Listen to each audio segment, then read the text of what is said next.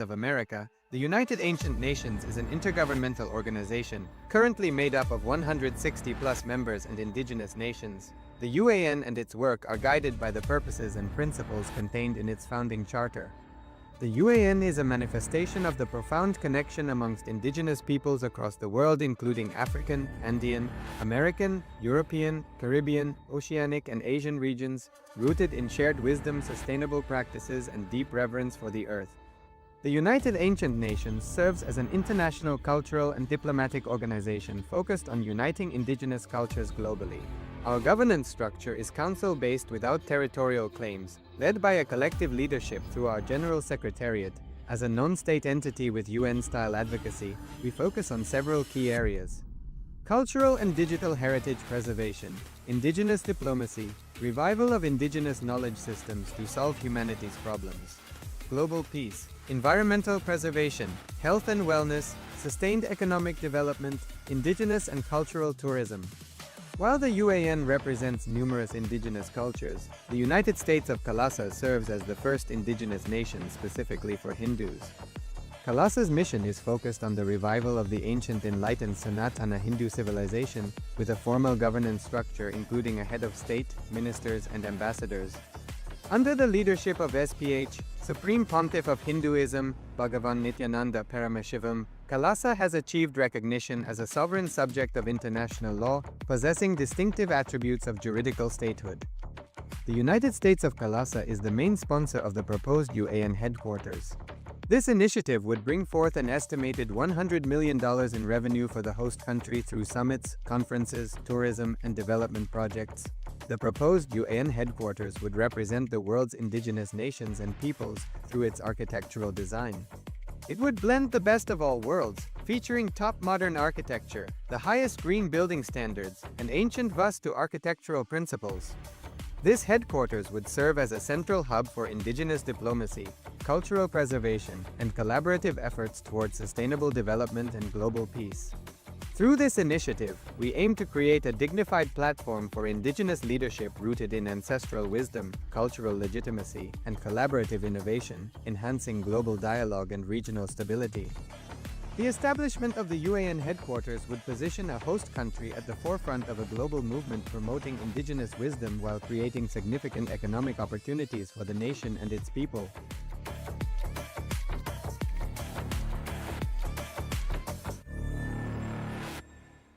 In the heart of St. Kitts and Nevis, where the ocean meets the sky, a historic gathering is unfolding. The United Ancient Nations, a global forum where the world's first and ancient nations unite to share wisdom, confront challenges, and co-create solutions rooted in ancestral knowledge.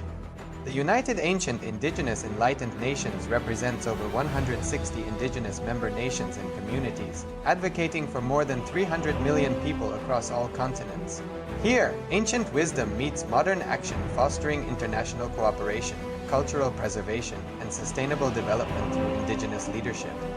Beyond dialogue, the UAN experience nurtures the mind, body, and spirit. Sunrise meditation, yoga by the ocean, and cultural celebrations reconnect us to ourselves, each other, and the wisdom of the earth. In St. Kitts and Nevis, ancient traditions and vibrant cultures come alive. This is a space for learning, sharing, and taking action. Together, we address climate challenges, preserve cultures, and shape a sustainable future. The United Ancient Nations is where ancestral knowledge guides the world toward harmony, justice, and collective growth. Join the United Ancient Nations in St. Kitts and Nevis, where ancient wisdom meets a sustainable future. Together, we rise.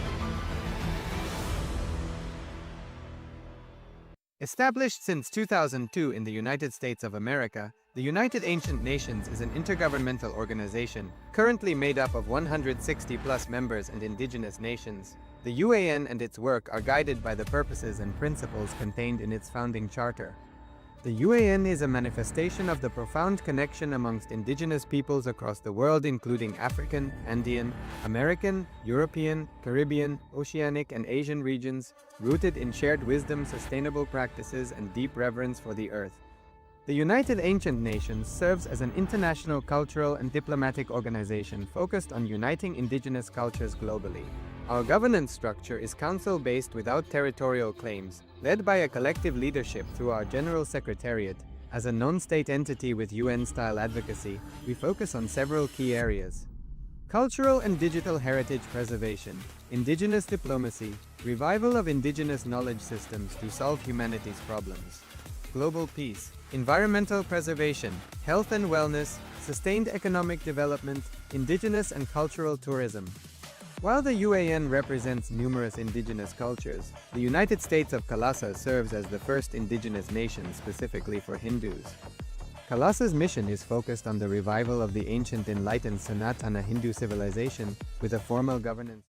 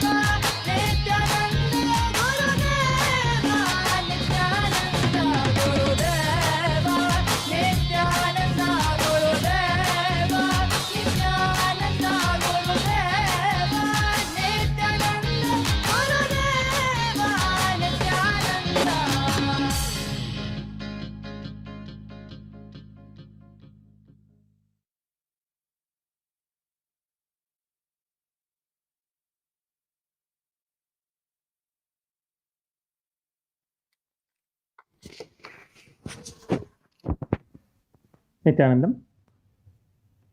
Please sit straight with your head, neck, and spine in a straight line.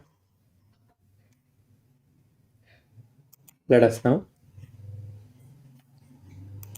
begin with the Sadguru Vandanam.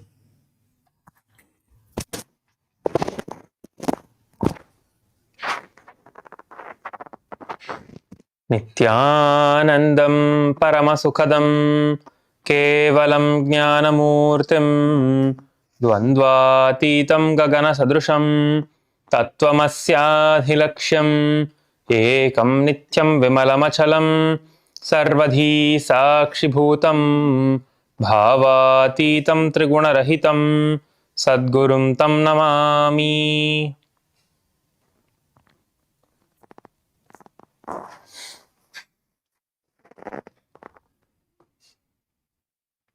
Let us now chant the Shiva Mula mantra 11 times internally. Om Om Shivaya Namaha. Om Om Shivaya Namaha. Om Om Shivaya Namaha. Om Om Shivaya Namaha. Om Om Shivaya Namaha. Om Om Shivaya Namaha. Om Om Shivaya Namaha. Om Om Shivaya Namaha. Om Om Shivaya Namaha. Om Om Shivaya Namaha. Om Om Shivaya Namaha.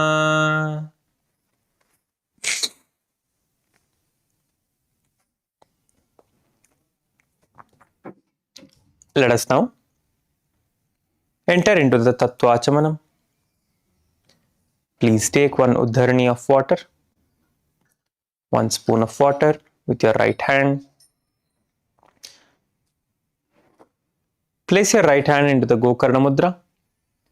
With your index finger bent to the center of your palm, pour 1 Uddharani of water to the center of your palm. Sip the water. When you hear the mantras being chanted, when you hear Swadha, please sip the water from the base of your right hand.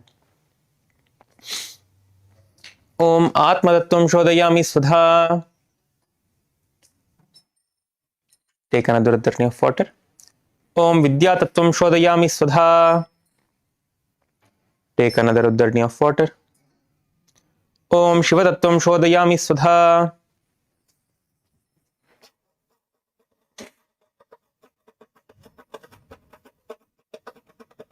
Now, wash your hands and wipe your lips from right to left twice as we chant the mantra. Om Ham Hridayaya Namaha. Please wash your hand again. Now with your index finger, middle finger and ring finger of your right hand, touch above your upper lip and below your lower lip. Please wash your hand again. Now with your index finger and thumb joined together, touch your right nostril, left nostril. With your ring finger and thumb joined together, touch your right eye, right ear and your left ear. Please wash your hand with an Uddharani of water. Now with your little finger and thumb joined together, touch your navel center, your right chest, left chest. With all the fingertips joined together, touch above your head, your right shoulder, left shoulder and your heart center.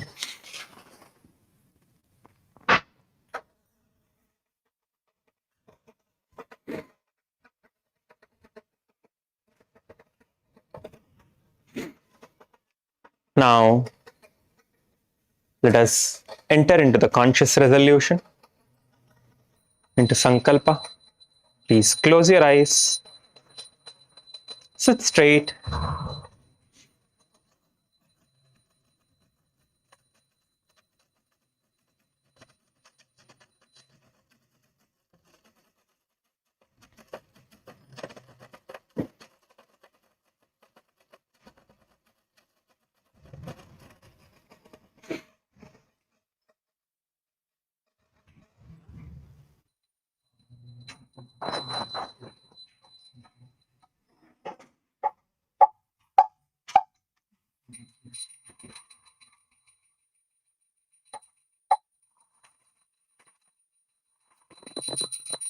Intensely visualize what you want to manifest. Hold the intense visualization in your inner space.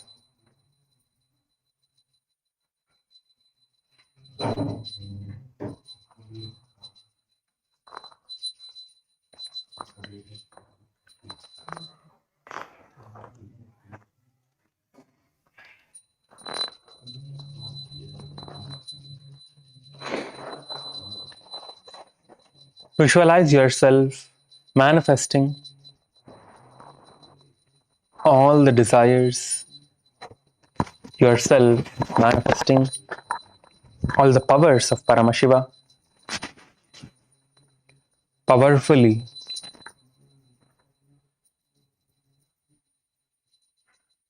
As a yogi,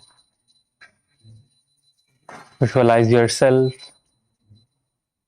manifesting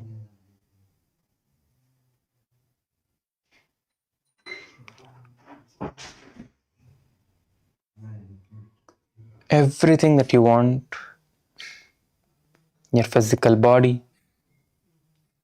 becoming completely healthy.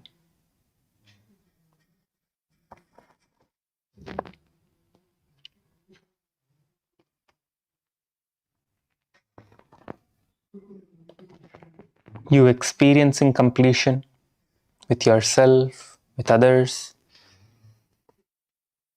with your family,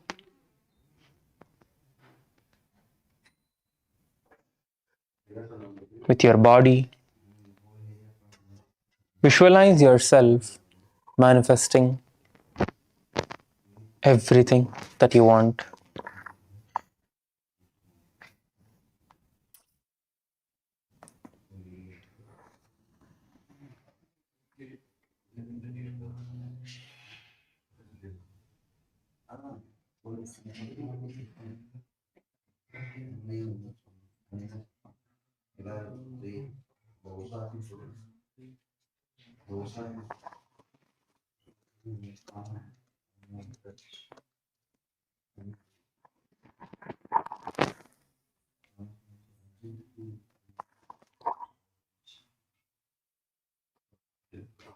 Keep your eyes closed.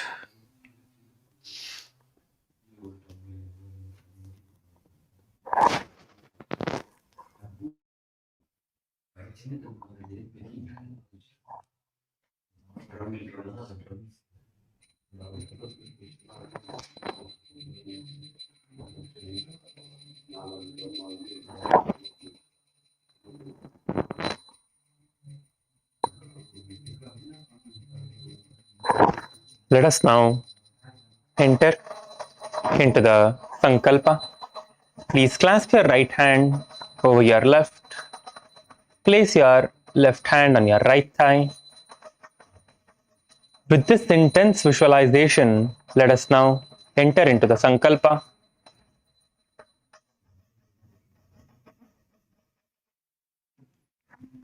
Om Mamopata Samasta Duritakshayadvara Bhagavat Shri Nityananda Paramashiva Prityartam Shri Nityanandeshwari Paramashiva Shakti Sameta Shri Nityanandeshwara Paramashiva Prityartam Cha Shubhe Shobhane Muhurte Adhya Brahmanaha Dvitiya Pararde Shri Shvetavaraha Kalpe Vaivasvatamanvantare Ashtavimshaditame Nitya Yuge Prathame Pade जम्बूद्वीपे भारतवर्षे भरतखण्डे मेरोः दक्षिणे पार्श्वे शकाब्दे अस्मिन् वर्तमाने व्यवहारिके प्रभवादीनां षष्ट्याः संवत्सराणां मध्ये विश्वावसुनाम संवत्सरे दक्षिणायने लक्ष्मीवेङ्कटेश्वर ऋतौ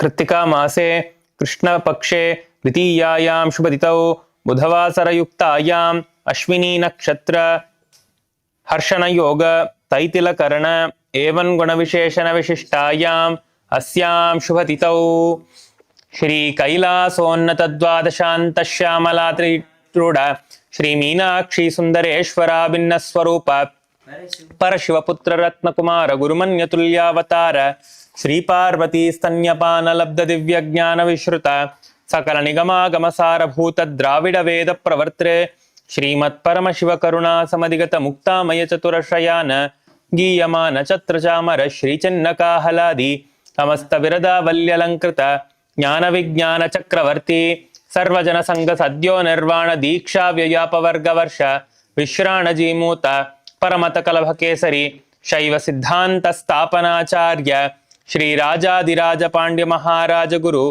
क्षपण शाक्यादि महांधकार निवारण ज्ञान भानु वीक्षण नरहार्ह ध्वजोच्छेदन पूर्वक श्रीमद् वृषभध्वज स्थापक शैव समय कर्तृ सर्वज्ञ पीठारूढ़ श्री जगद्गुरु श्री ज्ञान संबंध देशिक स्वामी वागीश सुंदर माणिक्यवाचक स्वामिनाम अवतार भूत श्री ज्ञान संबंध स्वामी पुनरुद्धृत श्यामला पीठ सर्वज्ञ पीठ त्रिनवत्युत्तर द्विशततम गुरु महासन्निधान अरुणगिरि योगीश्वर परंपरागत अरुणाचल सर्वज्ञ पीठ गुरु महासन्निधान कैलास परंपरागत कांची कैलास सर्वज्ञ पीठ त्रयस्त्रिंशदुत्तर द्विशततम गुरु महासन्निधान नित्योत्सव नित्य मंगल नित्य कल्याण नित्य रजित कैलास परंपरागत आदि कैलास नित्यानंद पीठ महासंस्थान महासिंहासन पीठ कर्त्रे साक्षात् श्री परमशिव समुद्भूत कैलास परंपरागत वैवस्वतमनु इक्ष्वाकु हरिश्चंद्र भगीरथ श्रीरामचंद्र शूरसेन इत्यादि अनवर्चिन्न सार्वभौम चक्रवर्ती परंपरागत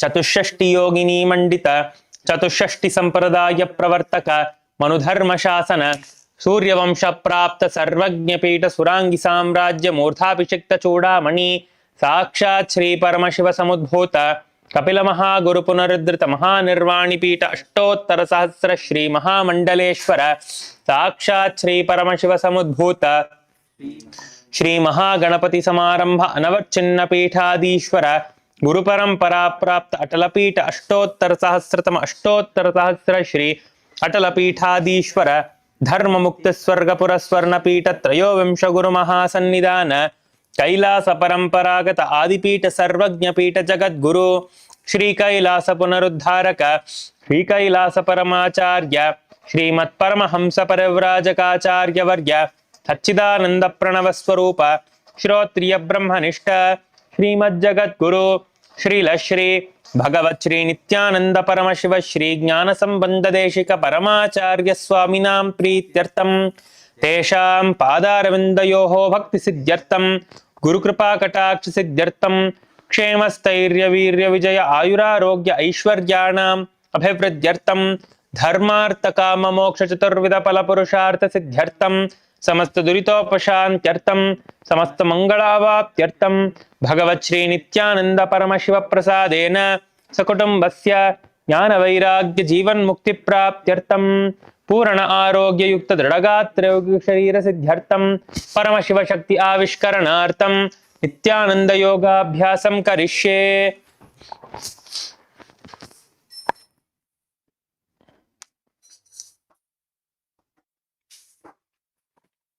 Om Apaupasprisya. Please wash your hand with an Uddharani of water. Place your Panchapatram and Uddharani aside. Let us now stand up on our yoga mats.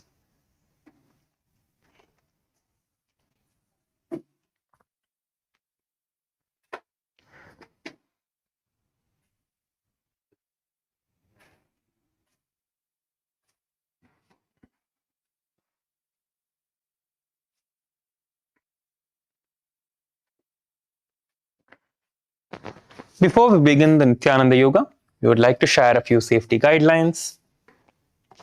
Yoga is a beautiful practice that supports health and well-being, but it can also involve physical movements and postures that may feel different for each body.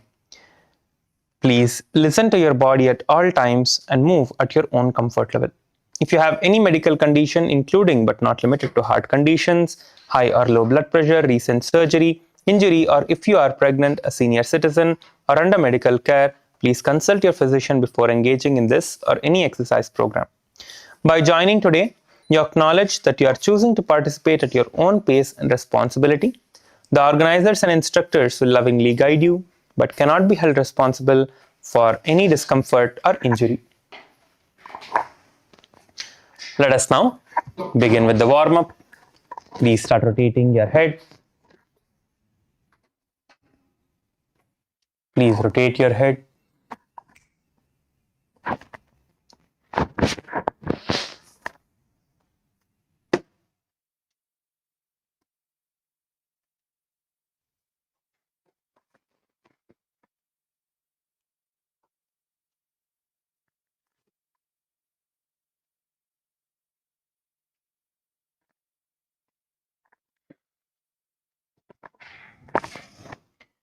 Please rotate your head on the other direction.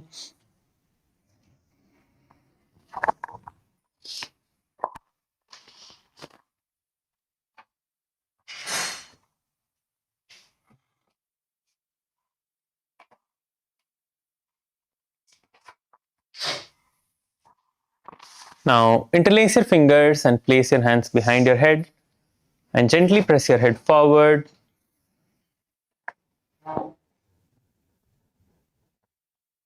And backwards. Press your head on both the directions, front and back, gently.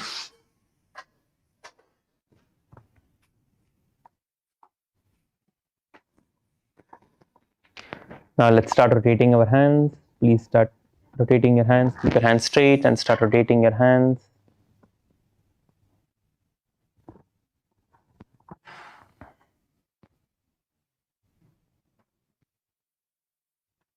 Rotate it backwards.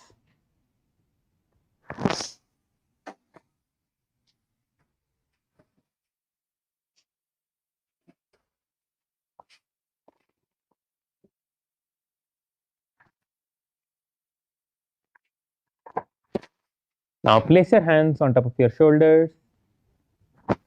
Let us rotate our shoulders. See, when you are rotating your shoulders, it is very important that you nicely bring your elbows together when you are coming forward and open up your shoulders and chest when you're going outwards. So open it up, feel the stretch nicely, and then come back.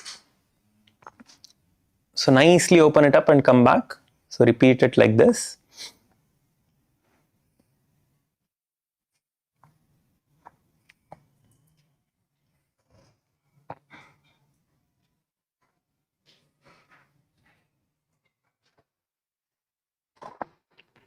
Do it on the other direction.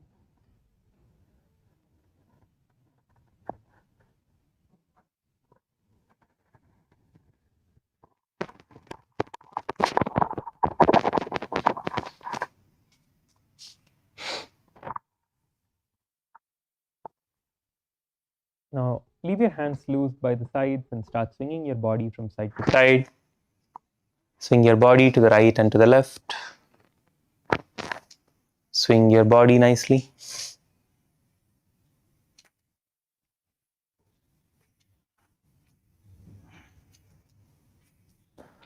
Swing your body to both sides nicely.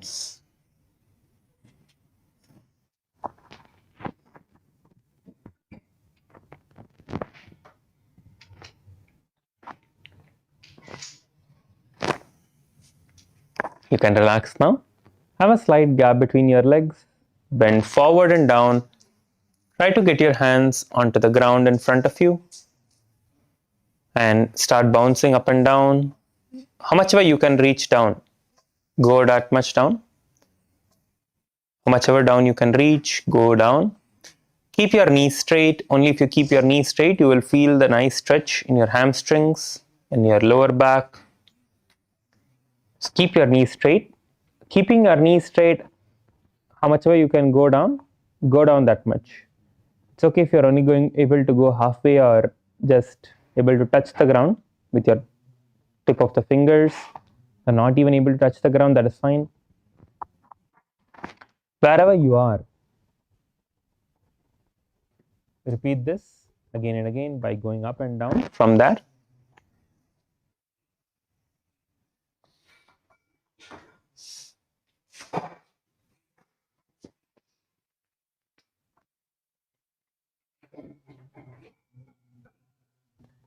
Yes, you can stand up now. Please stand up. Interlace your fingers and stretch your hands above your head. Nicely stretch your hands, push your fingers up. Push your fingers up. Stretch your hands as high as you can. Pushing your fingers up. Your palms are facing outwards, not inwards.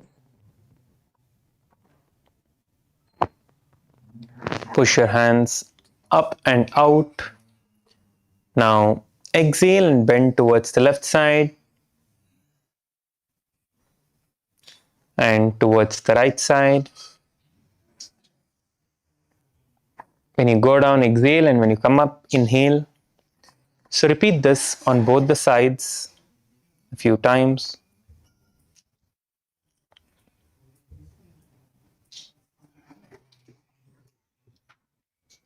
Repeat this on both the sides.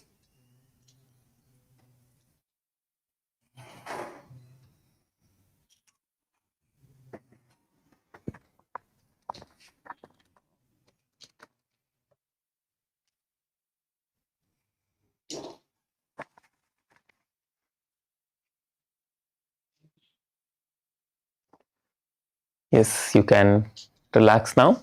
Interlace your fingers behind your back and bend forward and down.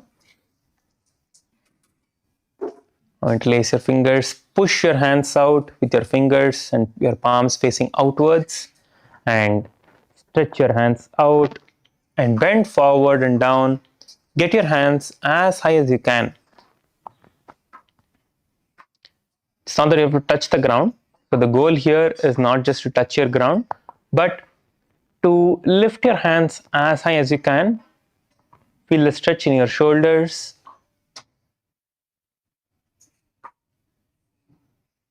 To increase the mobility of your shoulders and hands.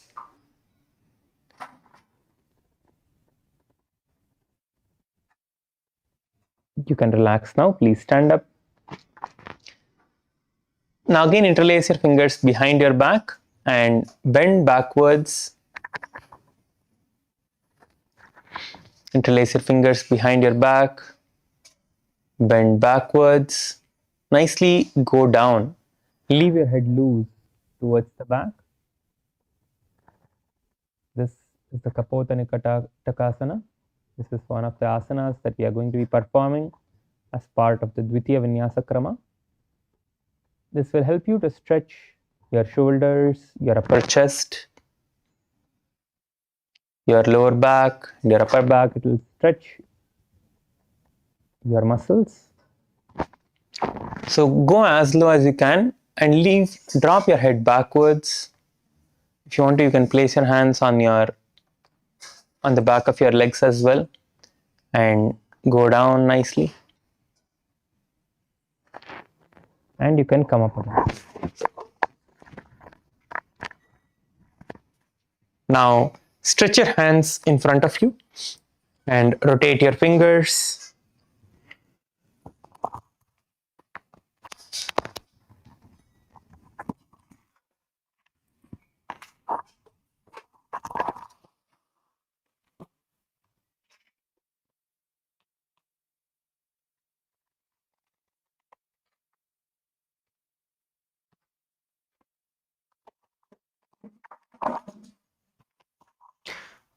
Rotate your wrists on the other direction.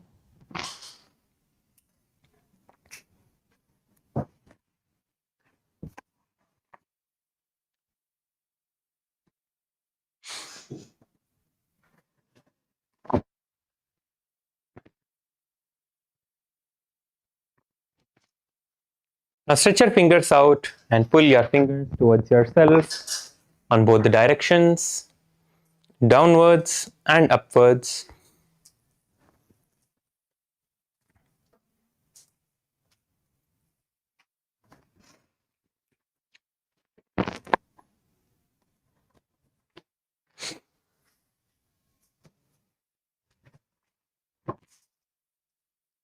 Repeat this on both the hands. Nicely stretch your fingers.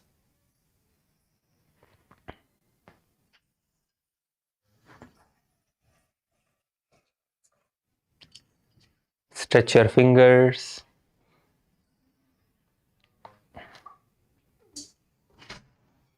Now you can place your hands on your hips and start rotating your hips. Please start rotating your hips.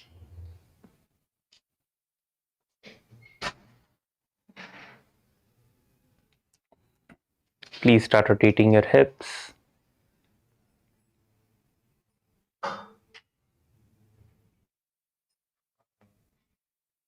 Rotate your hips on the other direction.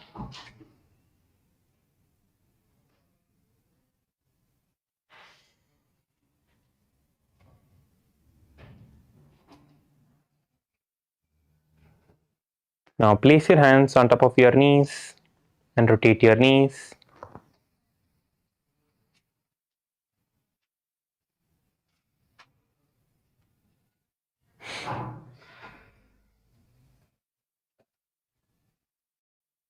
Rotate your knees on the other direction.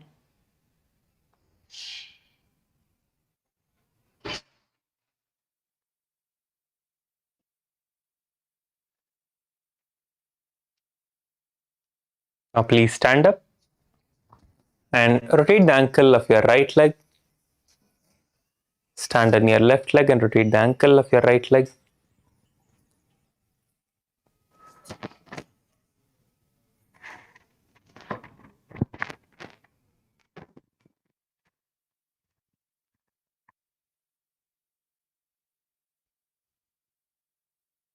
Switch the leg, stand on your right leg and rotate the ankle of your left leg.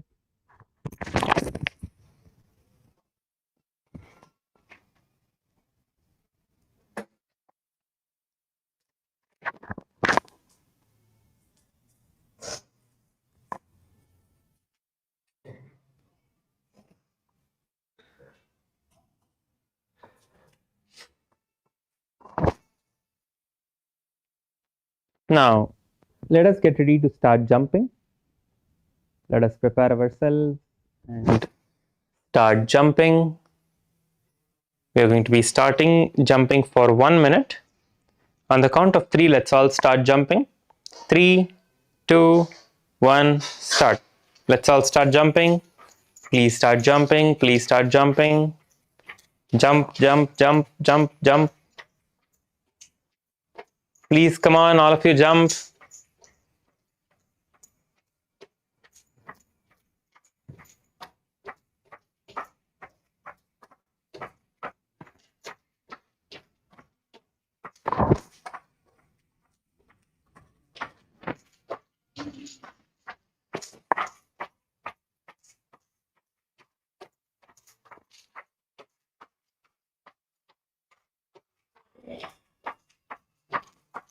Last few seconds. Last few seconds. Keep going. Keep going. Keep jumping.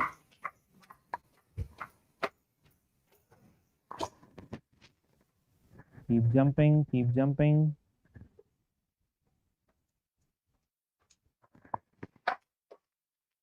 And you can relax. Please relax. Just walk back and forth on your mat. Just walk back and forth on your mat. We are going to be entering into the skeleton dance.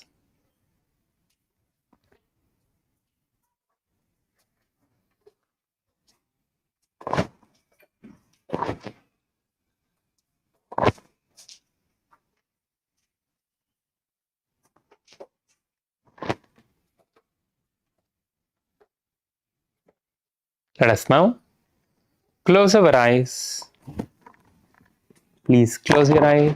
We are going to be performing skeleton dance for the next few minutes.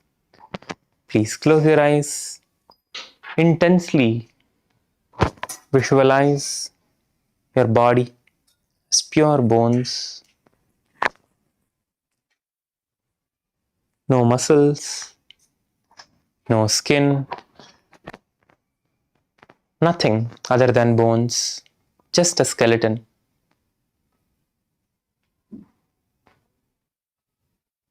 Holding this visualization, let us now start moving our body, start moving your hands, Start moving your legs, your fingers, your toes, your hips, your knees, your shoulders, your neck, your head. Start moving your entire body. Start moving your entire body. Start moving, be intense. When you are moving, move your body intensely. Be very, very intense, as intense as you can for these 5 minutes. Intensely move your body. Come on, come on, come on. Start shaking, start shaking. Intense, intense. Keep shaking your body. Move, move, move.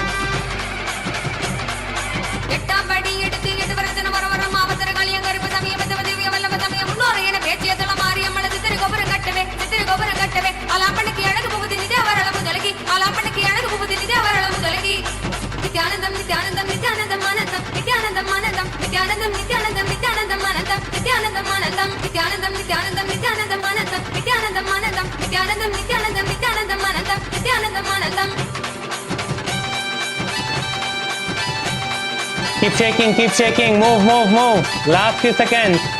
Shake your body, be intense. Keep moving your body, move, move, move, move, move your body, move your body. Keep shaking, keep shaking. Intense, intense. Last few seconds, last few seconds. Keep going, keep going, keep going.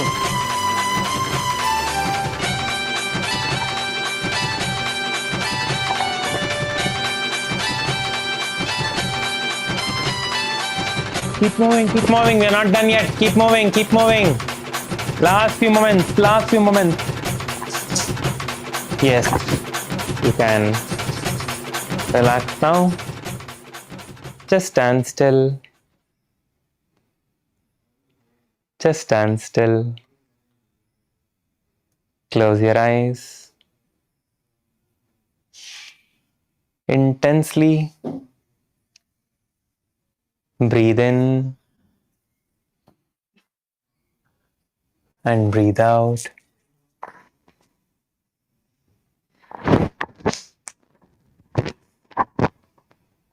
Intensely breathe in and breathe out.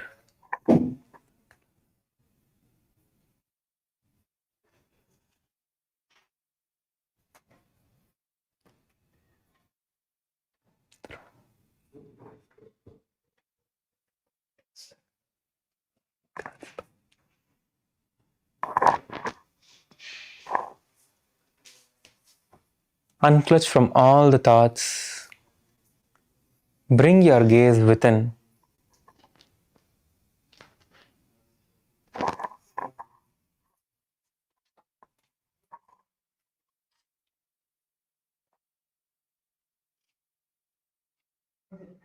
Keep your gaze within yourself. Stop all the movements of your body.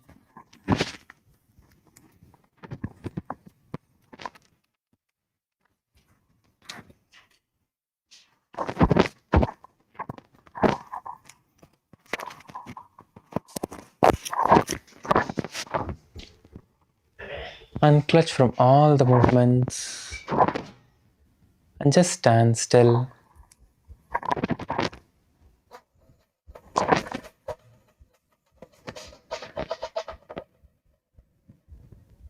Keep your eyes closed.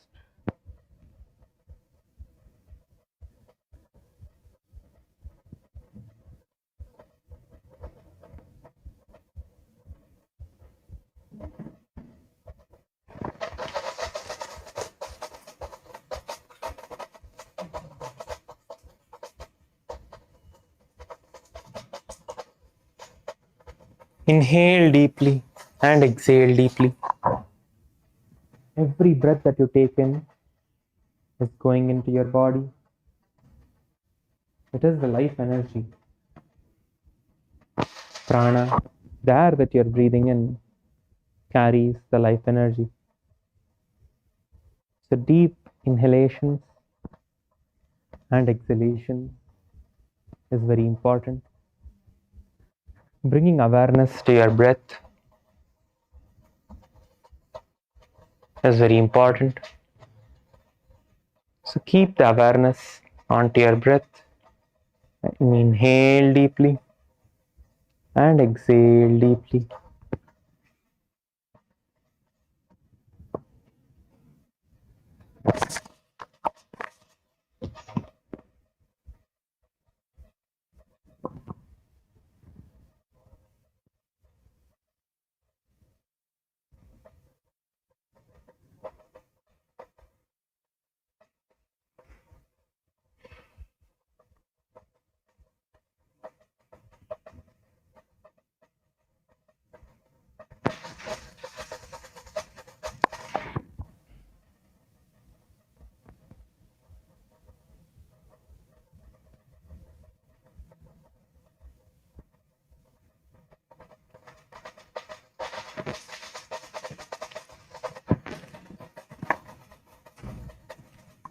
Let us now settle down on our yoga mats.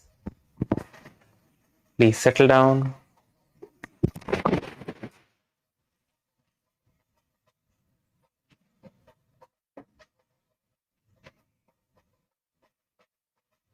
Just sit for a few seconds.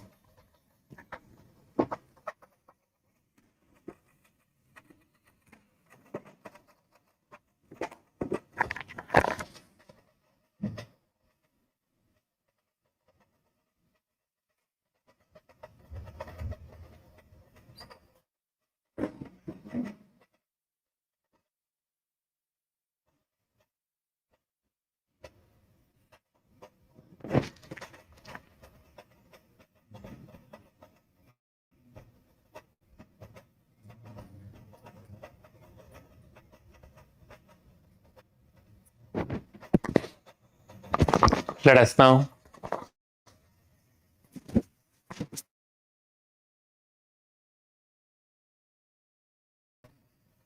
we are going to be performing the Sankatasana. So today we are going to be performing the Sankatasana.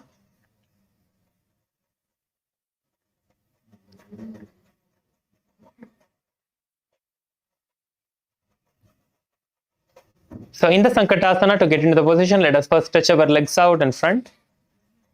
Please stretch your legs out.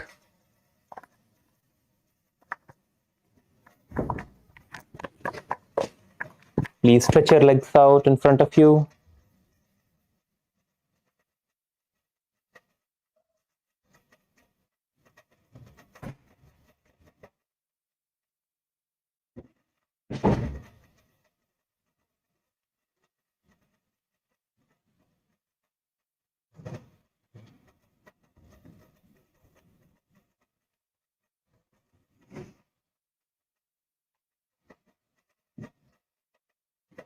From the stretched position, bend your right leg and sit on top of your right leg now. And take your left leg up and around your right to the other side of your body towards your right hip.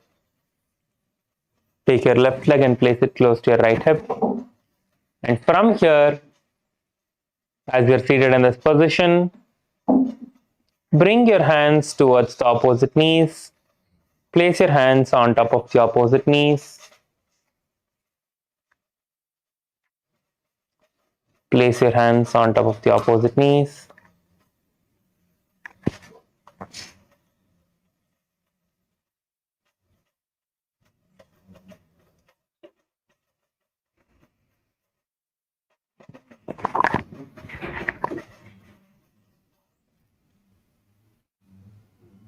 Keep your eyes closed. Visualize yourself as the swan bird.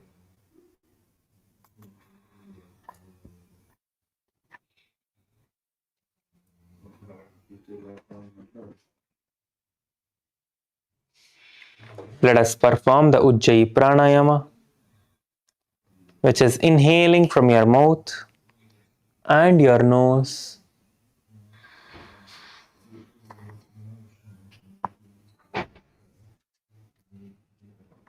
Continue to perform the Ujjayi Pranayama. Ujjayi Pranayama is where you inhale through the nose and through the mouth and exhale through the nose. Along with this, perform the Mula Bandha, which is contracting your perineum.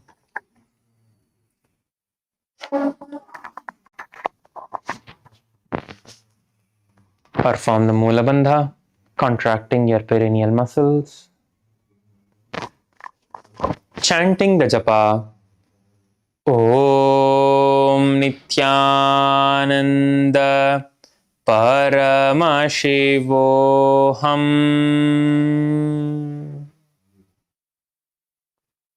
वामपादं चितेर्मूलं सन्यस्य धरणीतले पाददण्डेन याम्येन वेष्टयेत् वामपादकम्. The next asana is the Dhenukasana. In the Dhenukasana, just slide your leg that you're seated on top of to the side. Just move it to the side. Place it by the side of your hips. And bring both your hands to the knee on top. Bring both your hands to the knee on top, stacked one on another. Make sure that your knees are also stacked together.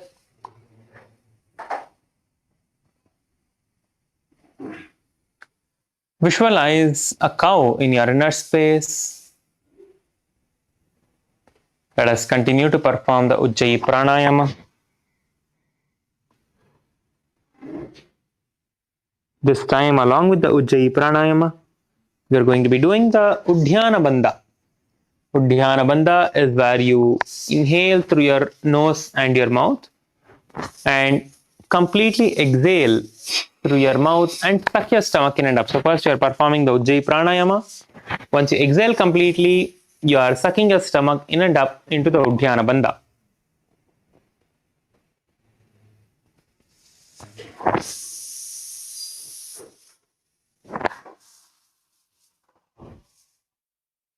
Let us perform the Udhyana Bandha, chanting the japa. Om Nityananda Paramashivoham.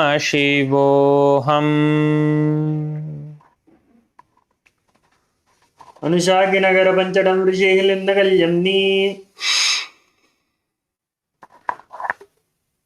The next asana is the Machandrasana.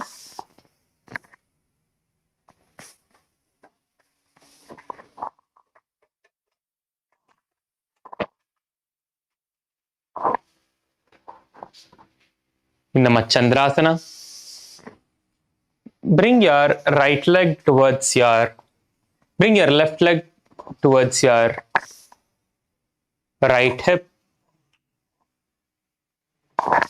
and your right leg on top of your left knee.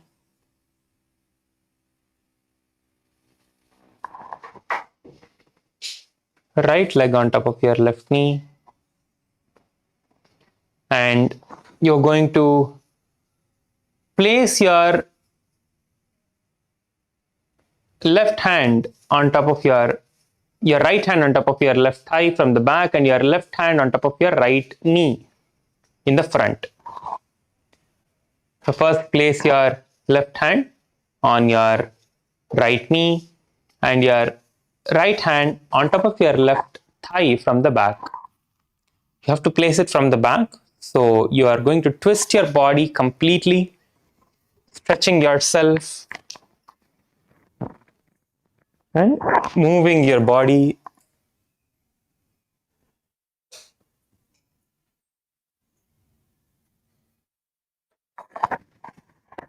as you are seated in this position. Keep your gaze towards the third eye. Visualize Swamiji in your inner space. Continue to perform the Ujjayi Pranayama, contracting your perineum into the Moola Bandha, chanting the japa Om Nityananda Paramashivoham.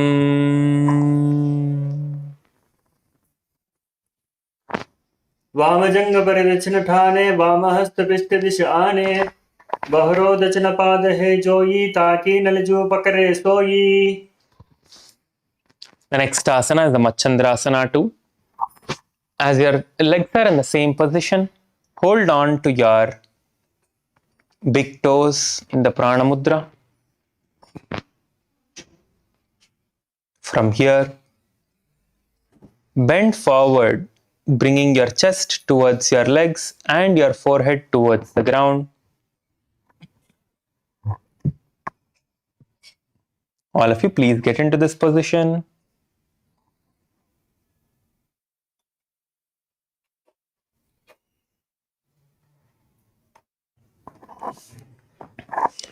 Hold in this position. Visualize Swamiji in your inner space. Continue to perform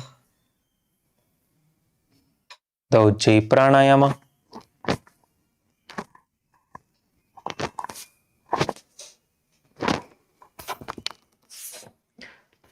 Along with the Moola Bandha, chanting the japa Om Nityananda Paramashivoham.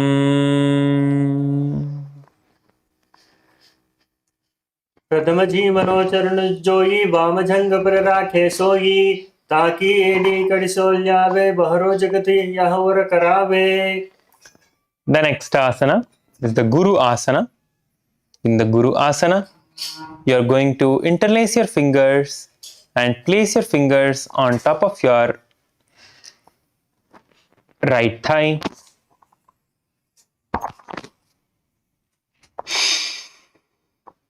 Actually, on your right knee.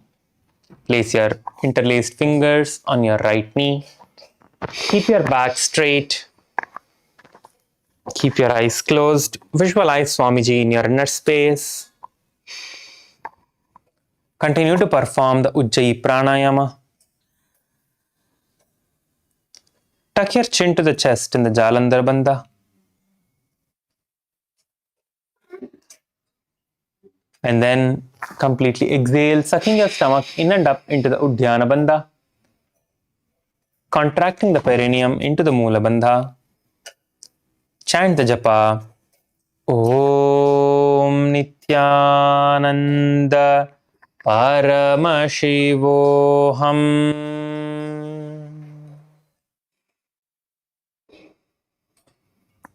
ऊर्मूलेत्रपादस्य कनिष्ठिका प्रदेशे कल्पं संस्थाप्य तदेव जान्वित्रपादस्य पार्श्वे संस्थाप्य तिष्ठेत् हस्तौ सम्मीलयेत् गुरुआसनं भवति.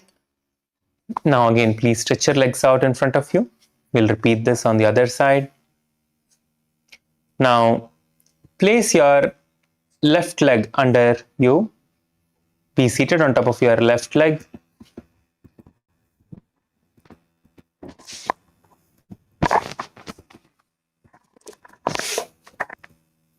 And take your right leg around your left leg towards the side of your left, close to the hip on the other side.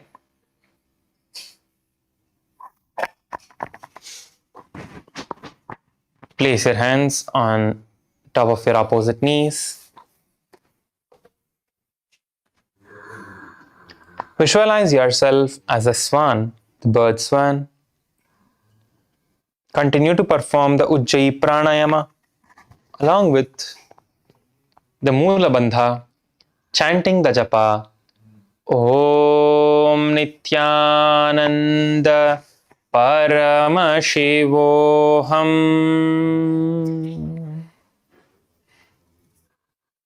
वामपादं चितेर्मूलं संयस्य धरणीतरे पाददण्डेन याम्येन वेष्टयेद्वामपादकम्. Now slide the leg that you are seated on top of to the side and place both your hands on the top knee. Keep your eyes closed. Visualize a cow in your inner space and continue to perform the Ujjayi Pranayama along with the Uddiyana Bandha this time. So once you completely inhale, you will exhale through the nose. So first inhale through the nose and the mouth, then completely exhale through the nose.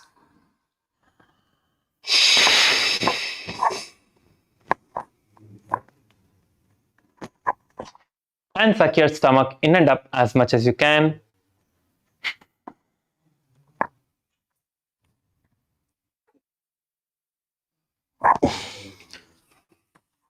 As you are performing this, chant the japa Om Nityananda Paramashivoham.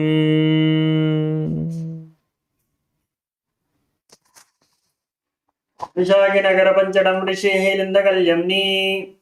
The next asana is the Machandrasana. Take your right leg and place it on top of your left thigh, on the upper thigh as high as you can. And take your left leg and place it on top of your right knee. It should be on the knee, not too in. So now from here, lift your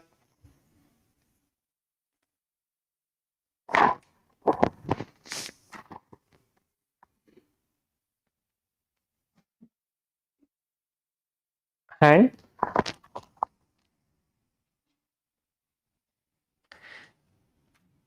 and place it on top of your knee. Twist towards the left, placing your left hand on top of your right thigh. Twist your body. Turn back.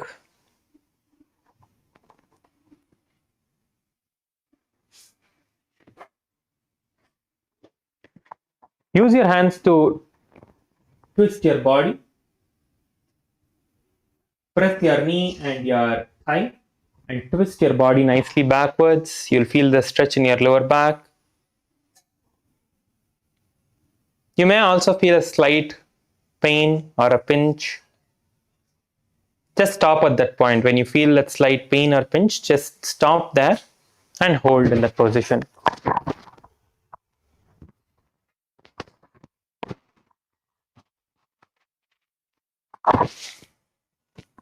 Keep your gaze towards the third eye.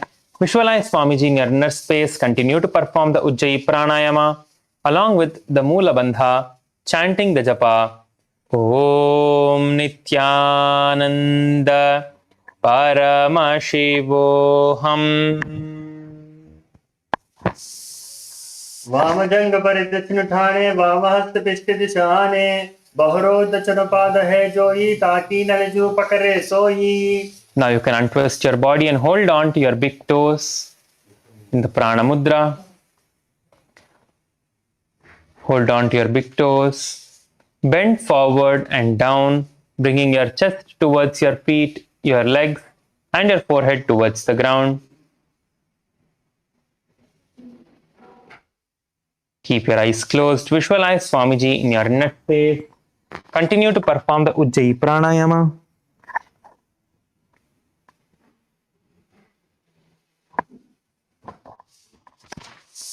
Along with the Moola Bandha, chanting the japa. Om Nityananda Paramashivoham. प्रथम जी मनोचरण जोई वाम जंग पर राखे सोई ताकि एड़ी कर सोल जावे बहरी जगत यह और करावे. Now please raise up again. Interlace your fingers and place your fingers on top of your left thigh, on your left knee. Continue to perform the Ujjayi Pranayama. Keep your eyes closed. Visualize Swamiji in your inner space. Along with the Ujjayi Pranayama, we are going to be performing the Mahamudra Bandha. So inhale through the nose and the mouth. Tuck your chin to the chest in the Jalandhara Bandha. Hold for as long as you're comfortable. Then forcefully exhale through the nose, sucking your stomach in and up into the Uddiyana Bandha. Contracting your perineal muscles into the Moola Bandha. Chanting the japa. Om Nityananda Paramashivoham.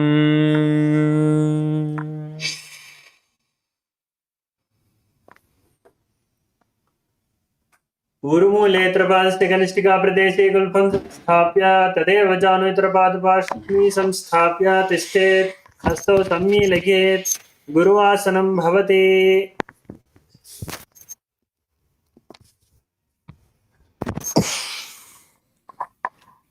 Now stretch your legs out in front of you and bend your knees and bring it towards your chest. Bring your knees towards your chest.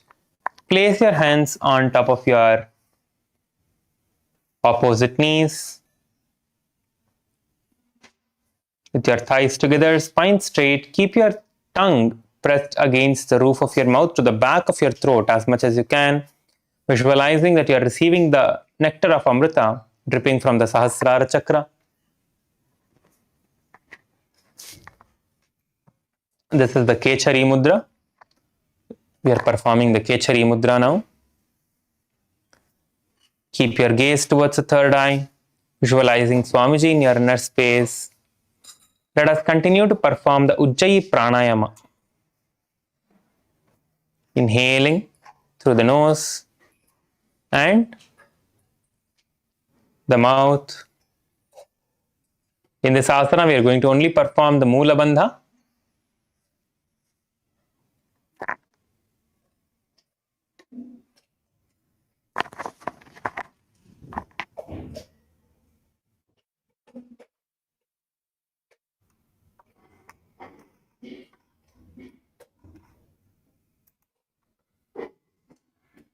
Chanting the japa. Om Nityananda Paramashivoham.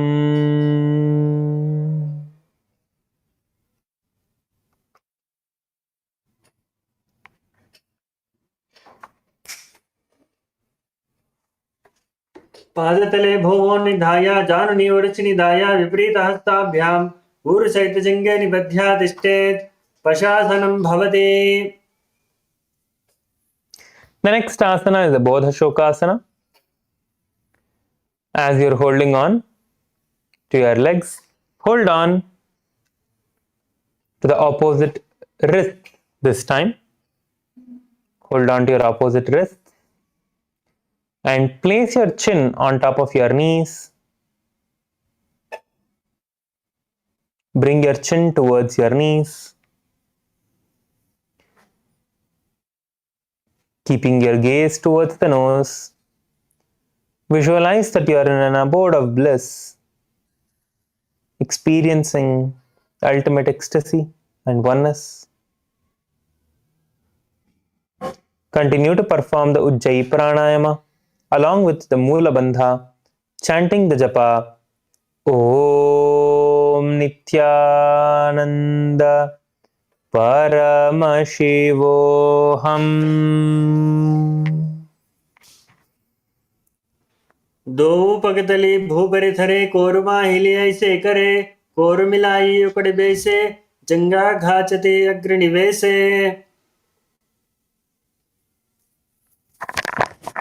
The next asana is the Kurakatasana. In the Kurakatasana, you're going to have a slight gap between your body and your feet, and take your hands underneath your knees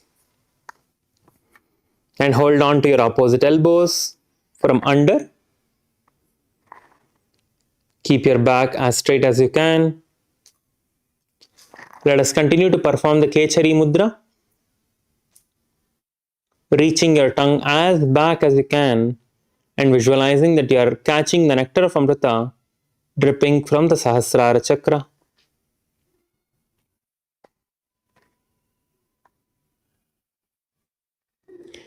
Continue to gaze towards your nose. Visualize Swamiji in your inner space, performing the Ujjayi Pranayama, Mula Bandha, and chanting the japa Om Nityananda Paramashivoham. दो वो हाथ पग बाहर आवे घोड़ा नीचे लेता हरावे आम्हा साम्हा ऐसे करे आपस में को हनी पकड़े.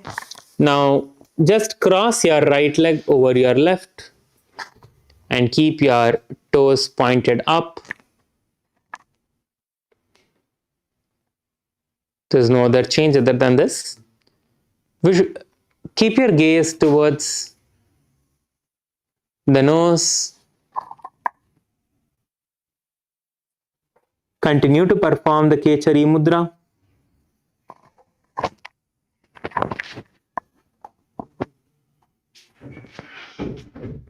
Visualize the sage Sumati in your inner space.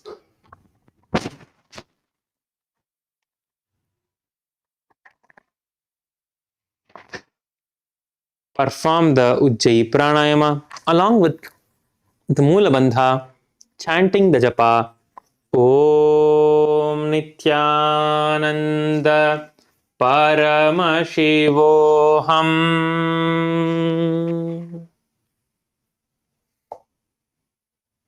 मूलद्वार धरती परिठाने दावा पग पर दचपद आने दाई फाकते कोले आवे हाथ एक अमत अंतरत हरावे. The next asana is the Dandasana. Have your legs stretched out in front of you. Now,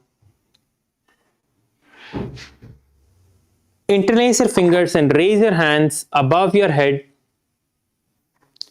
Interlace your fingers and raise your hands above your head with your palms facing upwards. Your wrists are out and your palms are facing up.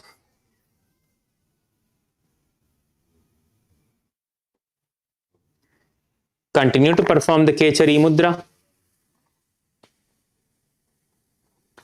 Keep your gaze towards the nose. Visualize Swamiji in your inner space. Inhale through the nose and the mouth in the Ujjayi Pranayama.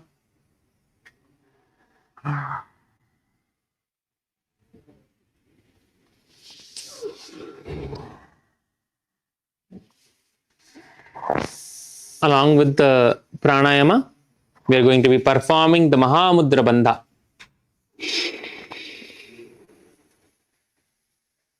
So perform the Mahamudra Bandha by inhaling and tucking your chin to the chest in the Jalandhara Bandha.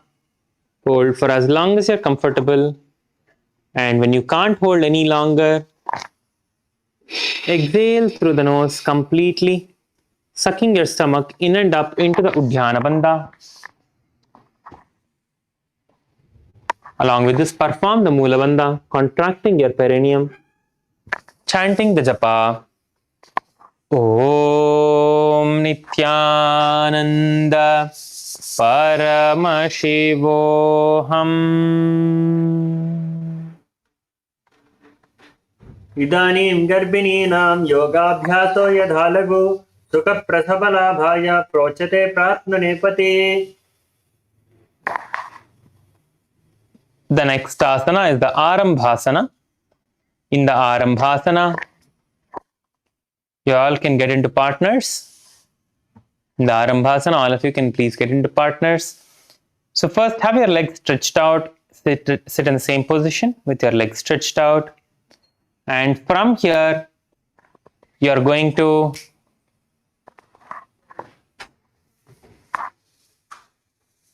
bend forward and down, holding on to your big toes. So this is like a progression from the Dandasana. So you are sitting with your hands stretched up. And from there, you are just leaning forward and down by exhaling completely, bending forward and down. Hold on to your feet with your fingers in the Prana Mudra.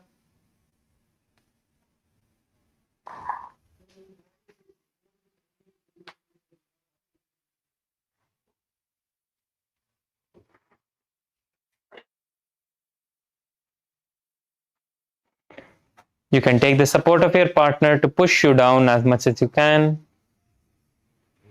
So however low you can go down, hold in the position.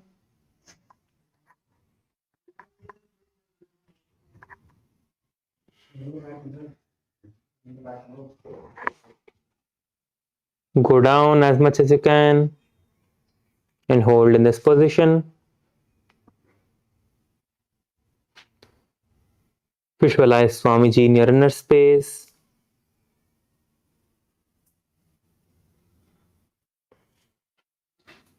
Continue to perform the Moola Bandha, contracting the perineum. You can switch the partners. You can switch the partners now, and you can again repeat the asana.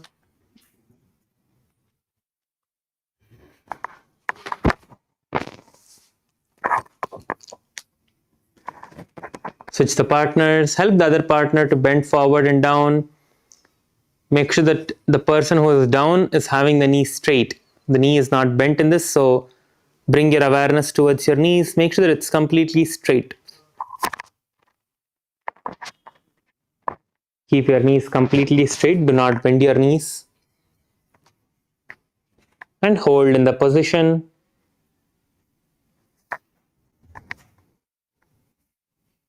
Hold in the position.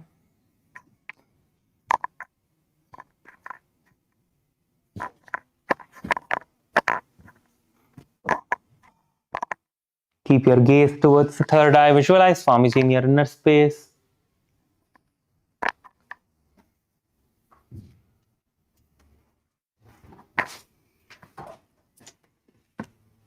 Continue to perform the Ujjayi Pranayama along with the Moola Bandha, chanting the japa Om Nityananda Paramashivoham.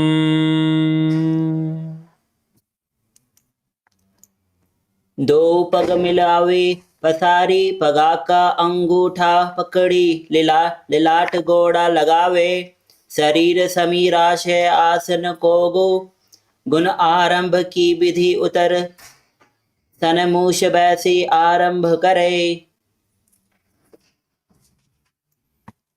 The next asana is the Vidhokasana.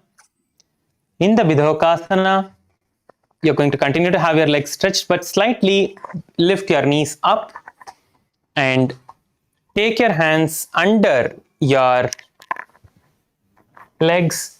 Hold on to your feet from the sides.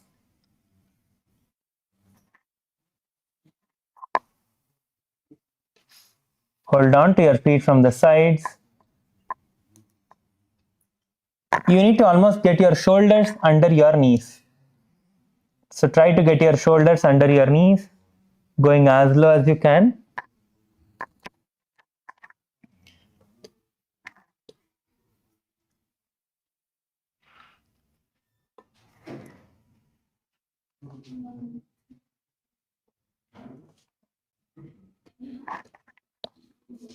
Bring your head towards the ground.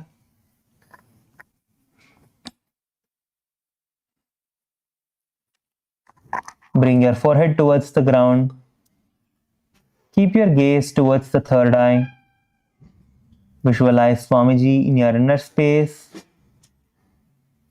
Continue to perform the Ujjayi Pranayama along with the Mula Bandha, chanting the japa Om Nityananda Paramashivoham. प्रथम बैसी दो पाँव पसारे कछुक ऊर्ध्व को कुरुडो ढारे एड़ियामिधि आंतरो राघे मुद्र हाथ Parman सुदाजे.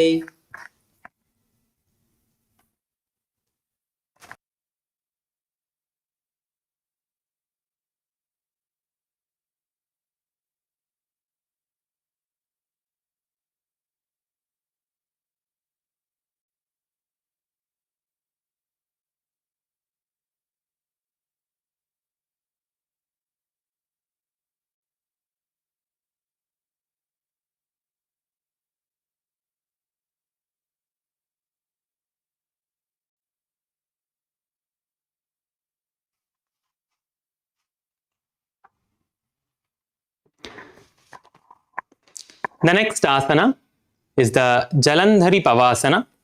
So in the Jalandhari Pavasana, bring your soles of the feet together. So it's like a progression from the previous asana.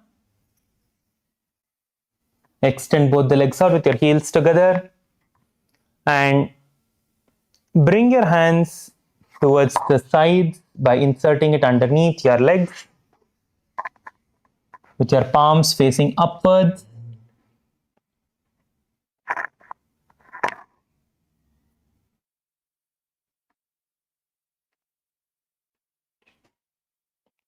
Place your face on top of your heels.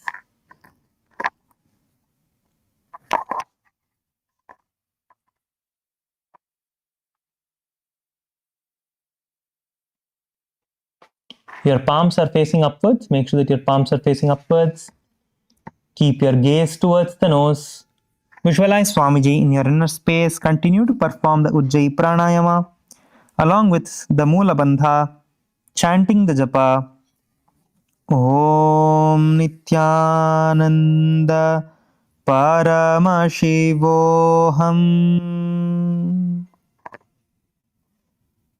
दो एड़ी ऐला की दीजे हाथ पसारे पुन चिपक मुख नासिके ठाक डिंगे भू परिधारे. The next asana is the Urdhva Paschimottanasana. All of you, please stretch your legs out in front of you. Have both your legs stretched out in front of you. In the Urdhva Paschimottanasana, you are going to bend your right leg and place it behind your head and bend forward and down, bringing your forehead towards your knees. So this is the Urdhva Paschimottanasana. So we'll perform this step by step for all of you, so all of you can follow along. Okay, so now from the seated position, you're going to bring your right leg as close as possible towards your chest or as high as you can. If you can get it behind your head, that's great. Immediately put it behind your head and do the Urdhva Paschimottanasana. If not, hold it close to your stomach or close to your chest, as high as you can hold it. Hold it there, and from there we'll perform the same asana. You'll bend forward and down, holding it as high as you can, bend forward and down, and try to bring your forehead towards the knees or as much as you can bend down. In the Urdhva Paschimottanasana. So let us all perform this. As you're performing this asana, keep your eyes closed. Visualize Swamiji in your inner space. Continue to perform the Mula Bandha.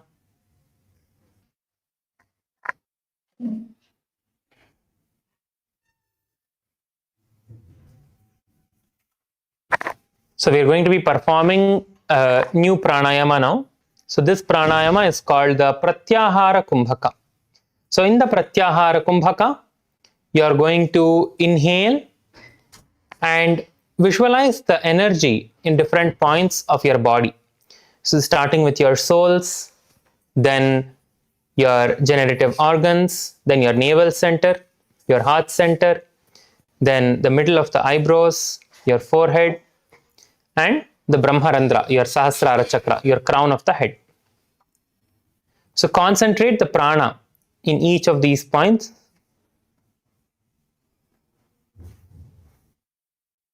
Go in the same sequence from the soles to the generative organs, then towards the navel, then towards the heart, then towards the throat, then your nose, and then your third eye, your forehead, and then the Sahasrara, the crown of your head. Along with this, perform the Moola Bandha, chanting the japa, Om Nityananda Paramashivoham.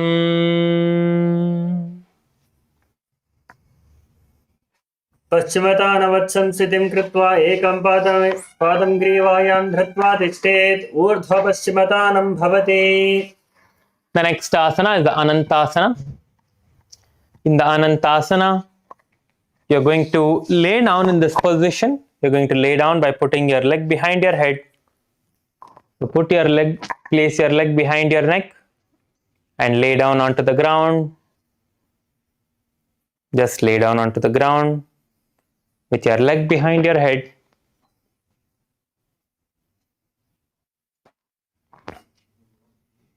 Lay down on the ground and you're going to continue to hold your leg behind your head. Okay, so this is the full asana.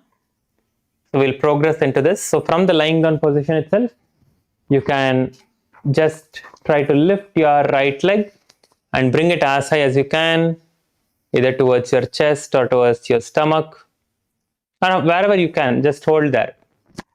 Just hold there in that position, in the Anantasana.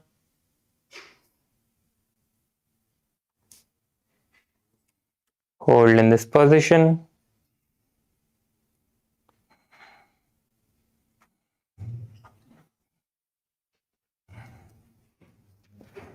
Visualize yourself as infinite, eternally in the space of oneness. Keep your gaze towards the third eye. Continue to perform the Pratyahara Kumbhaka, visualizing the Prana Shakti, the life energy. You can visualize bright light in each of the points. Your soles of the feet, your generative organs, your navel, your heart, your throat, your nose, third eye, Sahasrara. In all of these points, visualize the bright energy one by one, not all at the same time, visualizing in each of these points one by one. Continue to perform the Moola Bandha, chanting the japa, Om Nityananda Paramashivoham. उत्तानसेनी एकैकं पायिग्रीवायां विन्यस्य हितरहस्तेन पावाग्रं गृहीत्वा. The next asana is the Ankushasana. In the Ankushasana, you're going to get your leg into the same position. You're going to get your leg behind your head. The only thing is you're going to turn towards the side and you're going to be on the side of your body.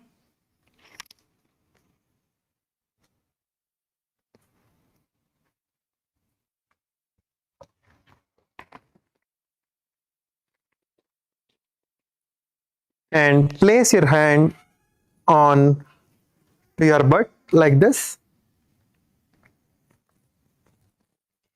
Keep your gaze towards the nose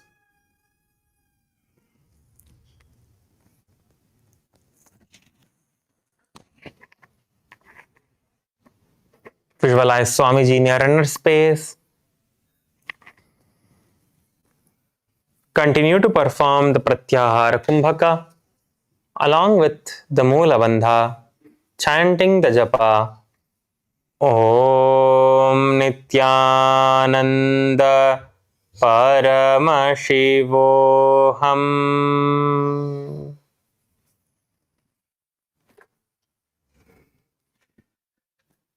उत्थानशयिताय एकैकं पादं ग्रीवायां कुर्वन् इतरहस्तं कर्णमूले स्थापयेत् तस्यैव हस्तस्य कूर्परं भूमौ निधाय इतरहस्तपादौ श्रीलिप्तस्य तिष्ठेत् अंकुशासनं भवति. The next asana is a Drishasana. In the Drishasana, unlock your feet and bring your feet towards your chest. Bring your feet towards your chest. Hug your knees towards your chest.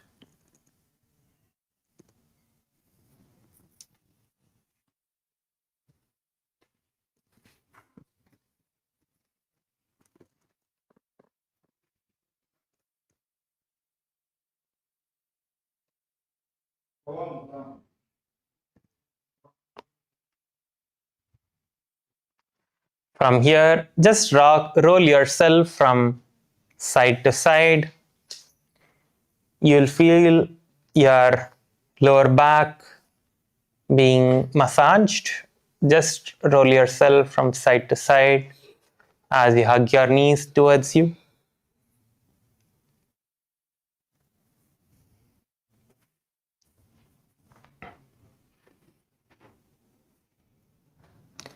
Hug your knees as close as you can.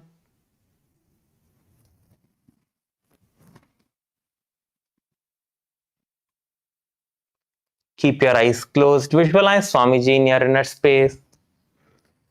We are continuing the Pratyahara Kumbhaka. We're giving a little bit more time when it comes to the Pratyahara Kumbhaka because you need to visualize the energy in each of these points. So visualize the energy, the prana shakti in each of the points in your body, your feet, your soles of your feet, your generative organs, your navel center, your heart, your throat, third eye, your nose, your third eye, and the crown of your head, the Sahasrara. Continue to perform the Moola Bandha, chanting the japa Om Nityananda Paramashivoham. उत्थानसेनं जाननी हृदये स्तम्भा जङ्गा सहिततरुणी करद्वये भद्वा सव्यापसव्यं लोडयेत् दृशासनं भवति. Now please come back to a seated position. We are going to be repeating the Urdhva Paschimottanasana on the other side. So this time, take your left leg and place it behind your head or as high as you can. Bring your left leg as high as you can. You can place it behind your head. Do that. If you can't, then just get it as high as you can.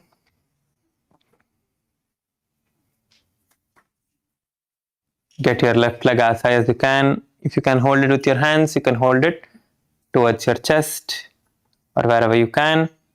And then from there, bend forward and down as much as you can and try to touch your toes. If you can, bring your forehead towards your knees or just try to reach your toes, trying to bring your forehead towards the knees.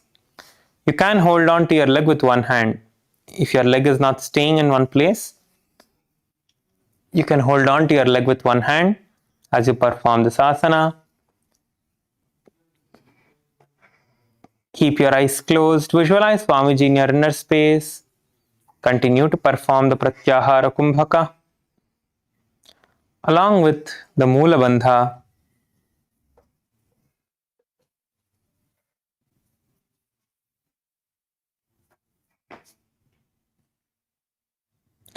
chanting the japa. Om Nityananda Paramashivoham.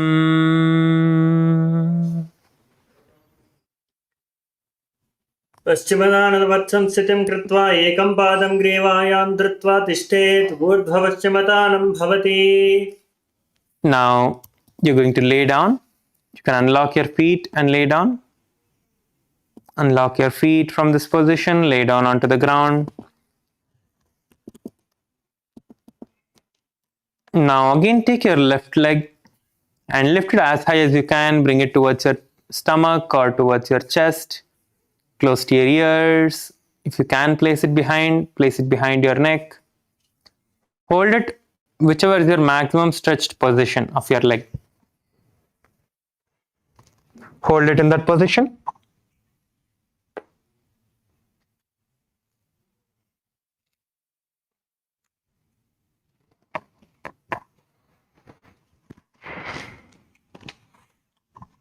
We are performing the Anantasana now. So you are continuing to hold on to your leg with one hand. The other hand is by the side of your body, onto the ground. Keep your gaze towards the nose. Visualize that you are eternally in the space of oneness. Continue to perform the Moola Bandha, chanting the japa. Om Nityananda Paramashivoham. उत्तानसे हि एकैकं पायी ग्रीवायां विन्यस्य इतरहस्तेन पावाग्रं गृहीत्वा इतरपावहस्तौ कृत्य तिष्ठेत् अनन्तासनं भवति. Now we are performing the Ankushasana. Don't release your leg. From the same position, just turn towards the side. Just turn towards the side. In the Anantasana position, just turn towards the side. Not to the side that your leg is there, the raised leg, but that's just other side. Place your hands on your butt like this. In the Ankushasana, keep your gaze towards the nose. Visualize Swamiji in your inner space. Continue to perform the Pratyahara Kumbhaka along with the Moola Bandha, chanting the japa. Om Nityananda Paramashivoham. उत्तानचेत एकैकं पादं ग्रीवायां कुर्वन् इतरहस्तं कर्णमूले स्थापयेत्. तस्यैव हस्तस्य कोर्परौ भूमौ निधाय इतरहस्तपादौ सरलीकृत्य तिष्ठेत्. अंकुशासनं भवति. The next asana is the Yoga Nidrasana. So in the Yoga Nidrasana, you can unlock your feet and just stretch your legs out for a moment. You can lay down on the ground and just stretch your legs out and shake your legs off. Just shake your legs off for a few seconds. So in the Yoga Nidrasana, you are going to bring both your legs up. Let's start now. Let's bring both our legs up.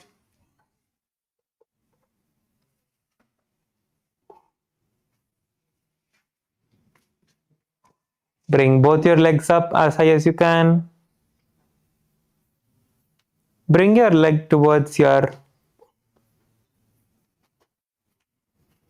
head. Try to bring it behind your head as high as you can. If you can't bring it behind, just keep it in front of your face like this. Just bring it in front as close as you can and hold in this position.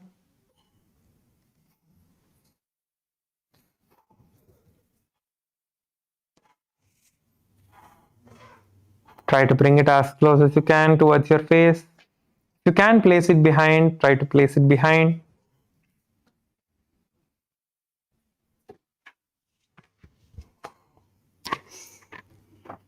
In this asana, Keep your gaze towards the nose. Visualize Swamiji in your inner space.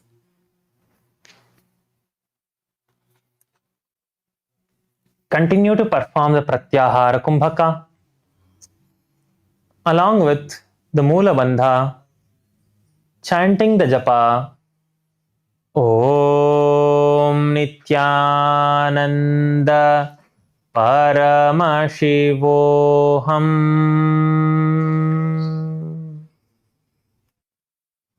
पादाभ्यां वेष्टयेत् कंठं हस्ताभ्यां पृष्ठबन्धनं तन्मध्ये शयनं कुर्यात् योगनिद्रा सुखप्रदा. Now you can just lay down and relax. Let us relax into the Shavasana. Please lay down on the ground and relax your body into the Shavasana.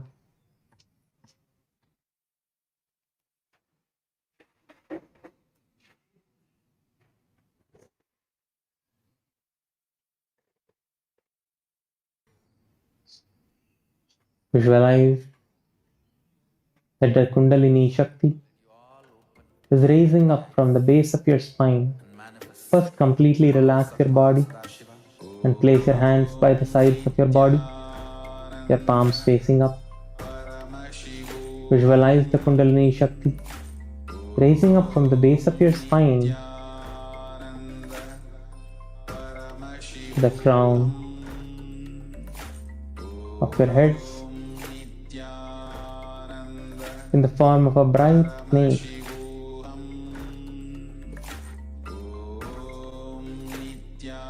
And the Supreme Pontiff of Hinduism, Bhagavan Shri Nityananda Paramashivoham, Swamiji is liberating you. Visualize this. Just lay down on the ground. Relax your body into the Shavasana.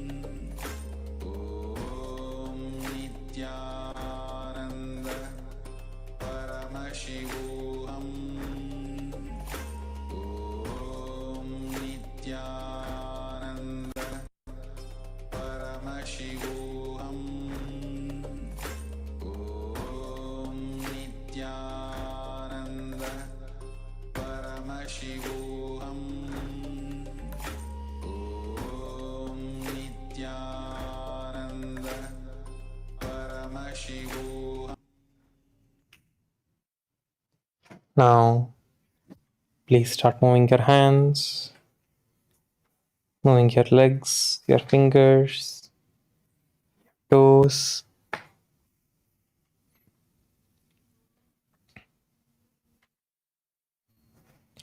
Pull your knee towards your chest.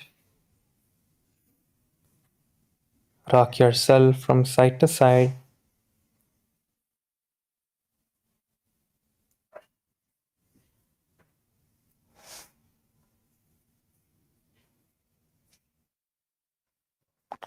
Rock yourself from side to side.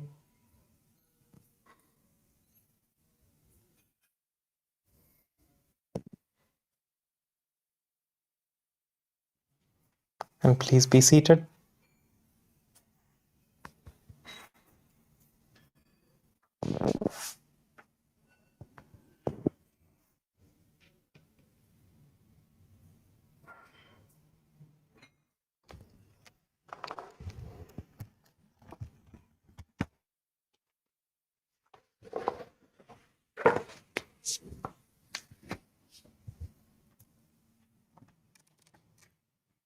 Please sit straight. Close your eyes. Let us now enter into the Mahamantra meditation. Let us intensely start humming for the next few minutes. Take deep inhalations. Let your entire body vibrate as you hum.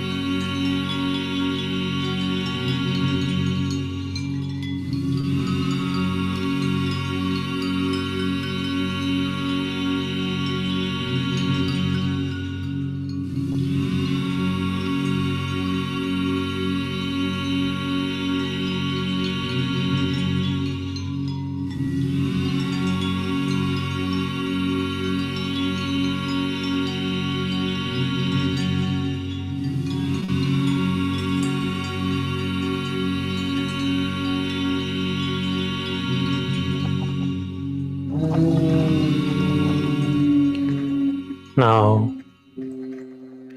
you can relax. Just be seated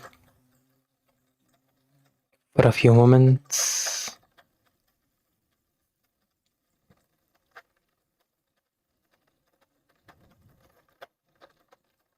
Inhale and exhale.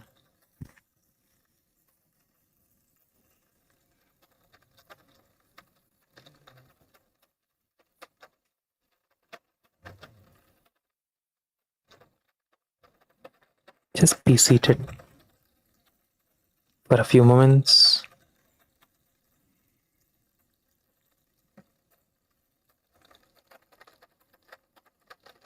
That space of restful awareness. Visualize Swamiji in your inner space.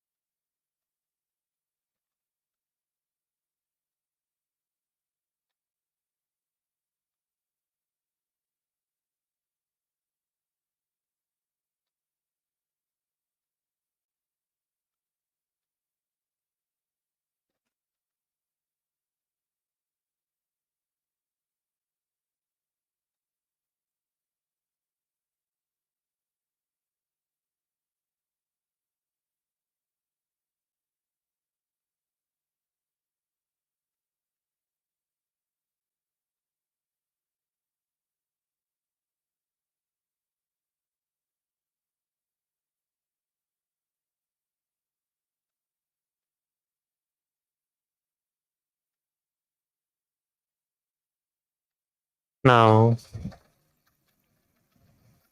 let us offer our gratitude to the Supreme Pontiff of Hinduism, Bhagavan Sri Nityananda Paramashivam,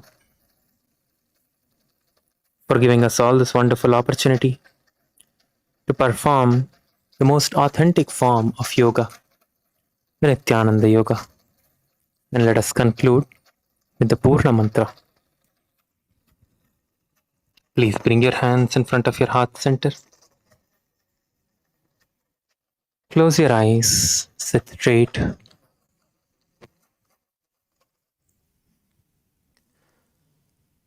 Om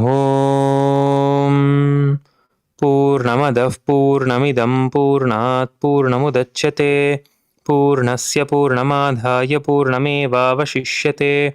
Om Shanti Shanti Shanti.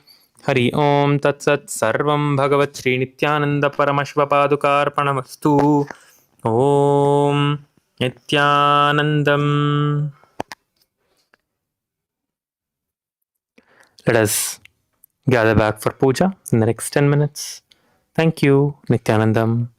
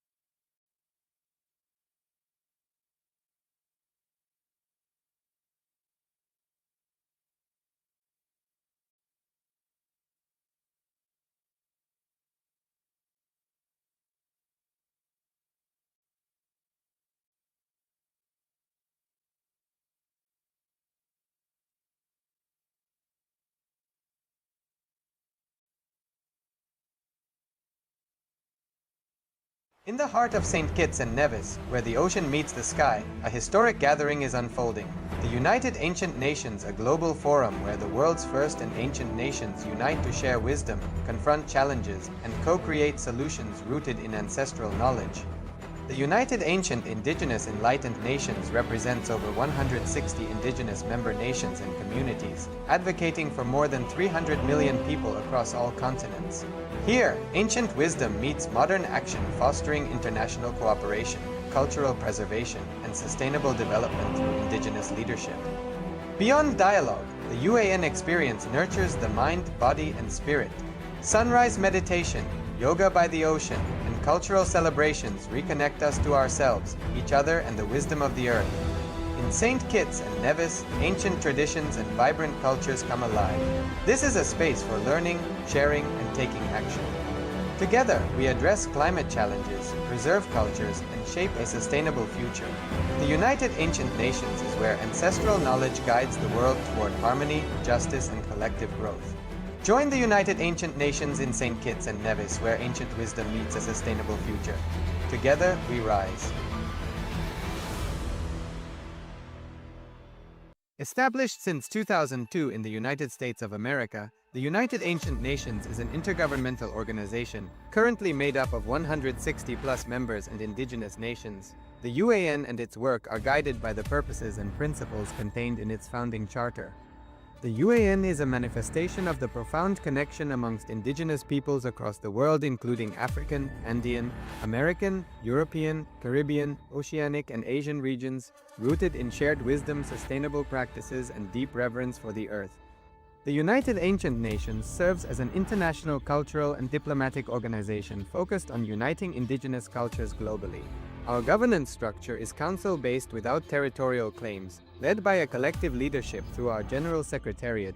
As a non-state entity with UN-style advocacy, we focus on several key areas: cultural and digital heritage preservation, indigenous diplomacy, revival of indigenous knowledge systems to solve humanity's problems, global peace, environmental preservation, health and wellness, sustained economic development, indigenous and cultural tourism. While the UAN represents numerous indigenous cultures, the United States of KAILASA serves as the first indigenous nation specifically for Hindus. KAILASA's mission is focused on the revival of the ancient enlightened Sanatana Hindu civilization with a formal governance structure including a head of state, ministers, and ambassadors. Under the leadership of SPH, Supreme Pontiff of Hinduism, Bhagavan Nityananda Paramashivoham, KAILASA has achieved recognition as a sovereign subject of international law, possessing distinctive attributes of juridical statehood. The United States of KAILASA is the main sponsor of the proposed UAN headquarters. This initiative would bring forth an estimated $100 million in revenue for the host country through summits, conferences, tourism, and development projects. The proposed UAN headquarters would represent the world's indigenous nations and peoples through its architectural design. It would blend the best of all worlds, featuring top modern architecture, the highest green building standards, and ancient Vastu architectural principles. This headquarters would serve as a central hub for indigenous diplomacy, cultural preservation, and collaborative efforts towards sustainable development and global peace. Through this initiative, we aim to create a dignified platform for indigenous leadership rooted in ancestral wisdom, cultural legitimacy, and collaborative innovation, enhancing global dialogue and regional stability. The establishment of the UAN headquarters would position a host country at the forefront of a global movement promoting indigenous wisdom while creating significant economic opportunities for the nation and its people.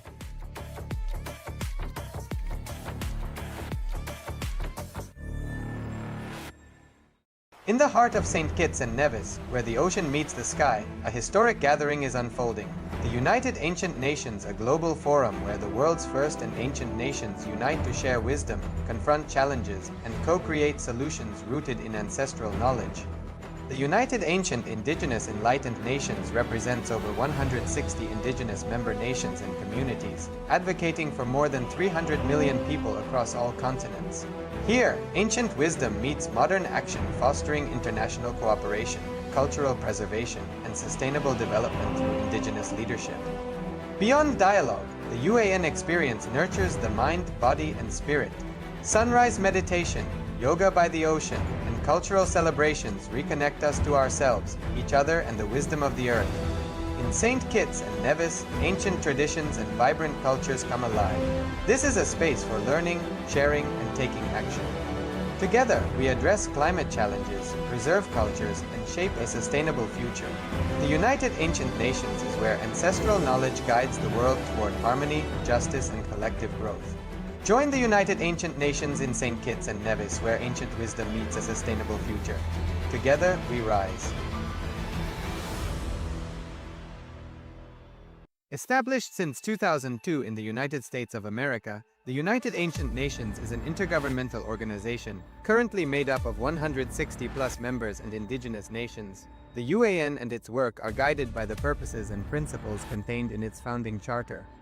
The UAN is a manifestation of the profound connection amongst indigenous peoples across the world, including African, Andean, American, European, Caribbean, Oceanic, and Asian regions, rooted in shared wisdom, sustainable practices, and deep reverence for the earth. The United Ancient Nations serves as an international cultural and diplomatic organization focused on uniting indigenous cultures globally. Our governance structure is council-based without territorial claims, led by a collective leadership through our General Secretariat. As a non-state entity with UN-style advocacy, we focus on several key areas: cultural and digital heritage preservation, indigenous diplomacy, revival of indigenous knowledge systems to solve humanity's problems, global peace, environmental preservation, health and wellness, sustained economic development, indigenous and cultural tourism. While the UAN represents numerous indigenous cultures, the United States of KAILASA serves as the first indigenous nation specifically for Hindus. KAILASA's mission is focused on the revival of the ancient enlightened Sanatana Hindu civilization with a formal governance structure including a head of state, ministers, and ambassadors. Under the leadership of SPH, Supreme Pontiff of Hinduism, Bhagavan Nityananda Paramashivoham, KAILASA has achieved recognition as a sovereign subject of international law, possessing distinctive attributes of juridical statehood.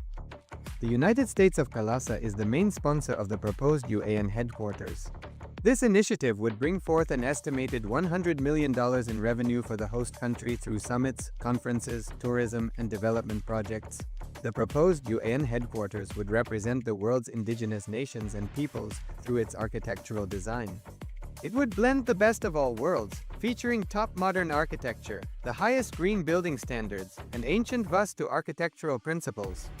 This headquarters would serve as a central hub for indigenous diplomacy, cultural preservation, and collaborative efforts towards sustainable development and global peace.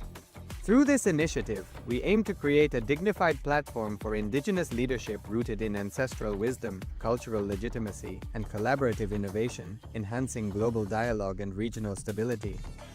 The establishment of the UAN headquarters would position a host country at the forefront of a global movement promoting indigenous wisdom while creating significant economic opportunities for the nation and its people.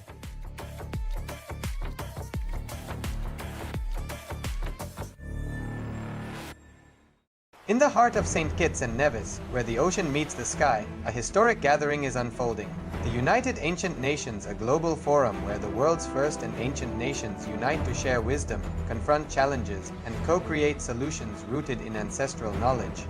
The United Ancient Indigenous Enlightened Nations represents over 160 indigenous member nations and communities, advocating for more than 300 million people across all continents. Here, ancient wisdom meets modern action, fostering international cooperation, cultural preservation, and sustainable development through indigenous leadership. Beyond dialogue, the UAN experience nurtures the mind, body, and spirit. Sunrise meditation, yoga by the ocean, and cultural celebrations reconnect us to ourselves, each other, and the wisdom of the earth. In St. Kitts and Nevis, ancient traditions and vibrant cultures come alive. This is a space for learning, sharing, and taking action. Together, we address climate challenges, preserve cultures, and shape a sustainable future. The United Ancient Nations is where ancestral knowledge guides the world toward harmony, justice, and collective growth. Join the United Ancient Nations in St. Kitts and Nevis, where ancient wisdom meets a sustainable future. Together, we rise. Established since 2002 in the United States of America, The United Ancient Nations is an intergovernmental organization currently made up of 160 plus members and indigenous nations. The UAN and its work are guided by the purposes and principles contained in its founding charter. The UAN is a manifestation of the profound connection amongst indigenous peoples across the world, including African, Andean, American, European, Caribbean, Oceanic, and Asian regions, rooted in shared wisdom, sustainable practices, and deep reverence for the earth. The United Ancient Nations serves as an international cultural and diplomatic organization focused on uniting indigenous cultures globally. Our governance structure is council-based without territorial claims, led by a collective leadership through our General Secretariat. As a non-state entity with UN-style advocacy, we focus on several key areas: cultural and digital heritage preservation, indigenous diplomacy, revival of indigenous knowledge systems to solve humanity's problems, global peace, environmental preservation, health and wellness, sustained economic development, indigenous and cultural tourism. While the UAN represents numerous indigenous cultures, the United States of KAILASA serves as the first indigenous nation specifically for Hindus. KAILASA's St. Kitts and Nevis, where the ocean meets the sky, a historic gathering is unfolding. The United Ancient Nations, a global forum where the world's first and ancient nations unite to share wisdom, confront challenges, and co-create solutions rooted in ancestral knowledge. The United Ancient Indigenous Enlightened Nations represents over 160 indigenous member nations and communities, advocating for more than 300 million people across all continents. Here, ancient wisdom meets modern action, fostering international cooperation, cultural preservation, and sustainable development through indigenous leadership.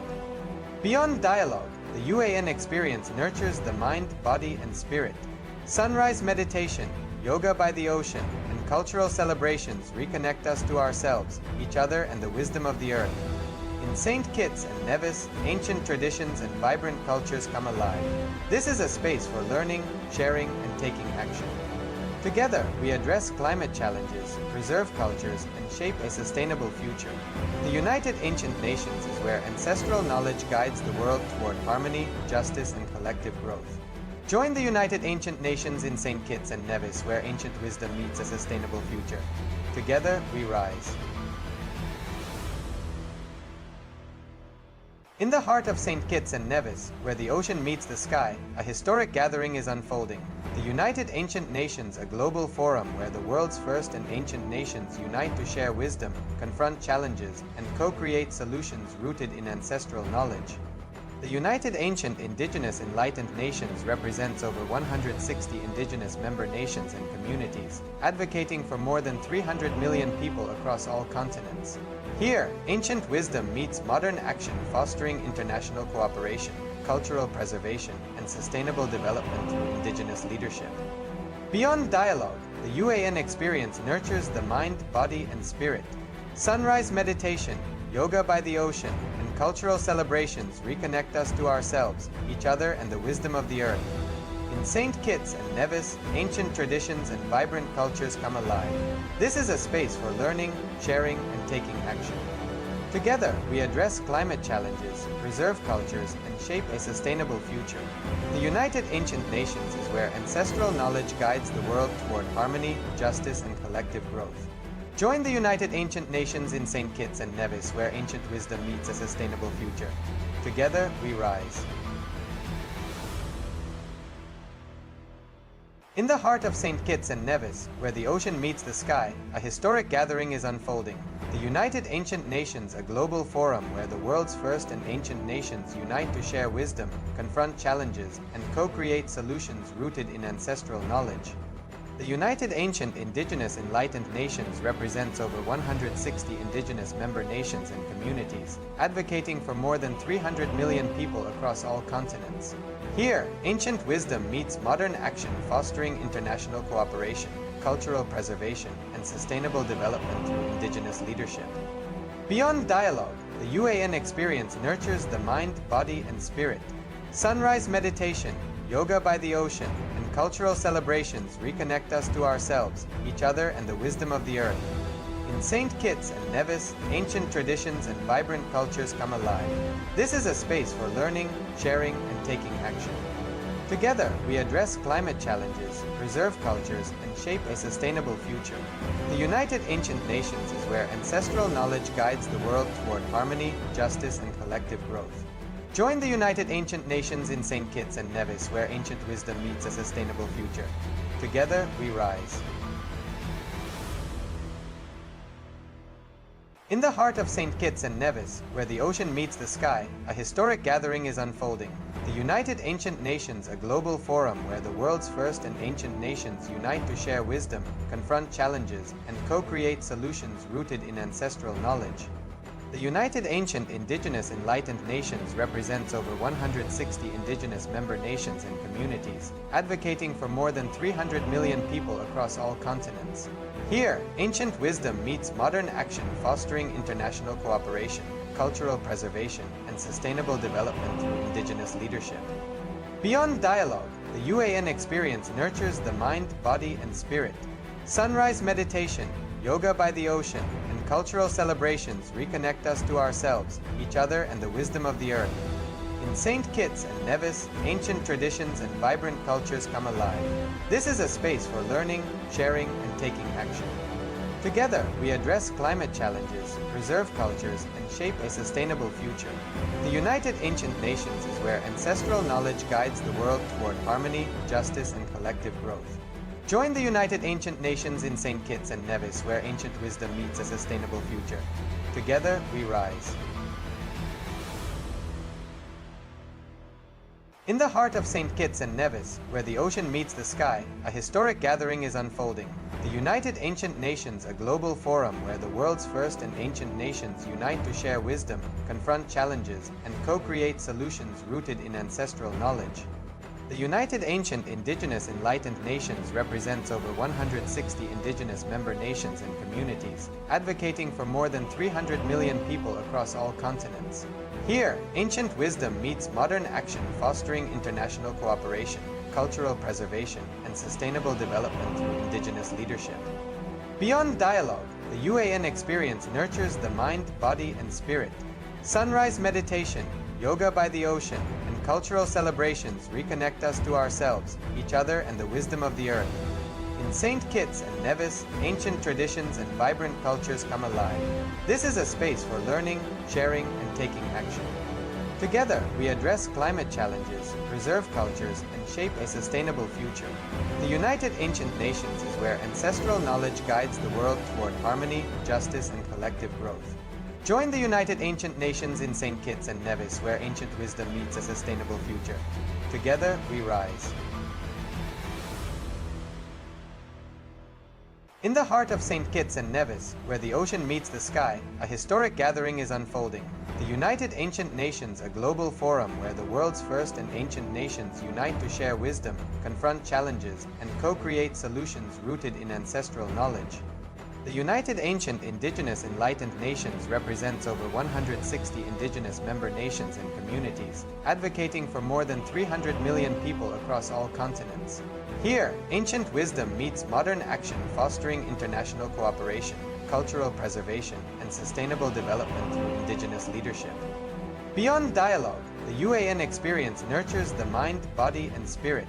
Sunrise meditation, yoga by the ocean, and cultural celebrations reconnect us to ourselves, each other, and the wisdom of the earth.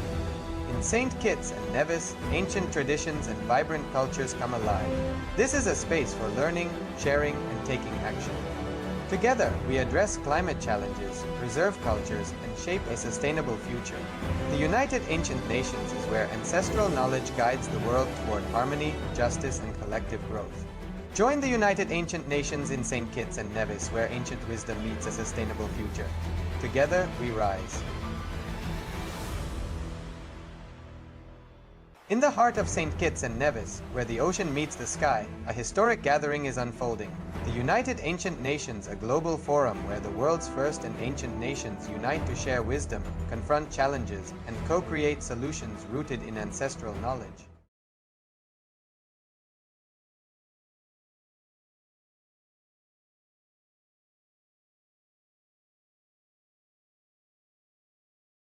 All the participants to please settle down. We'll be beginning the Pada Puja and Paramashiva Puja shortly. As you arrange your puja kits, please make sure that you have all the items needed for the puja. Please make sure that you are having the flowers, water, the sandalwood powder, kumkum, and akshata, the turmeric mixed rice. Please make sure that you're having the naivedyam, the food offering. Please make sure that you have arranged your incense sticks and the deepa, the lamp.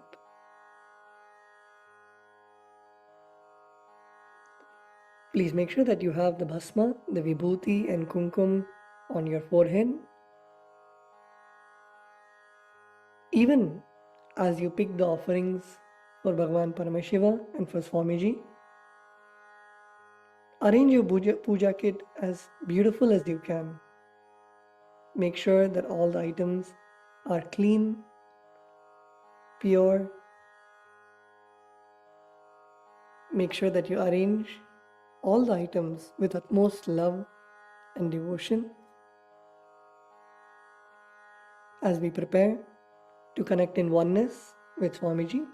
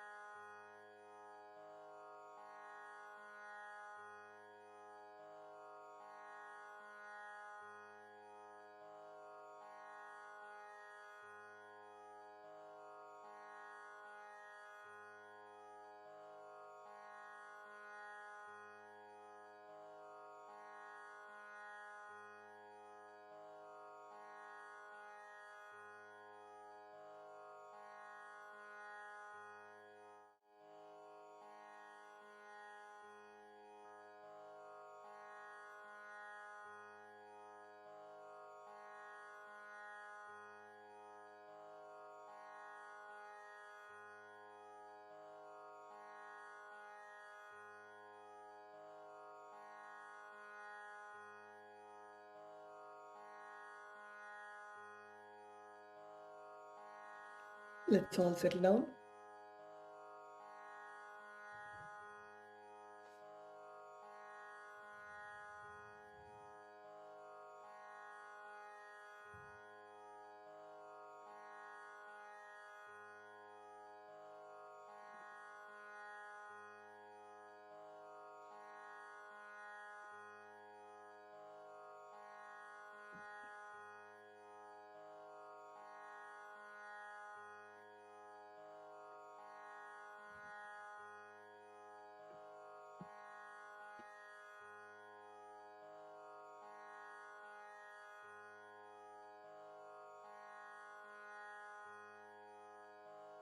Please sit in a comfortable position.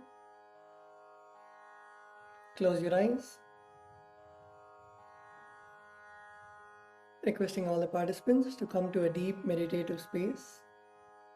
Inhale deeply and exhale. Inhale deeply again and exhale. Feel Swamiji's presence in the Guru Padukas and in your Atmalinga. Feel Swamiji's presence around you and inside of you.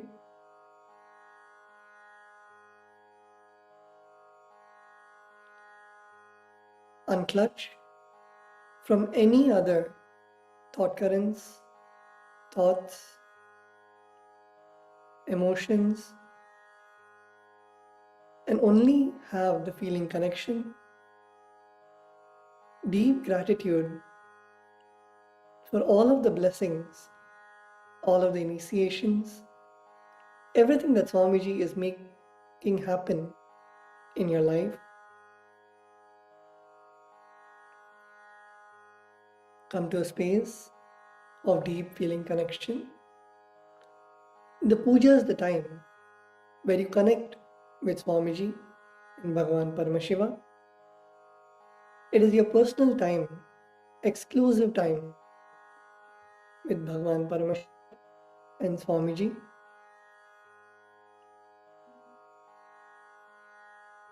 Come to a space of deep feeling connection.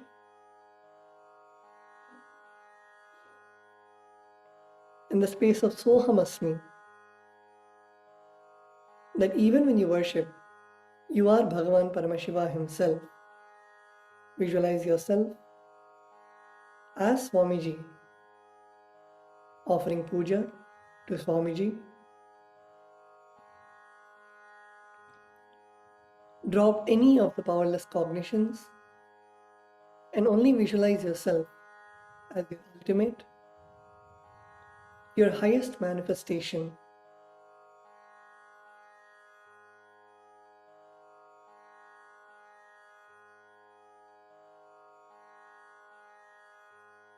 In this space, let us now make the declaration for the puja. Please declare with integrity and authenticity. If you agree to this, please say yes loudly. I authentically cognize, which is internally process, understand, and declare the truth that cosmic energy exists. Yes, I authentically cognize, which is internally process, understand, and declare the truth that Swamiji, Bhagavan Nityanandeshwara Paramashiva, Devi Nityanandeshwari Paramashiva Shakti, the Guru Padukas, and the Atmalinga are the Chinmaya Vigrahas, the embodiment and representation of that very cosmic energy. Yes, I authentically cognize, which is internally process, understand, and declare the truth that whatever I offered during the Pada Puja and Paramashiva Puja will reach the cosmic source of energy directly. Yes, I authentically cognize, which is internally process, understand, and declare the truth of Soham Asmi, that even when you worship, you are Him. Yes. Let us now begin with the Sadguru Vandanam, in which we offer our gratitude to our Guru, our beloved Swamiji. The meaning of the mantra we are now going to chant is, I surrender to that Sadguru who is in the space of eternal bliss, the bestower of supreme happiness, who is the embodiment of knowledge, who is beyond duality, who is omnipresent, to whom the supreme goal is giving the enlightenment experience, who is eternal, pure, and unshakable, who is the silent spectator of all thought processes, who is beyond emotions, and the one who is without the three qualities called Sattva, Rajas, and Tamas.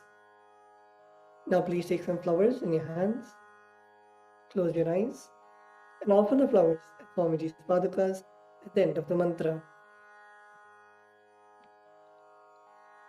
Nityanandam Paramasukadam Kevalam Jnanamurtim Dvandvatitam Gagana Sadrisham Tattvamastyadilaksham Ekam Nityam Vimalamachalam Sarvadhi Sakshi Bhutam Bhavatitam Triguna-rahitam Sadgurum Tam Namami. The next offering is the Guru Parampara Vandanam, where we offer our gratitude to the eternal lineage of all the Gurus, the enlightened masters.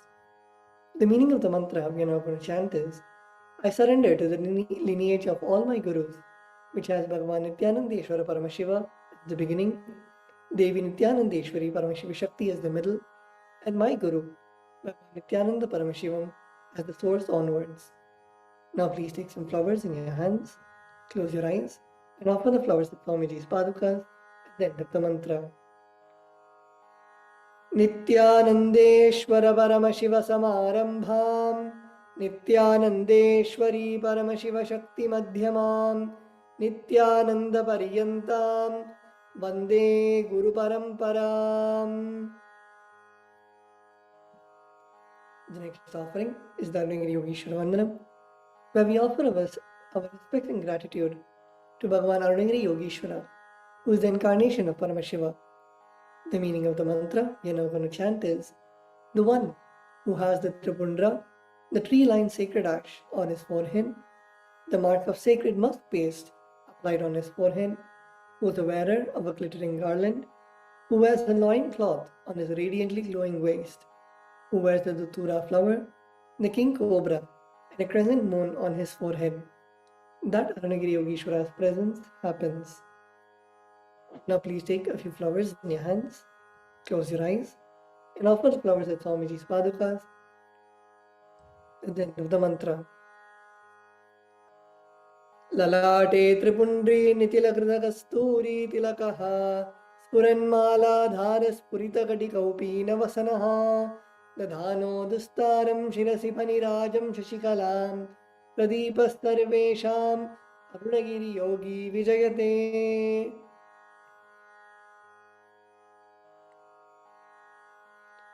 The next is the Tattvachamanam, the ritualistic cleansing of the mouth.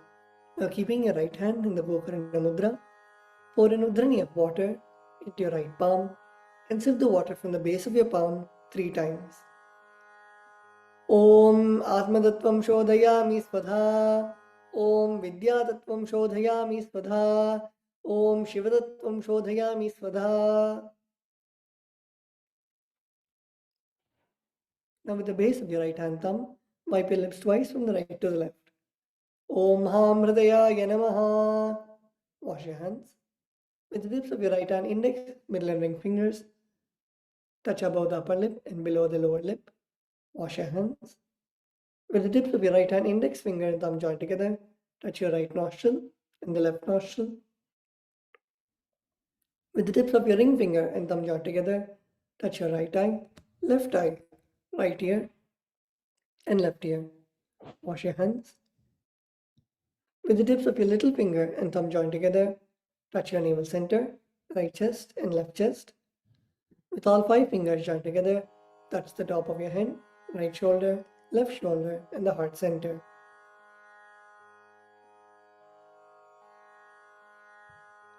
The next is the mantra of Shuklam Bharadram. We chant this mantra to invoke the energy of Mahaganapati, the Lord of spontaneous completion.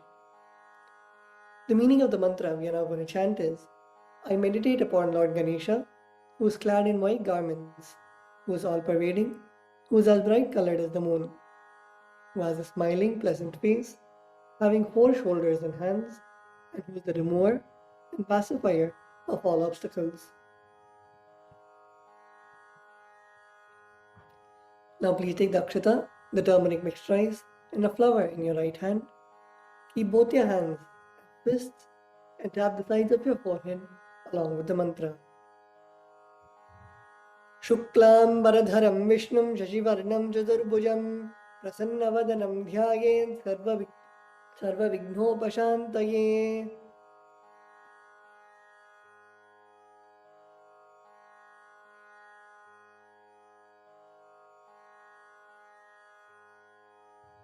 The next is the pranayama, the regulation of the prana, the life energy. Now continue to keep the akshata in your right hand. Open your little finger, ring finger and thumb. Inhale through the left nostril by closing your right nostril. Hold your breath by closing both the nostrils. And exhale through the right nostril by removing your thumb while we chant the Samhita mantras. Om Hom Ishanamurdaya Namaha, Om Him Tatpurushottaraya Namaha, Om Hum Aghorasayaya Namaha, Om Him Vamadevukhyaya Namaha, Om Hum Satyojatamurtaya Namaha, Om Mahamridaya Namaha, Om Him Shirase Namaha, Om Hum Shikaya Namaha, Om Him Kavachaya Namaha, Om Hum Netrebhyo Namaha, Om Hastraya Namaha, Om Hum Ishanamurdaya Namaha, Om Him Tatpurushottaraya Namaha, Om Hum Aghorasayaya Namaha, Om Him Vamadevukhyaya Namaha, Om Hum Satyojatamurtaya Namaha, ॐ हामृदयाय नमः, ॐ ह्रीं शरसे नमः, ॐ हुं शिखायै नमः, ॐ ह्रीं कवचाय नमः, ॐ हौं नेत्रेभ्यो नमः, ॐ हस्त्राय नमः, ॐ हौं ईशानमूर्धाय नमः, ॐ ह्रीं तत्पुरुषोत्तराय नमः, ॐ हुं अघोरधयाय नमः, ॐ ह्रीं वामदेवमुख्याय नमः, ॐ सत्योजातमूर्तये नमः, ॐ हामृदयाय नमः, ॐ ह्रीं शरसे नमः, ॐ हुं शिखायै नमः, ॐ ह्रीं कवचाय नमः, ॐ हौं नेत्रेभ्यो नमः, ॐ हस्त्राय नमः.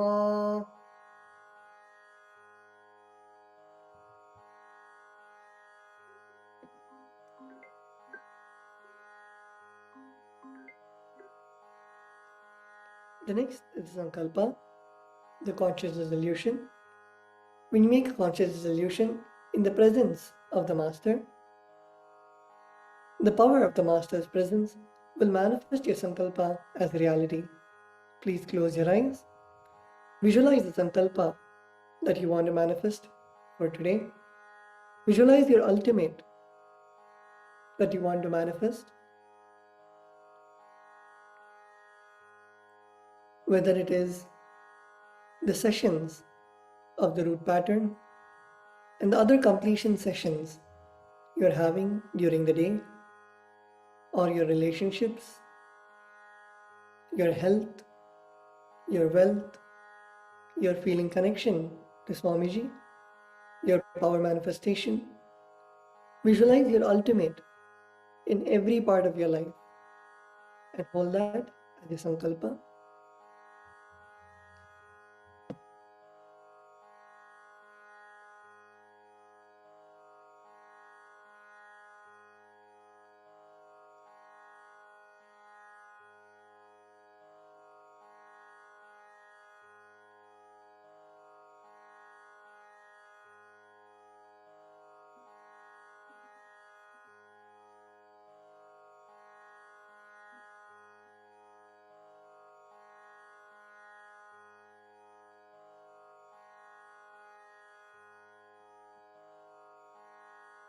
Now keep the Akshata in your left palm and close it with your right palm and keep both the hands on the right thigh. We will now be chanting the Sankalpa mantra. Om Mamopata Samasta Duritakshayadvara Bhagavat Shri Nityananda Paramashiva Prityartham Shri Nityanandeshwari Paramashiva Shakti Sameta Shri Nityanandeshwara Paramashiva Prityartham Cha Shubhe Shobhane Muhurte Adya Brahmanaha Dvitiya Parardhe Shri Shvetavaraha Kalpe Vaivasvatamanvantare Ashtavimshatitame नित्ययुगे प्रथमे पादे जम्बूद्वीपे भारतवर्षे भरतखण्डे मेरोः दक्षिणे पार्श्वे शकाब्दे अस्मिन् वर्तमाने व्यवहारिके प्रभवादीनां षष्ट्याः संवत्सराणां मध्ये विश्वावसुनाम संवत्सरे दक्षिणायने लक्ष्मीवेङ्कटेश्वर ऋतौ कन्यामासे कृष्णपक्षे द्वितीयायां शुभतिथौ बुधवासरयुक्तायाम् अश्विनी नक्षत्र हर्षणयोग वनिजकरण एवं गुणविशेषण विशिष्टायाम् अस्यां शुभतिथौ श्री कैलासोन्नत द्वादशान्त श्यामला पीठारूढ़ श्री मीनाक्षी सुंदरेश्वरा भिन्न स्वरूप परशिवपुत्र रत्नकुमार गुरुमन्यतुल्यावतार श्री पार्वती स्तन्यपान लब्ध दिव्य ज्ञान विश्रुत सकल निगमागमसारभूत द्राविड वेद प्रवक्त्रे श्रीमत् परमशिव करुणा समधिगत मुक्तामय चतुरुश्रयान गीयमान छत्र चामर श्रीचिन्ह काहलादि समस्त विरडावल्यलंकृत ज्ञान विज्ञान चक्रवर्ती सर्वजन संग सद्यो निर्वाण दीक्षा व्यापवर्ग वर्ष विश्रान जीमूत परमत कलभ केसरी शैव सिद्धांत स्थापनाचार्य श्री राजाधिराज पांड्य महाराज गुरु शपन शाक्यादि महांधकार निवारण ज्ञान भानु वीक्षणा नरहार्ह ध्वजोच्छेदन पूर्वक श्रीमद् वृषभध्वज स्थापक शैव समय कर्त्रे सर्वज्ञ पीठारूढ़ श्री जगद्गुरु श्री ज्ञान संबंध देशिक स्वामी वागीश सुंदर माणिक्य वाचक स्वामिनाम अवतार भूत Shri Jnanasambandha Swami Punaruddhrita Shyamala Peetha Sarvajna Peetha Pranavatyuttara Dvishatatama Guru Mahasannidhana Arunagiri Yogishwara Paramparagata Arunachala Sarvajna Peetha Guru Mahasannidhana Kailasa Paramparagata Kanchi Kailasa Sarvajna Peetha Trayastrimshaduttara Dvishatatama Guru Mahasannidhana Nityotsava Nityamangala Nityakalyan Nityarajita Kailash परंपरागत आदि कैलास नित्यानंद पीठ महासंस्थान महासिंहासन पीठ कर्त्रे साक्षात् श्री परमशिव समुद्भूत कैलास परंपरागत वैवस्वत मनु इक्ष्वाकु हरिश्चंद्र भगीरथ श्रीरामचंद्र शूरसेन इत्यादि अनवच्छिन्न सार्वभौम चक्रवर्ती परंपरागत चतुष्षष्टि योगिनी मंडित चतुष्षष्टि संप्रदाय प्रवर्तक मनुधर्म शासन सूर्यवंश प्राप्त सर्वज्ञ पीठ सुरांगी साम्राज्य मूर्धाभिषिक्त चूड़ामणि साक्षात् श्री परमशिव समुद्भूत कपिल महागुरु पुनरुद्धृत महानिर्वाणि पीठ अष्टोत्तर सहस्र श्री महामंडलेश्वर साक्षात् श्री परमशिव समुद्भूत श्री महागणपति समारंभ अनवच्छिन्न पीठाधीश्वर गुरु परंपरा प्राप्त अटल पीठ अष्टोत्तर सहस्र श्री अटल पीठाधीश्वर धर्म मुक्ति स्वर्ग स्वर्ण पीठ त्रयोविंश गुरु महासन्निधान कैलास परंपरागत आदिपीठ सर्वज्ञ पीठ जगत गुरु श्री कैलास पुनरुद्धारक श्री कैलास परमाचार्य श्रीमत् परमहंस परिव्राजकाचार्य वर्य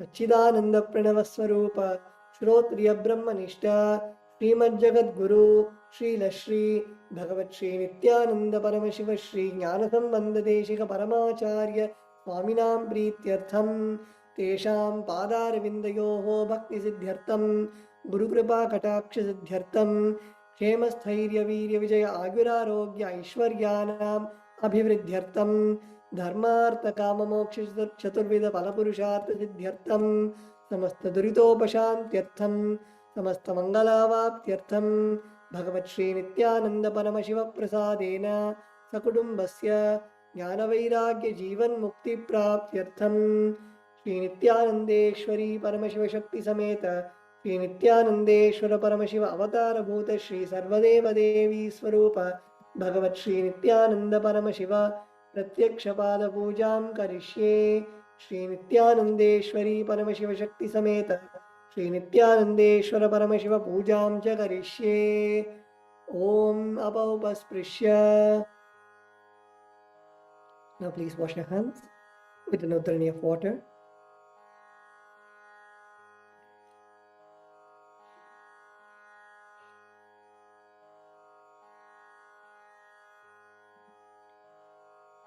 The next is the Ghantanada.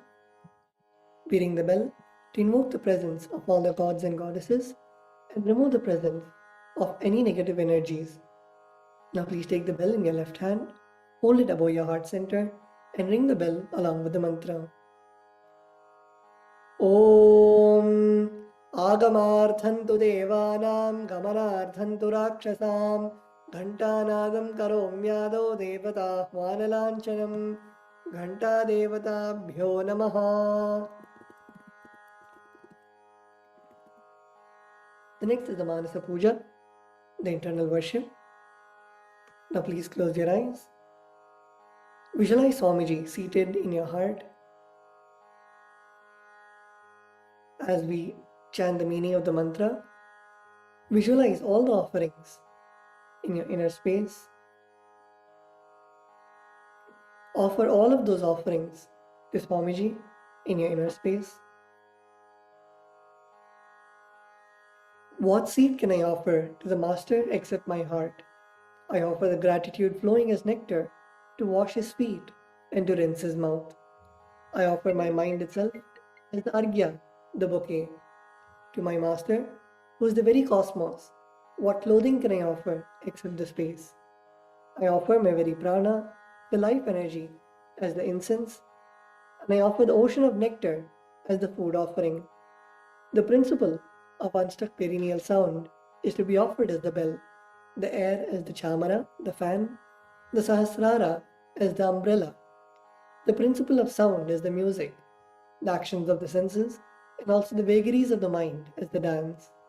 All the 7 chakras along with the Shushumna Nadi, is to be offered as a flower garland. The different kinds of flowers with which the Guru should be worshipped are the guilelessness, freedom from the ego, freedom from suffering when your desires are not fulfilled, freedom from arrogance, freedom from ignorance, freedom from deceit, freedom from hatred, freedom from agitation, freedom from jealousy and greed. And the Guru should also be worshipped with the flowers of non-violence, mastery over the senses, compassion, forgiveness, and enlightenment. Now please take a flower in your hand and place your hands in the Kurma Mudra. Close your eyes and offer the flower at Swamiji's Padukas at the end of the mantra.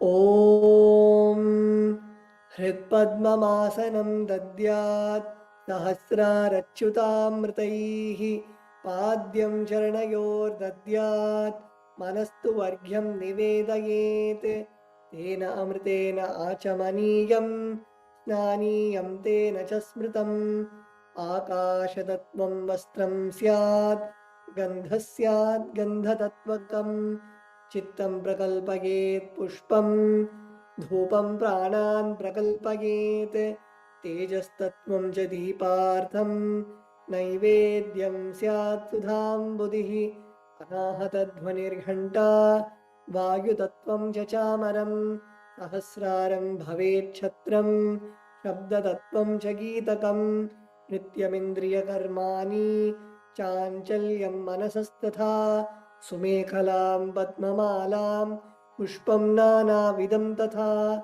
Amayadyer Bhava Pushpaihi Archayed Bhava Gocharam Amayam Anahankaram Aragam Amadam Tatha Amohakam Adambham Cha Advesha Akshobhakau Tatha Amatsaryam Alobham Cha Dashapushpam Vidurbudaha Ahimsa Paramam Pushpam Pushpamindriya Nigraha Daya Pushpam Kshama Pushpam Jnana Pushpam Cha Panchamam Iti Panchadashair Bhava Pushpaihi Sampujayet Bhagavantam Shri Nityananda Paramashivam.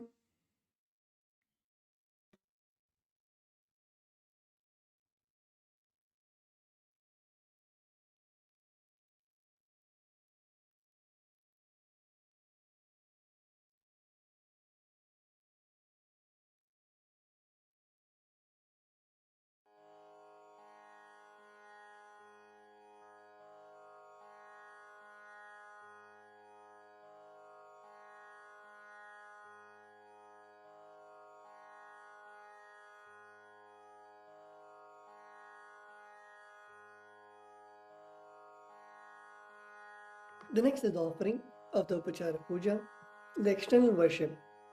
The first is the asana, the offering of seat to the master. We will now be chanting the meaning of the mantra, requesting all the participants to please chant along with us. Please sit straight and chant from your navel center. The meaning of the mantra we are now going to chant is, O the One O the One who resides who resides inside all the beings, inside all the beings, the One the One who is the very soul who is the very soul of all beings, of all beings, I offer I offer this seat to you. this seat to you. I surrender, I surrender, I surrender. I surrender. Now please take some flowers and akshata in your hands and offer it at Swamiji's Padukas along with the mantra. Asanam Asanam Om Om Sarvabhuta Sarvabhuta Tarasthaya Tarasthaya Sarvabhuta Sarvabhuta Taratmane Taratma Kalpayam Kalpayam Upaveshartham Upaveshartham आसनं ते आसनं ते नमो नमः नमो नमः ॐ ॐ ह्रीं ह्रीं इदं इदं सुवर्णासनं सुवर्णासनं सर्वदेवदेवी सर्वदेवदेवी स्वरूपाय स्वरूपाय भगवते भगवते श्रीनित्यानन्द श्रीत्यानन्द परमशिवाय नमः परमशिवाय नमः. The next offering is Swagatam, the offering of welcoming the Master. The meaning of the mantra we are now going to chant is: O the Lord O the Lord of all gods, of all gods, O the one O the one whose darshan whose darshan is awaited is awaited by gods by gods for the fulfillment for the fulfillment of their desires. of their desires. Welcome, Welcome, welcome. welcome. Today my birth, Today my birth, life, life, and all deeds and all deeds are fructified. are fructified. The fruits The fruits of all my tapas of all my tapas is materialized is materialized just by welcoming you. just by welcoming you. Now please take a flower in your hands and offer it at Swamiji's padukas along with the mantra. Swagatam Swagatam Om Om Shantatvat Shantatvat Sarvakartritvat Sarvakartritvat Bhavo Bhavo Paratikaranat Paratikaranat Shiva Ukto Shiva Ukto Mahatantra Mahatantra Mantra Vidbhi Mantravidbhi Sadashivaha Sadashivaha Tasmai Tasmai Shivaya Gurave Shivaya Gurave Vitaraga Vitaraga Kalayavai Kalayavai Ameyatvat Ameyatvat Anantoyam Anantoyam Ajatvacha Ajatvacha Prakirtitaha Prakirtitaha Yasya Darshanam Yasya Darshanam Icchanti Icchanti Deva Deva Swabhishta Swabhishta Siddhaye Siddhaye Tasmai Te Tasmai Te Parameshana Parameshana Swagatam Swagatam Swagatam Prabho Swagatam Prabho Adya me Adya me Saphalam Janma Saphalam Janma Jivanam Jivanam Saphala Kriyaha Saphala Kriyaha Swagatam Swagatam Yatvaya Yatvaya Tanme Tanme Tapasam Tapasam Phalamagatam Phalamaghatam Om Om Hrim Hrim Sarvadevadevi Sarvadeva Devi Swarupa Swarupa Bhagavat Shri Bhagavat Shri Nityananda Nityananda Paramashiva Paramashiva Swagatam Swagatam Suswagatam Te. Suswagatam Te. The next offering is Padyam, the offering of water to wash the feet of the Master.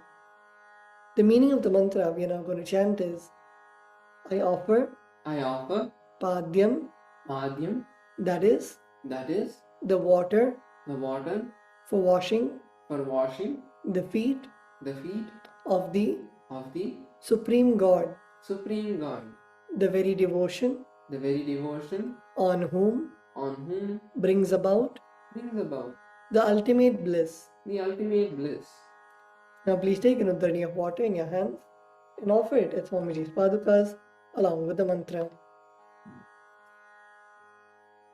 Padyam Padyam Om Om यद्भक्तिलेश यद्भक्तिलेश संपर्कात् संपर्कात् परमानंद परमानन्द संप्लवः संप्लवः तस्मै ते परमेशान परमेशान पाद्यं पाद्यं शुद्धाय शुद्धाय कल्पये कल्पये ॐ ॐ ह्रीं ह्रीं एतत्पाद्यं एतत्पाद्यं सर्वदेवदेवी सर्वदेवदेवी स्वरूपाय स्वरूपाय भगवते भगवते श्रीनित्यानन्द श्रीनित्यानन्द परमशिवाय नमः परमशिवाय नमः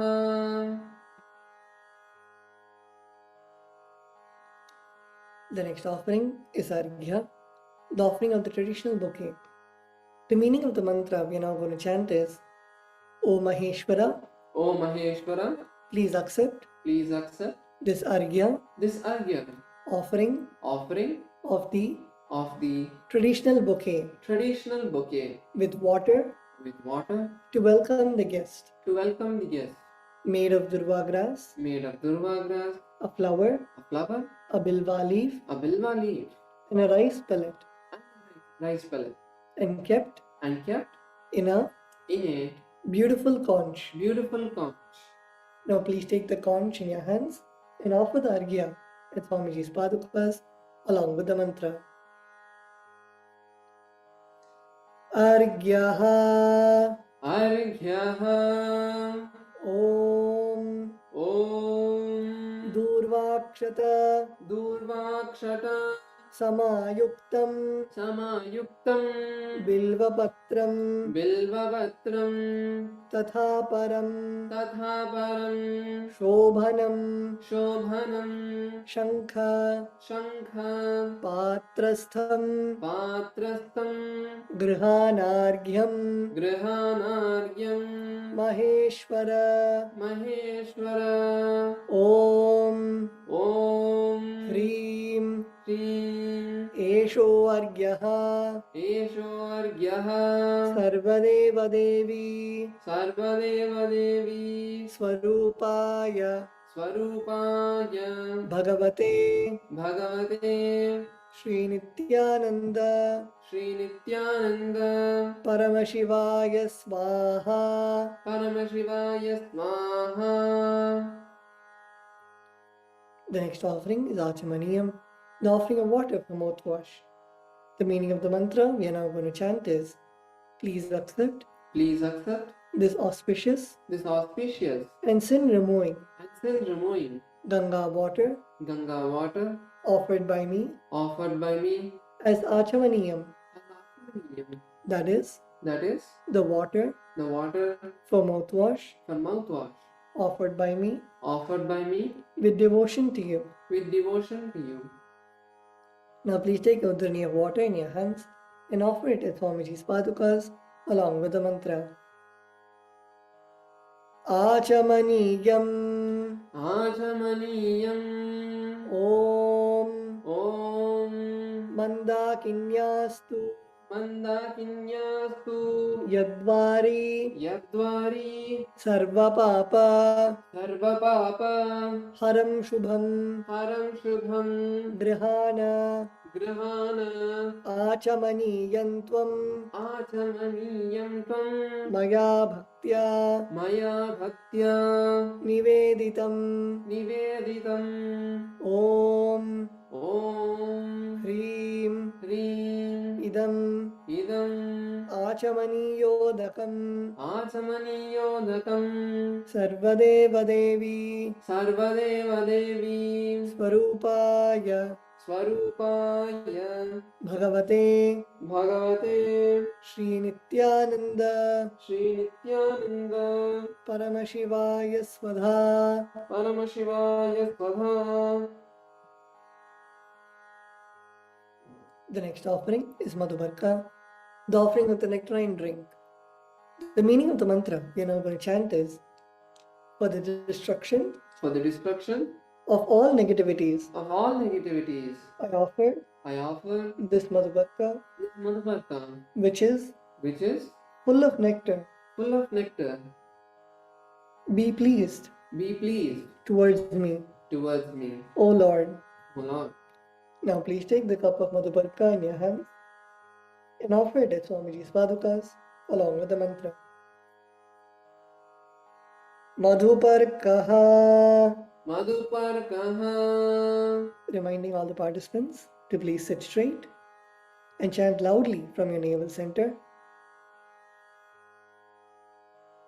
Om Om Sarvakalma Sarvakalma Shanashaya Shanashaya Paripurna Paripurna Sudhatmakam Sudhatmakam Madhubarkam Madhuparkam Imam Deva Imam Deva Kalpayami Kalpayami Prasidame Prasidame Om Om Hrim Hrim Esha Esha Madhuparkaha Madhuparkaha Sarvadeva Devi Sarvadeva Devi Swarupaya Swarupaya Bhagavate Bhagavate Shri Nityananda Shri Nityananda Paramashivaya Svadha. Paramashivaya Swadha. The next offering is Gandha Tailam, the offering of the scented oil.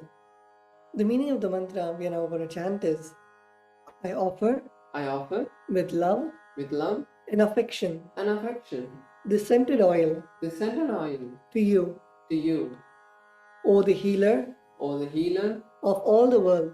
of all the world. You are the purest You are the purest among among all the worlds. all the world. Now please take the Gandha Tailam, the scented oil in your hands.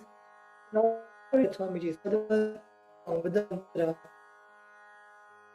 Gandha Tailam Gandhatailam Om Om Sneham Sneham Grihana Grihana Snehena Snehena Lokanam Lokanam Hitakaraka Hitakaraka Sarvalokeshu Sarvalokeshu Shuddhastvam Shuddhastvam Dadami Dadami Snehamuttamam Snehamuttamam Om Om Hrim Hrim Idam Idam Gandhatailam Gandhatailam Sarvadeva Devi Sarvadeva Devi Swarupaya Swarupaya Bhagavate Bhagavate Shri Nityananda Shri Nityananda Paramashivaya Paramashivaya Nivedayami. Nivedayami. The next offering is Aniyam, the offering of water for the sacred bath. The meaning of the mantra we are now going to chant is: Please accept Please accept this cool, this cool, pure, pure, and clear water, and clear water, which is which is capable capable of seizing my mind of seizing my mind for your sacred bath for your sacred bath offered by me offered by me with devotion to you. with devotion to you. Now please take the Uddharani in your hands and offer it at Swamiji's Padukas along with the mantra, and please ring the bell as you do so.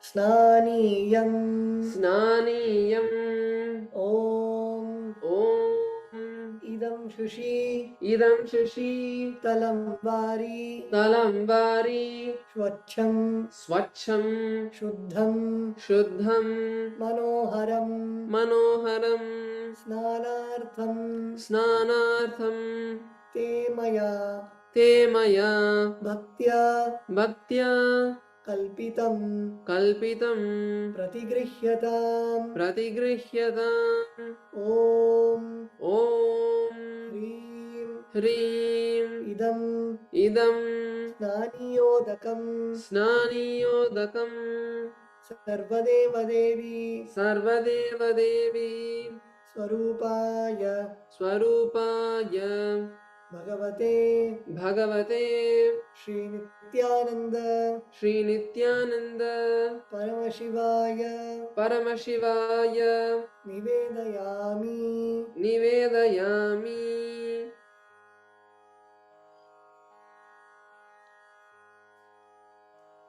The next offering is Vastram, the offering of the sacred cloth. The meaning of the mantra we are now going to chant is: I offer Vastram, this cloth offering to the Master, who removes the veil of Maya or illusion. The Master, who is the true light of enlightenment, who does not have a veil of Maya, who has the very space as the dress. Now please take the offering of clothes in your hands and offer it at Swamiji's padukas along with the mantra.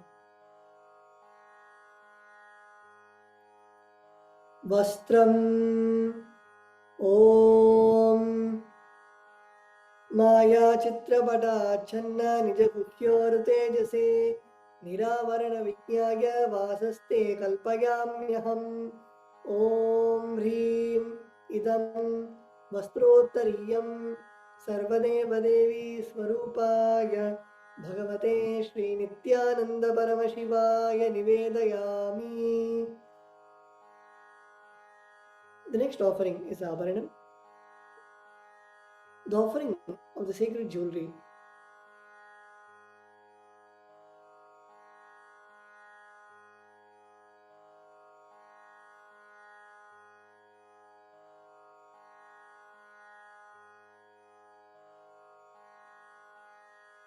The meaning of the mantra we are now going to chant is: I offer this golden ornament to you, Master, who by their very nature has a gracefully beautiful body and who is the repository of all powers. May you be pleased. Now please take the jewelry in your hands and offer it at Swamiji's paduka along with the mantra. Abharanam Om Swabhava-sundarangaya Nana-shaktyashrayayate Suvarnam Bhushanam Tubhyam Kalpayami Prasidame. Om Hrim Idam Suvarnabharanam Sarvadeva Devi Swarupaya Bhagavate Shri Nityananda Paramashivaya Nivedayami. The next offering is Gandha, the offering of the sandalwood paste. The meaning of the mantra we are now going to chant is: I neither know what your body is, nor do I know what your actions are. Please accept and smear the sandalwood paste offered by me. Now please take the sandalwood paste in your hands and offer it at Swamiji's padukas along with the mantra. Gandha Om Shariram Tena Janami Cheshtam Naiva Cha Maya Niveditan Gandhan Pratigrihya Vilipyatam. Om Hrim Esha Gandha Sarvadeva Devi Swarupaya Bhagavate Shri Nityananda Paramashivaya Namaha.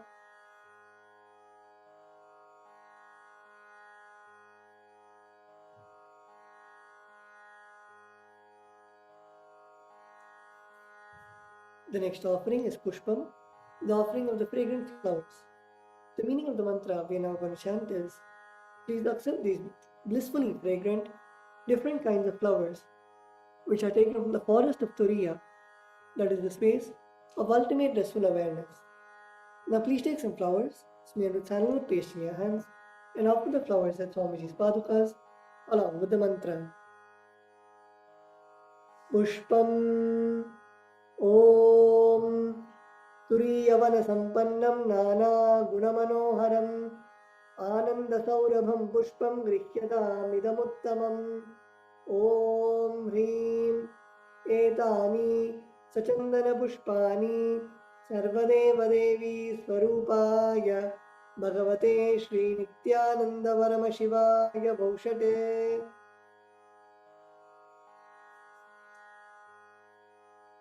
The next offering is Bilvapatram, the offering of the Bilva leaves.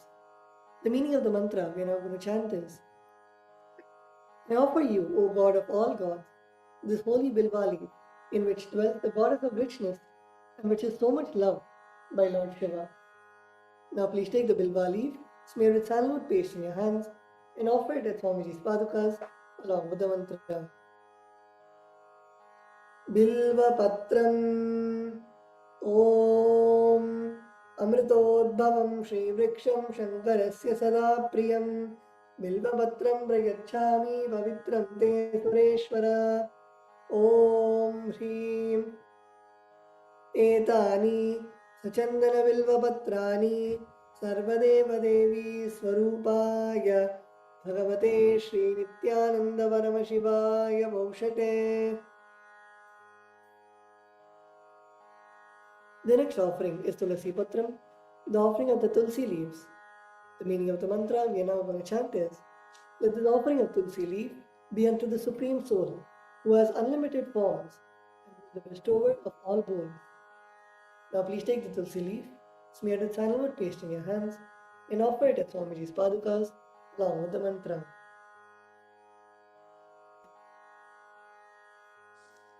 Tulasi Patram Om Namaste Bahurupaya Varadamurtaye Paramatmane Swaha Om Hrim Idam Sachandana Tulasi Patram Sarvadeva Devi Swarupaya Bhagavate Shri Nityananda Paramashivaya Namaha. The next offering is Dhupa, the offering of the lit incense. The meaning of the mantra we are now going to chant is, this incense smoke is made of sacred herbs of intoxicating fragrance. Please accept this incense smoke, fit to be inhaled by all the devas. Now please take the lit incense sticks in your hands and slowly wave it towards Swamiji's padukas along with the mantra, and please ring the bell as you do so.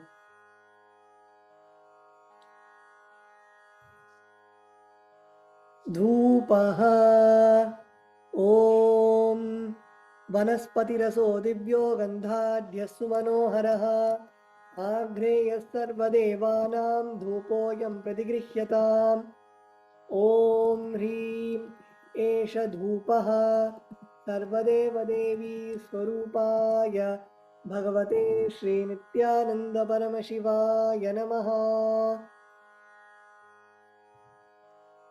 The next offering is Deepa, the offering of the lit lamp. The meaning of the mantra we are going to chant is, this light of inner and outer worlds, which is very bright and removes darkness from everywhere. Now please take the lit lamp in your hands and slowly wave it towards Swamiji's padukas along with the mantra, and please ring the bell as you do so. Deepaha Om Suprakasho Mahadipaha Sarvatasti Mirapaha Samahya Jyoti Deepoyam Pratigrihyatam Om Hrim Esha Deepaha Sarvadeva Devi Swarupaya Bhagavate Shri Nityananda Paramashivaya Namaha. The next offering is Naivedyam, the offering of food. The meaning of the mantra we are now going to chant is, these different kinds of food offerings are prepared from sweetener and other ingredients. O Lord, please accept this food offering prepared by me with devotion.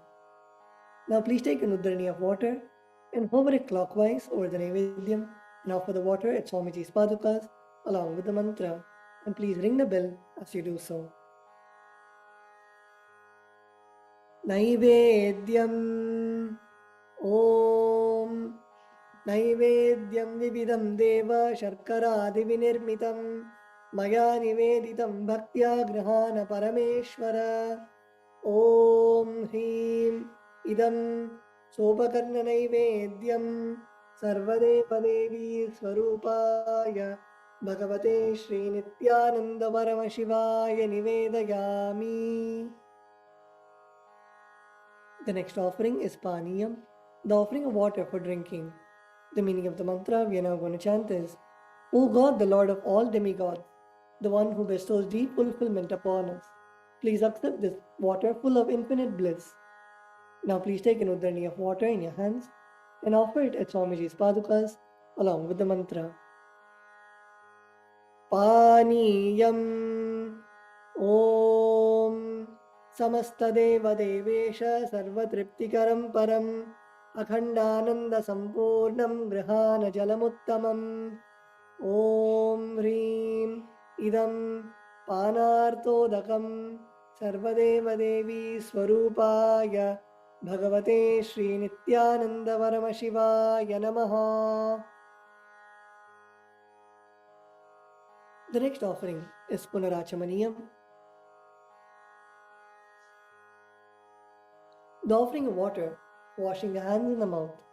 The meaning of the mantra we are now going to chant is, I offer this water for washing the hands and the mouth to you, whose mere remembrance purifies everybody. Now please take an udrini of water in your hands and offer it as Swamiji's padukas along with the mantra.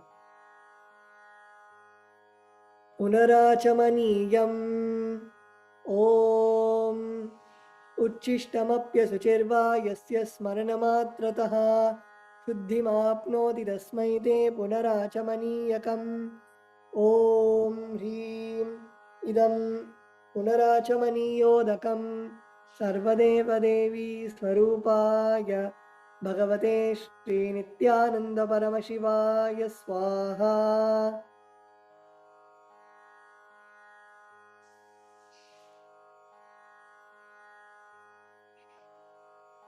The next offering is Aratrikam, the offering of Arati to the Master. Now please take the lit camphor in your hands and slowly wave it towards Swamiji's padukas along with the mantra, and please ring the bell as you do so. Aratrikam Om Hrim Esha Deepamala Sarvadeva Devi Swarupaya Bhagavate Shri Nityananda Paramashivaya Namaha. Om Sangrahanyeshtya Yajate Imam Janatagum Sangrinaniti Dvadasharatni Rashana Bhavati Dvadashamasa Samvatsaraha Samvatsarameva Varundhe Maunji Bhavati Urgvai Munjaha Urjameva Varundhe Chitra Nakshatram Bhavati Chitram Va Etat Karma Karpura Gauram Karunavataram Samsarasaram Bhujagendraharam Sada Vasantam Hridayaravinде Bhavam Bhavani Saitam Namami Bhavam Bhavani Saitam Namami Bhavam Bhavani Saitam Namami. Aratrikam Samarpayami Bhagavat Shri Nityananda Paramashiva Charanakamaleebhyo Namaha.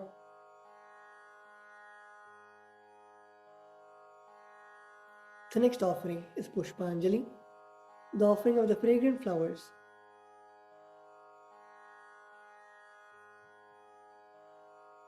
The meaning of the mantra we are now going to chant is,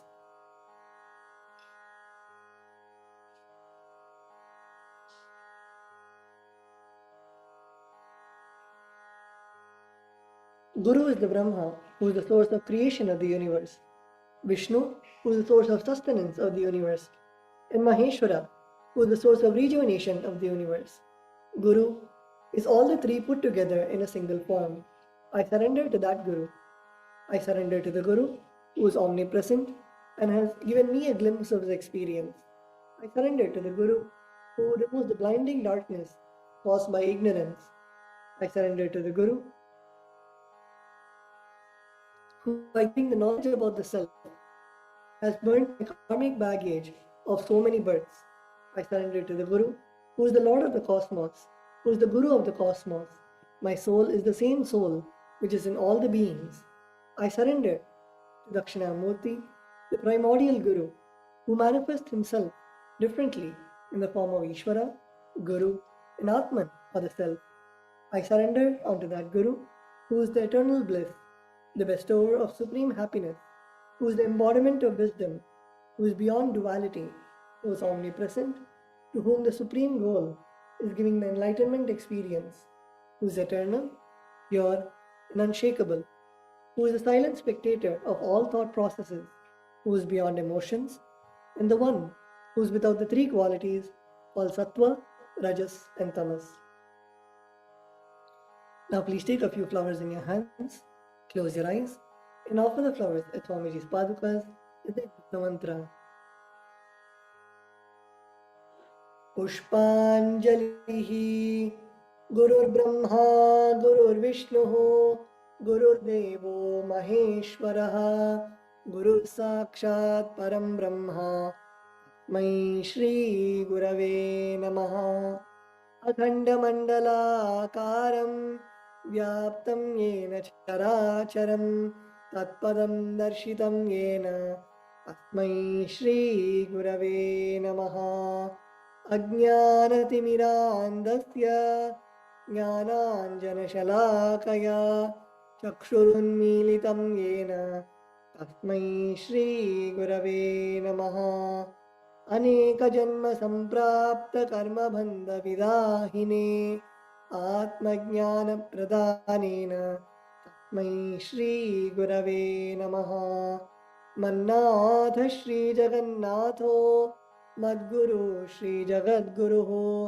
ममात्मा सर्वभूतात्मा तस्मै श्री गुरवे नमः ईश्वरो गुरुरात्मेति मूर्तिभेदविभागिने व्योमवद्व्याप्तदेहाय दक्षिणामूर्तये नमः नित्यानन्दं परमसुखदं केवलं ज्ञानमूर्तिं द्वन्द्वातीतं गगनसदृशं तत्त्वमस्यादिलक्ष्यम् एकं नित्यं विमलमचलं सर्वधी साक्षिभूतं भावातीतं त्रिगुणरहितं सद्गुरुं तं नमामि पुष्पाञ्जलिं समर्पयामि भगवत्श्री नित्यानन्द परमशिव चरणकमलेभ्यो नमः ॐ नित्यानन्दम्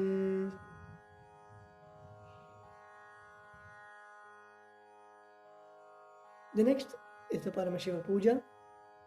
The first is the offering of Tattva-achamanam, the ritualistic cleansing of the mouth.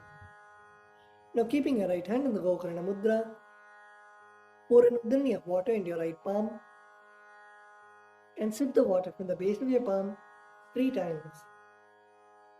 Om Atmatattvam Shodhayami Svadha, Om Vidyatattvam Shodhayami Svadha, Om Shivatattvam Shodhayami Svadha. Now with the base of your right hand thumb, wipe your lips twice from the right to the left. Om Ham Hridayaya Namaha.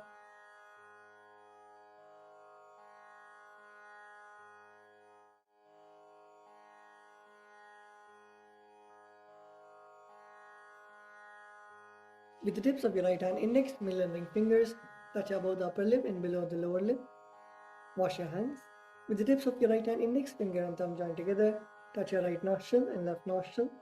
With the tips of your right hand ring finger and thumb joined together, touch your right eye, right ear and left ear. Wash your hands. With the tips of your little finger and thumb joined together, touch your navel center, right chest and left chest. With all 5 fingers joined together, touch the top of your head, right shoulder, left shoulder and the heart center. Wash your hands with an udani of water.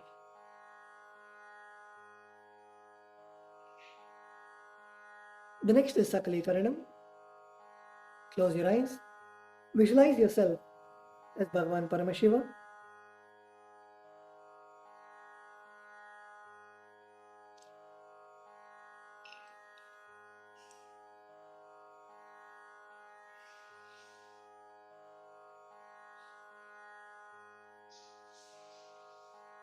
Visualize yourself with 25 heads, 50 hands, 75 eyes in the ultimate form of Bhagavan Paramashiva. As we perform,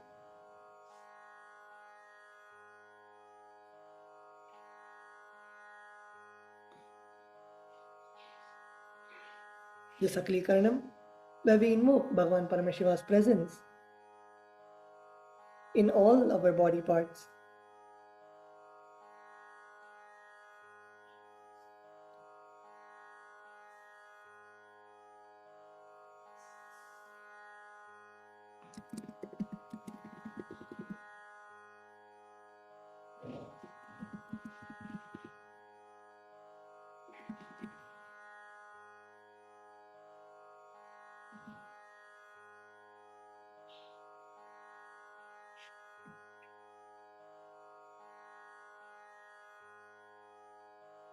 Your left hand, wipe the front and back of your right hand once, and using your right hand, wipe the front and back of your left hand twice. Om Hastraya Namaha. Now bring your hands into Namaskara Mudra in front of your third eye and visualize that they are being drenched with the nectar oozing out of your third eye. Om Ham Shaktaye Vaushate.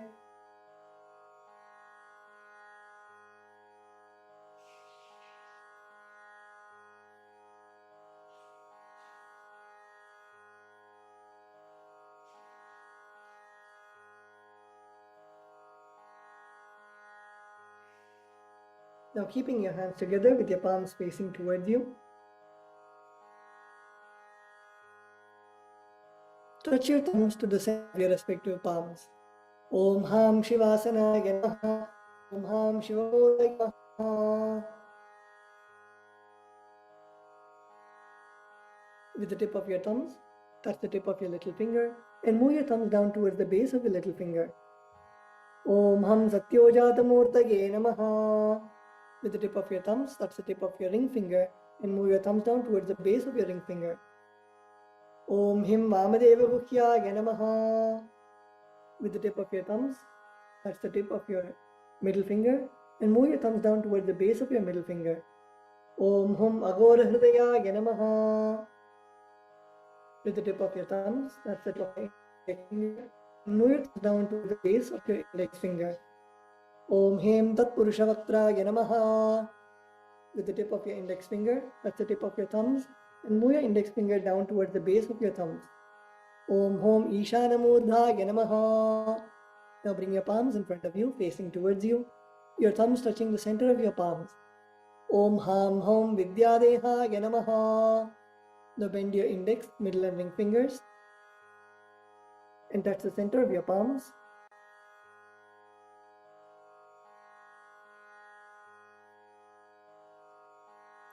Om Haum Netrebhyo Namaha. Now bend your thumbs inwards such that the tip of the thumb touches the center of your palms.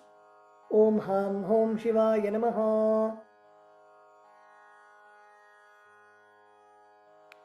Now with the tip of your thumbs, touch the tip of your little finger and move your thumbs down towards the base of your little finger.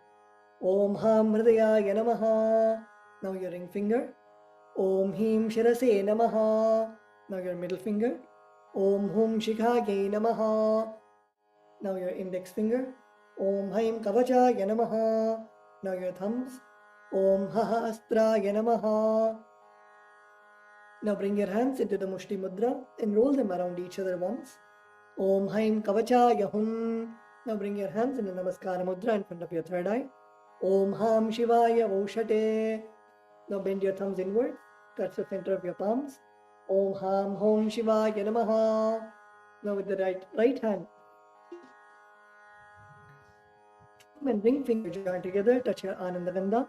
Om Ham Shivasanaya Namaha. Om Ham Shivamurtaye Namaha.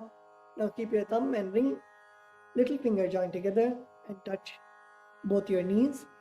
Om Ham Satyojatamurtaye Namaha. With your right hand thumb and ring finger join together, touch your navel center. Om Him Vamadeva Guhyaya Namaha. With your right hand thumb and middle finger join together, touch your heart center. Om Hum Agora Hridayaya Namaha. With your right hand thumb and index finger join together, touch above your upper lip.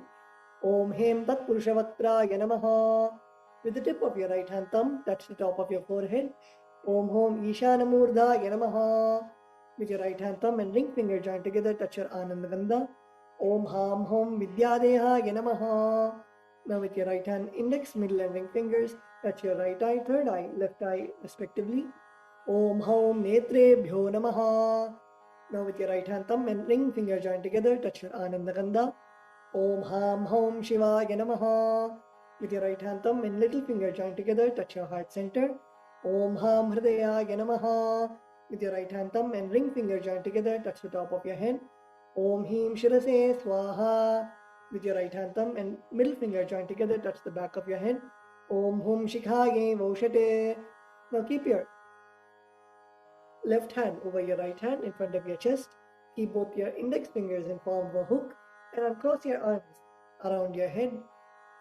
Om Haim Kavachaya Hum. Now strike your right thumb onto your left palm and your left thumb onto your right palm. Om Hastraya Pade. Now with your right hand index finger and middle finger, strike your left palm thrice. Om Hastraya Hum Pade. Now using your right hand index finger and thumb, snap in all the 10 directions around you, starting from the east in all the 8 directions, down and up. Om Hastraya Pade.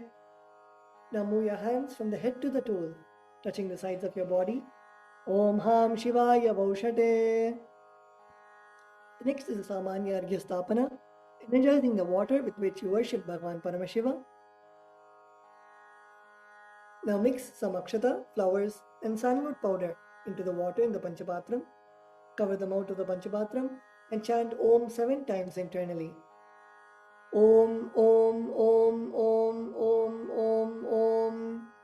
Now snap your index finger and thumb in all the 10 directions around the Panchapatram. Om Hastraya Pade. Now keeping your right hand in the Avakuntana Mudra, rotate your right hand. Rotate your index finger around the Panchapatram clockwise. Om Haim Kavachaya Hum. Now show the Dhenu Mudra. As you can see the Acharya on the screen, perform the Dhenu Mudra.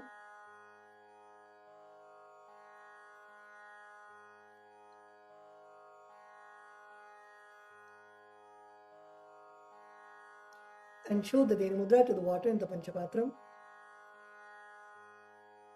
Om Ham Shivaya Bhushate.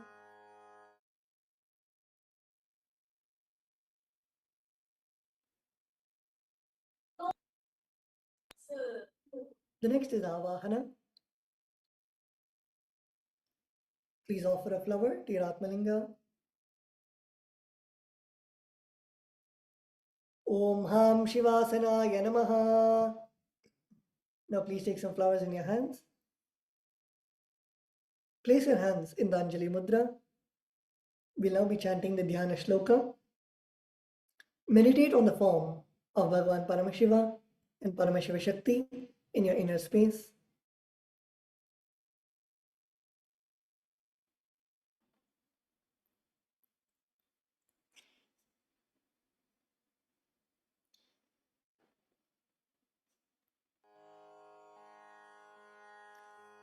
ललाटे त्रिपुण्ड्रे नितिलकृतकस्तूरी तिलकः स्फुरन्मालाधार स्फुरितकटिकौपीनवसनः दधानो दुस्तारं शिरसि फणिराजं शशिकलां प्रदीपः सर्वेषाम् अरुणगिरियोगी विजयते इन्धुनि पपञ्चमुखहस्तदशयुक्तं शूलमृगटङ्कमसि वज्रमभयं स्यात् पाशवरदाङ्कुशमनिज्ज्वलनवामे श्वेतकमलासन सदाशिवस्वरूपम्.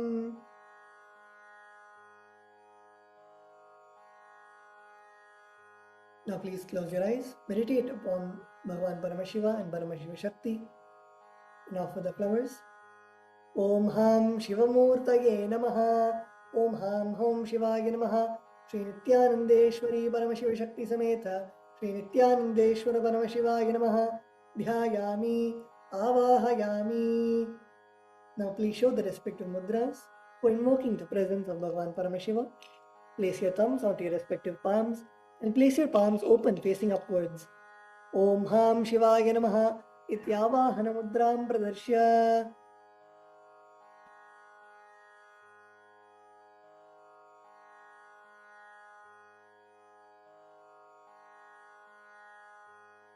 Now turn your palms facing downwards. Sthapana. Now bring your hands into fists parallel to each other with your thumbs upwards. Sannidhana. Now place your thumbs inside of your fists. Nishthura Mudram Pradarshya. Now interlace your fingers inwards and clasp your hands, keeping your thumbs out. Astraya humphat iti kalakanthi mudram pradarshya. Now hold your left thumb with your right hand and cover your right hand with your left hand. Om Ham Shivaya Namaha iti linga mudram. Now bring your hands in Namaskara Mudra. Namaskara Mudram. Now rotate your right hand index finger around your Atmalinga. Om Haim Kavachaya Hum iti avakunthana mudram pradarshya. Now please, the first is the offering of Vasanam. Now please take the Akshata in your hands and offer it to Bhagavan Paramashiva along with the mantra. Om Ham Hom Shivaya Namaha Shri Nityanandeshwari Paramashiva Shakti Sameta Shri Nityanandeshwara Paramashivaya Namaha Asanam Samarpayami. Now please take an udhrani of water and show to Bhagavan Paramashiva's feet and offer it in the Padya Patram, the small cup. Om Ham Shivaya Namaha. Now please take a udhrani of water and show to Bhagavan Paramashiva's mouth and offer it in the Achamana Patram. Om Ham Shivaya Swadha. Now please take a udhrani of water and show to Bhagavan Paramashiva's crown and offer it in the Arghya Patram. Om Ham Shivaya Swaha. Shri Nityanandeshwari Paramashiva Shakti Sameta Shri Nityanandeshwara Paramashivaya Namaha Adhyachamanargyam Dattva. The next offering is Snaniyam, the offering of the sacred bath. Now please take the water and offer it on to Bhagavan Paramashiva along with the mantra, and please ring the bell as you do so. Om Ham Hom Shivaya Namaha Shri Nityanandeshwari Paramashiva Shakti Sameta Shri Nityanandeshwara Paramashivaya Namaha Snanam Samarpayami. Now please take an udhrani of water, show to Bhagavan Paramashiva's mouth and offer it in the Achamana Patram. Om Ham Shivaya Swadha Snananantaram Achamaniyam Samarpayami. The next offering is Vastram, the offering of the fresh clothes to Bhagavan Paramashiva and Paramashiva Shakti. Now please take some Akshata and offer it to Bhagavan Paramashiva along with the mantra. Om Ham Hom Shivaya Namaha Shri Nityanandeshwari Paramashiva Shakti Sameta Shri Nityanandeshwara Paramashivaya Namaha Vastre Yajnopavita Uttariyabharanatam Akshatan Samarpayami. The next offering is Gandha, the offering of sandalwood paste. Now please take the sandalwood paste in your right hand ring finger and offer it onto Bhagavan Paramashiva and offer the kumkum on top of the sandalwood paste at the end of the mantra. Om Ham Hom Shivaya Namaha Shri Nityanandeshwari Paramashiva Shakti Sameta Shri Nityanandeshwara Paramashivaya Namaha Gandhan Dharayami Gandhasya Upari Hridra Kumkumam Samarpayami.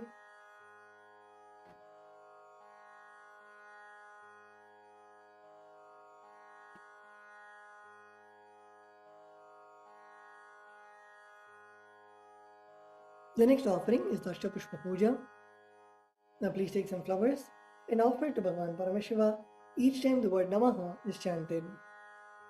Om Bhavaya Devaya Namaha Om Bhavasya Devasya Patne Namaha Om Sharvaya Devaya Namaha Om Sharvasya Devasya Patne Namaha Om Ishanaya Devaya Namaha Om Ishanasya Devasya Patne Namaha Om Ashupate Devaya Namaha Om Ashupate Devasya Patne Namaha Om Ugraya Devaya Namaha Om Ugrasya Devasya Patne Namaha Om Rudraya Devaya Namaha Om Rudrasya Devasya Patne Namaha Om Bhimaya Devaya Namaha Om Bhimasya Devasya Patne Namaha Om Hate Devaya Namaha Om Hato Devasya Patne Namaha Om Ham Hom Shivaya Namaha Shri Nityanandeshwari Paramashiva Shakti Sameta Shri Nityanandeshwara Paramashivaya Namaha Ashtapushpa Pujam Samarpayami. The next is the offering of Bilvavatram, the offering of the Bilva leaf. Now please take the Bilva leaf, smeared with sandalwood paste in your hands, and offer it to Bhagavan Paramashiva along with the mantra. Om Ham Hom Shivaya Namaha Shri Nityanandeshwari Paramashiva Shakti Sameta Shri Nityanandeshwara Paramashivaya Namaha Bilvavatram Samarpayami. The next is the offering of Dhupa, the offering of the lit incense. Let us now energize the puja items. Now please sprinkle some water on the bell. Om Hastraya Namaha. Now please sprinkle some water on the incense stick stand. Om Hastraya Pate. Now please offer a flower on the incense stick stand. Om Ham Hridayaya Namaha. Now please take the lit incense in your hands and slowly wave it towards Bhagavan Paramashiva along with the mantra. And please ring the bell as you do so. Dhupaha Om Dhurasi Dhurvadhurantam Dhurvatayosman Dhuraditam Dhurvayam Vayam Dhurvavastam Devanam Asisastidamam Bapritamam Jushtatamam Manhitamam Devahutamam Hritamasir Havirdanam Drigam Swamahwa Mitrasatva Chakshusha Prekshema Samvikta Matvayikam Shisham Om Ham Hom Shivaya Namaha Shri Nityanandeshwari Paramashiva Shakti Sameta Shri Nityanandeshwara Paramashivaya Namaha Dhupamagrapayami. Now please take an udrani of water and show it to Bhagavan Paramashiva's mouth and offer it in the Achamana Patram. Om Ham Shivaya Swadha.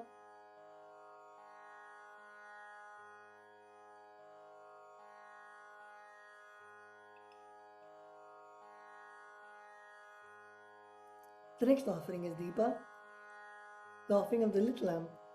Now please sprinkle some water on the Deepa. Om Hastra Yapade. Now please offer a flower on the Deepa. Om Ham Hridayaya Namaha.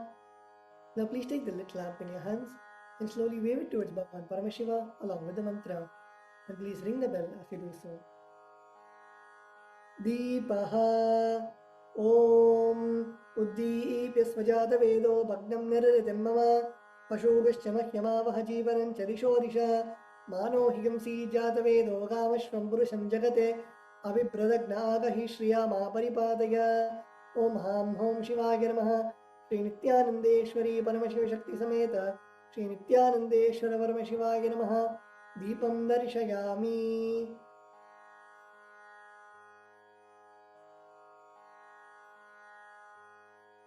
Now please take an udrani of water and show to Bhagavan Paramashiva's mouth and offer it in the Achamana Patram. Om Ham Shivaya Swadha. The next offering is Naivedyam, the offering of food to Bhagavan Paramashiva and Paramashiva Shakti. Now please sprinkle some water on the Naivedyam. Om Hastra Yapate. Now please offer a flower on the Naivedyam. Om Ham Hridayaya Namaha.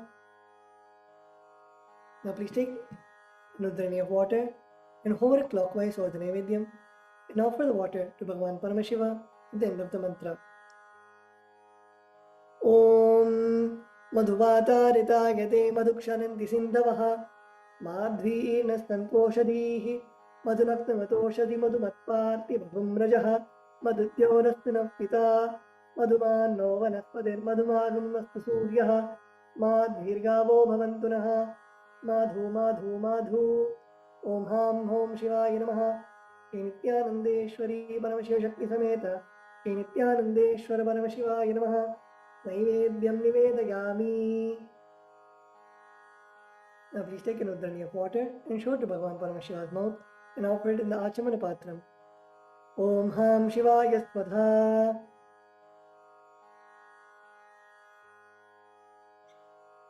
The next offering is Tambulam, the offering of betel leaves. Now please take some akshata in your hands and offer it to Bhagavan Paramashiva along with the mantra.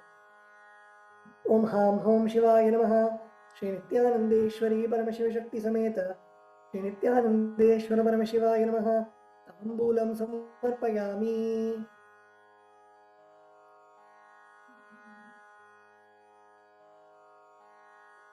The next offering is Aratrikam, the offering of Arati to Bhagavan Paramashiva and Paramashiva Shakti.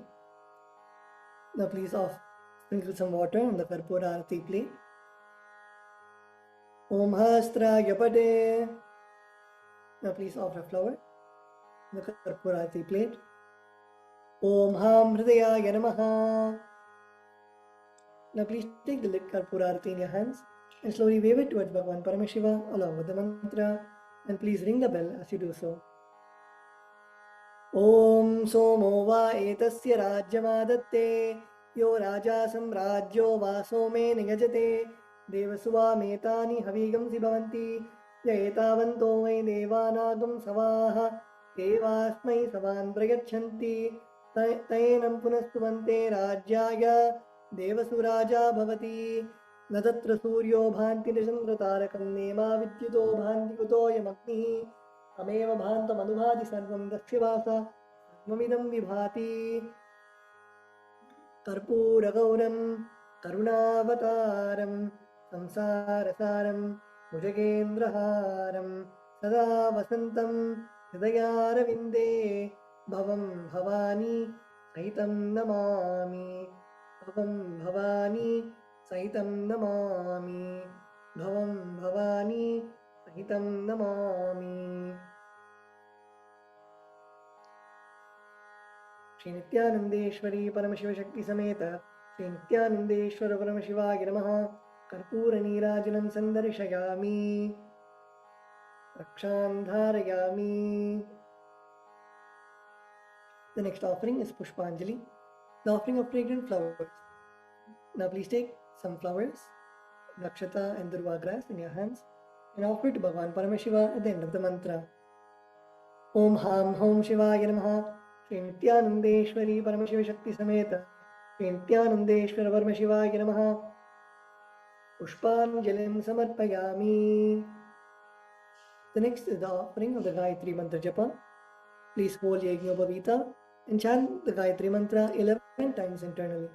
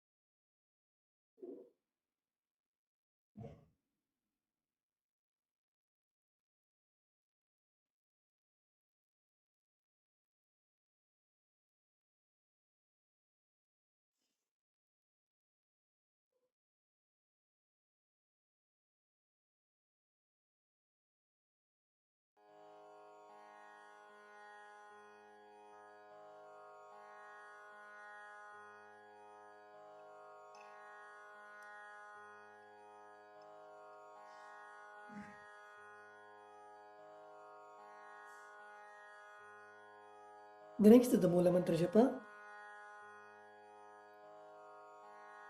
Please close your eyes and chant the Shiva Mula Mantra 11 times internally.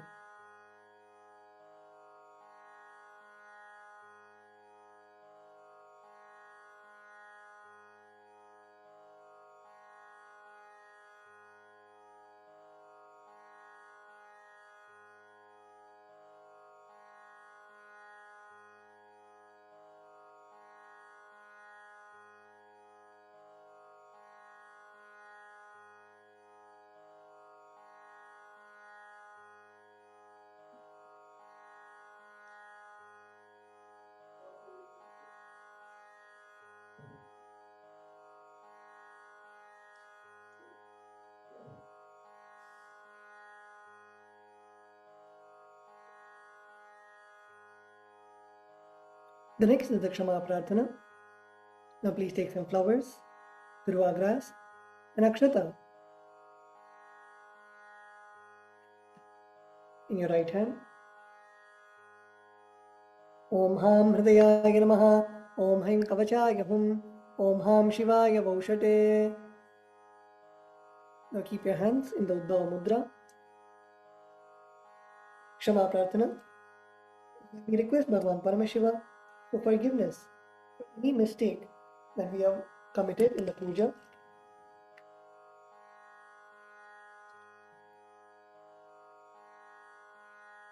Pour some water in your hands and let the water flow to the left side of Bhagavan Paramashiva through your index finger at the end of the mantra. Om yatkinchit karma devesha sada sukrita dushkritam tanme shobhadasthasya bhungshak shapaya shankara shivo data shivo bhokta shivas sarvamidam jagate shivo yadati sarvatra yashiva sohamevatu. Om Ham Hom Shivaya Namaha. The next is the offering of Tattvachamanam, the ritualistic cleansing of the mouth. Now keeping your right hand in the Pokarana Mudra, pour an udhrani of water into your right palm and sip the water from the base of your right palm. Om Atmadattvam Shodhayami Svadha. Om Vidyadattvam Shodhayami Svadha. Om Shivatattvam Shodhayami Svadha. Now with the base of your right hand thumb, wipe your lips twice from the right to the left. Om Ham Hridayaya Namaha. Wash your hands. With the tips of your right hand, index, middle and ring fingers touch above the upper lip and below the lower lip. Wash your hands. With the tips of your right hand, index finger and thumb joined together, touch your right nostril and the left nostril. With the tips of your right ring finger and thumb joined together, touch your right eye, right ear and left ear. Wash your hands. With the tips of your little finger and thumb joined together, touch your navel center, right chest and left chest. With all 5 fingers joined together, touch the top of your head, right shoulder, left shoulder and the heart center. Wash your hands with a mudhrani of water. Let us all now offer our gratitude to Bhagavan Paramashiva and end the puja with the Purna Mantra. Om Purnamadav Purnamidam Purnat Purnamudachyate Purnasya Purnamataya Purnameva Vashishyate. Om Shanti Shanti Shanti Hari Om Tat Sat Sarvam Bhagavat Shri Nityananda Paramashiva Padukarpanamastu. Om Nityanandam. Please bow down to Bhagavan Paramashiva and Swamiji.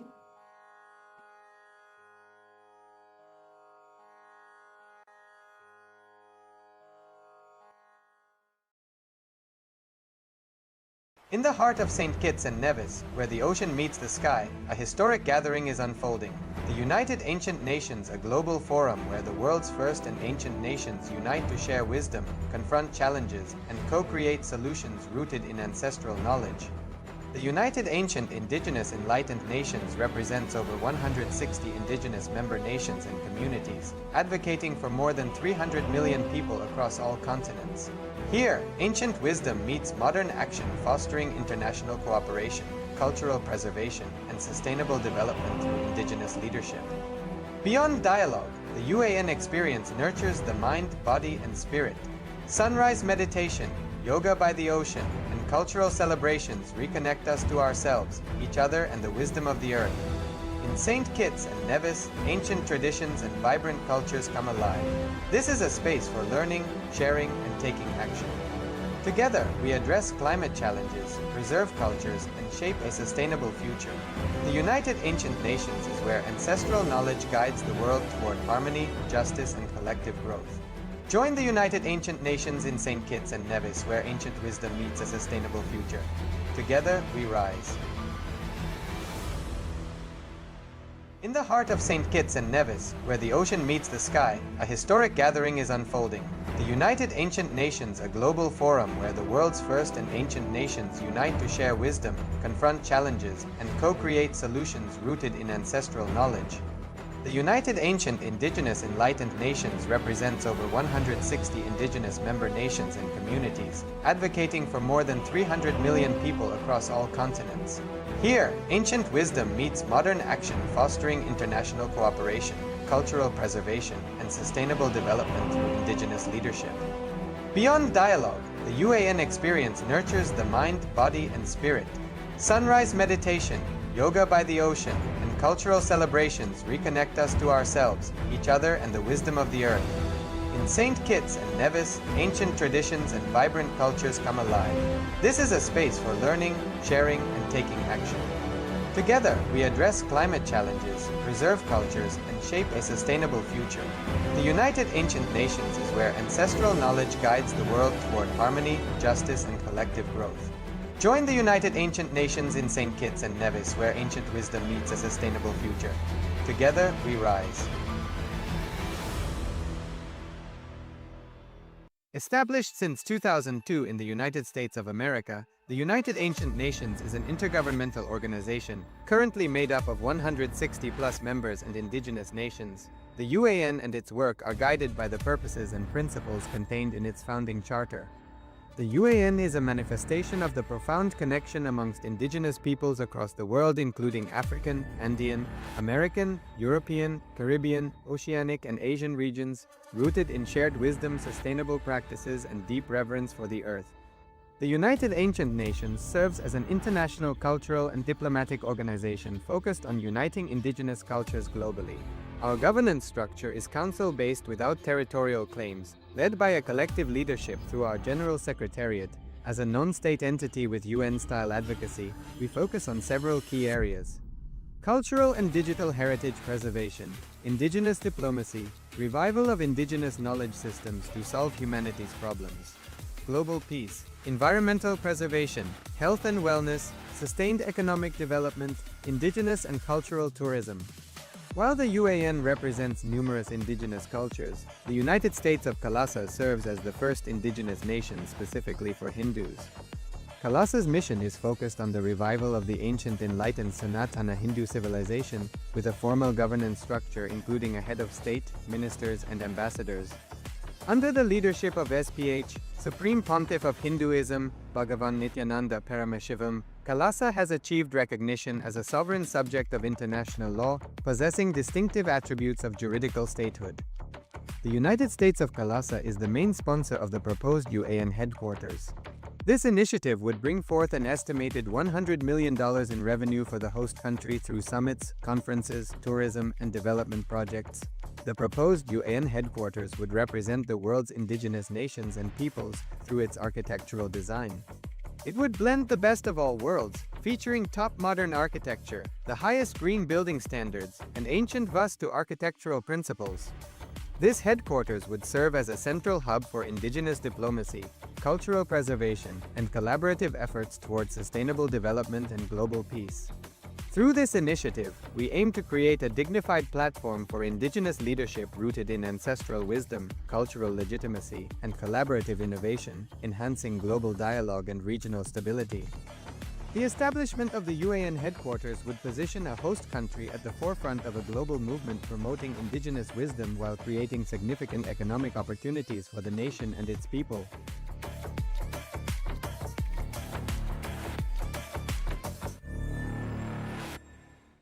In the heart of St. Kitts and Nevis, where the ocean meets the sky, a historic gathering is unfolding. The United Ancient Nations, a global forum where the world's first and ancient nations unite to share wisdom, confront challenges, and co-create solutions rooted in ancestral knowledge. The United Ancient Indigenous Enlightened Nations represents over 160 indigenous member nations and communities, advocating for more than 300 million people across all continents. Here, ancient wisdom meets modern action, fostering international cooperation, cultural preservation, and sustainable development through indigenous leadership. Beyond dialogue, the UAN experience nurtures the mind, body, and spirit. Sunrise meditation, yoga by the ocean, and cultural celebrations reconnect us to ourselves, each other, and the wisdom of the earth. In St. Kitts and Nevis, ancient traditions and vibrant cultures come alive. This is a space for learning, sharing, and taking action. Together, we address climate challenges, preserve cultures, and shape a sustainable future. The United Ancient Nations is where ancestral knowledge guides the world toward harmony, justice, and collective growth. Join the United Ancient Nations in St. Kitts and Nevis, where ancient wisdom meets a sustainable future. Together, we rise. Established since 2002 in the United States of America, The United Ancient Nations is an intergovernmental organization, currently made up of 160 plus members and indigenous nations. The UAN and its work are guided by the purposes and principles contained in its founding charter.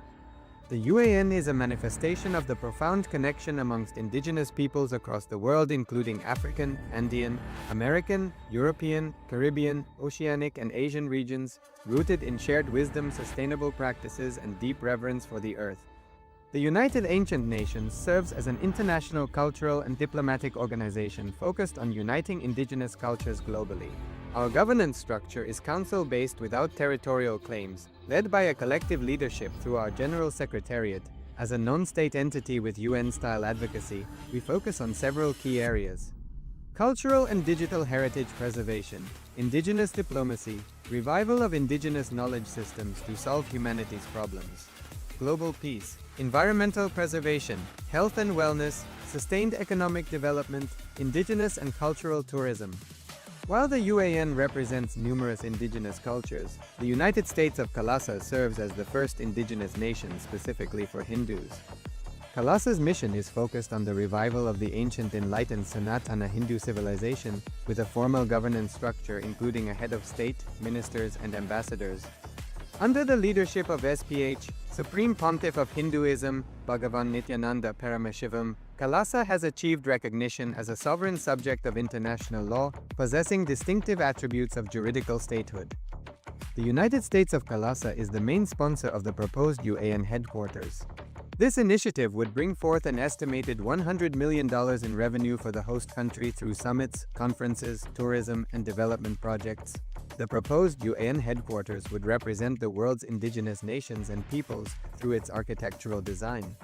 It would blend the best of all worlds, featuring top modern architecture, the highest green building standards, and ancient Vastu architectural principles. This headquarters would serve as a central hub for indigenous diplomacy, cultural preservation, and collaborative efforts towards sustainable development and global peace. Through this initiative, we aim to create a dignified platform for indigenous leadership rooted in ancestral wisdom, cultural legitimacy, and collaborative innovation, enhancing global dialogue and regional stability. The establishment of the UAN headquarters would position a host country at the forefront of a global movement promoting indigenous wisdom while creating significant economic opportunities for the nation and its people.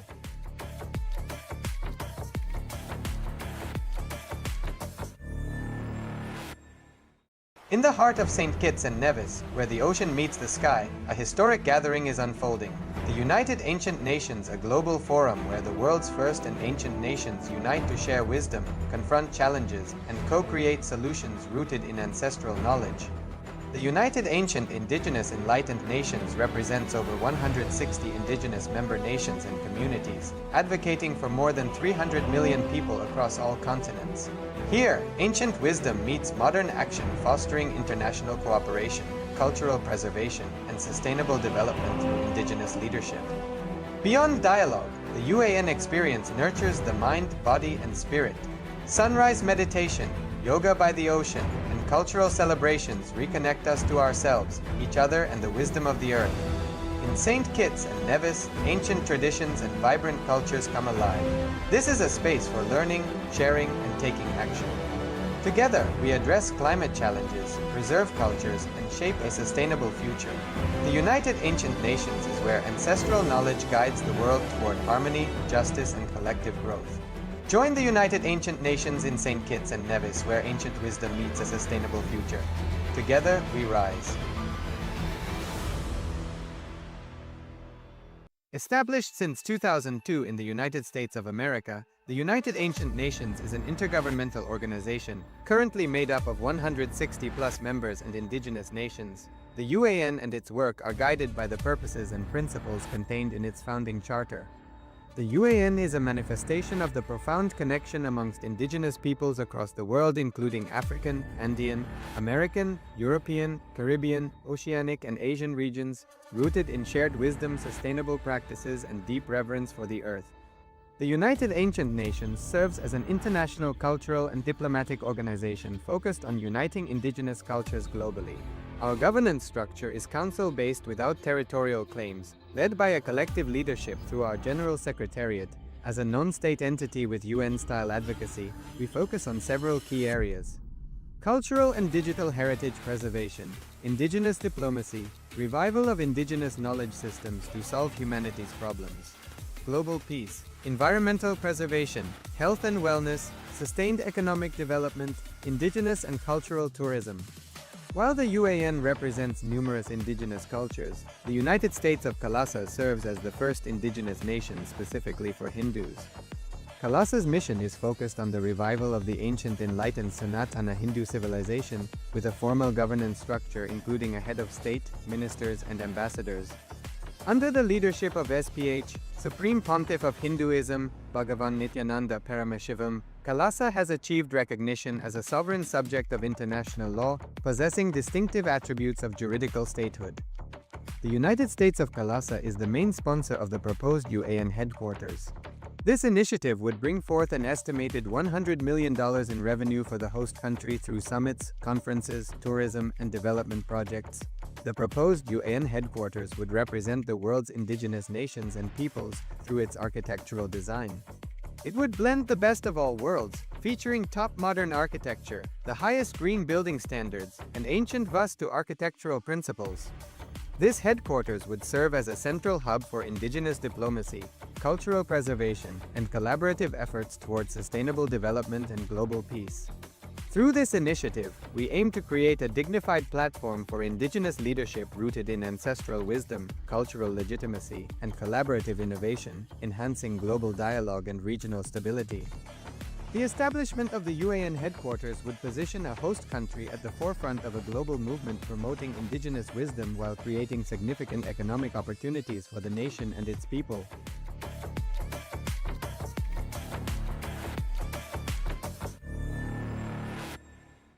In the heart of St. Kitts and Nevis, where the ocean meets the sky, a historic gathering is unfolding. The United Ancient Nations, a global forum where the world's first and ancient nations unite to share wisdom, confront challenges, and co-create solutions rooted in ancestral knowledge. The United Ancient Indigenous Enlightened Nations represents over 160 indigenous member nations and communities, advocating for more than 300 million people across all continents. Here, ancient wisdom meets modern action, fostering international cooperation, cultural preservation, and sustainable development through indigenous leadership. Beyond dialogue, the UAN experience nurtures the mind, body, and spirit. Sunrise meditation, yoga by the ocean, and cultural celebrations reconnect us to ourselves, each other, and the wisdom of the earth. In St. Kitts and Nevis, ancient traditions and vibrant cultures come alive. This is a space for learning, sharing, and taking action. Together, we address climate challenges, preserve cultures, and shape a sustainable future. The United Ancient Nations is where ancestral knowledge guides the world toward harmony, justice, and collective growth. Join the United Ancient Nations in St. Kitts and Nevis, where ancient wisdom meets a sustainable future. Together, we rise. Established since 2002 in the United States of America, the United Ancient Nations is an intergovernmental organization, currently made up of 160+ members and indigenous nations. The UAN and its work are guided by the purposes and principles contained in its founding charter. The UAN is a manifestation of the profound connection amongst indigenous peoples across the world, including African, Andean, American, European, Caribbean, Oceanic, and Asian regions, rooted in shared wisdom, sustainable practices, and deep reverence for the earth. The United Ancient Nations serves as an international cultural and diplomatic organization focused on uniting indigenous cultures globally. Our governance structure is council-based without territorial claims, led by a collective leadership through our General Secretariat. As a non-state entity with UN-style advocacy, we focus on several key areas: cultural and digital heritage preservation, indigenous diplomacy, revival of indigenous knowledge systems to solve humanity's problems, global peace, environmental preservation, health and wellness, sustained economic development, indigenous and cultural tourism. While the UAN represents numerous indigenous cultures, the United States of KAILASA serves as the first indigenous nation specifically for Hindus. KAILASA's mission is focused on the revival of the ancient enlightened Sanatana Hindu civilization with a formal governance structure including a head of state, ministers, and ambassadors. Under the leadership of SPH, Supreme Pontiff of Hinduism, Bhagavan Nityananda Paramashivoham, KAILASA has achieved recognition as a sovereign subject of international law, possessing distinctive attributes of juridical statehood. The United States of KAILASA is the main sponsor of the proposed UAN headquarters. This initiative would bring forth an estimated $100 million in revenue for the host country through summits, conferences, tourism, and development projects. The proposed UAN headquarters would represent the world's indigenous nations and peoples through its architectural design. It would blend the best of all worlds, featuring top modern architecture, the highest green building standards, and ancient Vastu architectural principles. This headquarters would serve as a central hub for indigenous diplomacy, cultural preservation, and collaborative efforts towards sustainable development and global peace. Through this initiative, we aim to create a dignified platform for indigenous leadership rooted in ancestral wisdom, cultural legitimacy, and collaborative innovation, enhancing global dialogue and regional stability. The establishment of the UAN headquarters would position a host country at the forefront of a global movement promoting indigenous wisdom while creating significant economic opportunities for the nation and its people.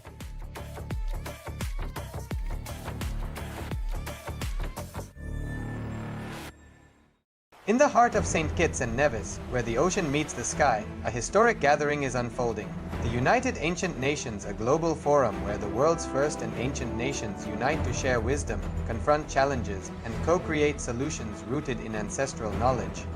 The United Ancient Indigenous Enlightened Nations represents over 160 indigenous member nations and communities, advocating for more than 300 million people across all continents. Here, ancient wisdom meets modern action, fostering international cooperation, cultural preservation, and sustainable development through indigenous leadership. Beyond dialogue, the UAN experience nurtures the mind, body, and spirit. Sunrise meditation, yoga by the ocean, and cultural celebrations reconnect us to ourselves, each other, and the wisdom of the earth. In St. Kitts and Nevis, ancient traditions and vibrant cultures come alive. This is a space for learning, sharing, and taking action. Together, we address climate challenges, preserve cultures, and shape a sustainable future. The United Ancient Nations is where ancestral knowledge guides the world toward harmony, justice, and collective growth. Join the United Ancient Nations in St. Kitts and Nevis, where ancient wisdom meets a sustainable future. Together, we rise. Established since 2002 in the United States of America, the United Ancient Nations is an intergovernmental organization currently made up of 160+ members and indigenous nations. The UAN and its work are guided by the purposes and principles contained in its founding charter. The UAN is a manifestation of the profound connection amongst indigenous peoples across the world, including African, Andean, American, European, Caribbean, Oceanic, and Asian regions, rooted in shared wisdom, sustainable practices, and deep reverence for the earth. The United Ancient Nations serves as an international cultural and diplomatic organization focused on uniting indigenous cultures globally. Our governance structure is council-based without territorial claims, led by a collective leadership through our General Secretariat. As a non-state entity with UN-style advocacy, we focus on several key areas: cultural and digital heritage preservation, indigenous diplomacy, revival of indigenous knowledge systems to solve humanity's problems, global peace, environmental preservation, health and wellness, sustained economic development, indigenous and cultural tourism. While the UAN represents numerous indigenous cultures, the United States of KAILASA serves as the first indigenous nation specifically for Hindus. KAILASA's mission is focused on the revival of the ancient enlightened Sanatana Hindu civilization with a formal governance structure including a head of state, ministers, and ambassadors. Under the leadership of SPH, Supreme Pontiff of Hinduism, Bhagavan Nityananda Paramashivoham, KAILASA has achieved recognition as a sovereign subject of international law, possessing distinctive attributes of juridical statehood. The United States of KAILASA is the main sponsor of the proposed UAN headquarters. This initiative would bring forth an estimated $100 million in revenue for the host country through summits, conferences, tourism, and development projects. The proposed UAN headquarters would represent the world's indigenous nations and peoples through its architectural design. It would blend the best of all worlds, featuring top modern architecture, the highest green building standards, and ancient Vastu architectural principles. This headquarters would serve as a central hub for indigenous diplomacy, cultural preservation, and collaborative efforts towards sustainable development and global peace. Through this initiative, we aim to create a dignified platform for indigenous leadership rooted in ancestral wisdom, cultural legitimacy, and collaborative innovation, enhancing global dialogue and regional stability. The establishment of the UAN headquarters would position a host country at the forefront of a global movement promoting indigenous wisdom while creating significant economic opportunities for the nation and its people.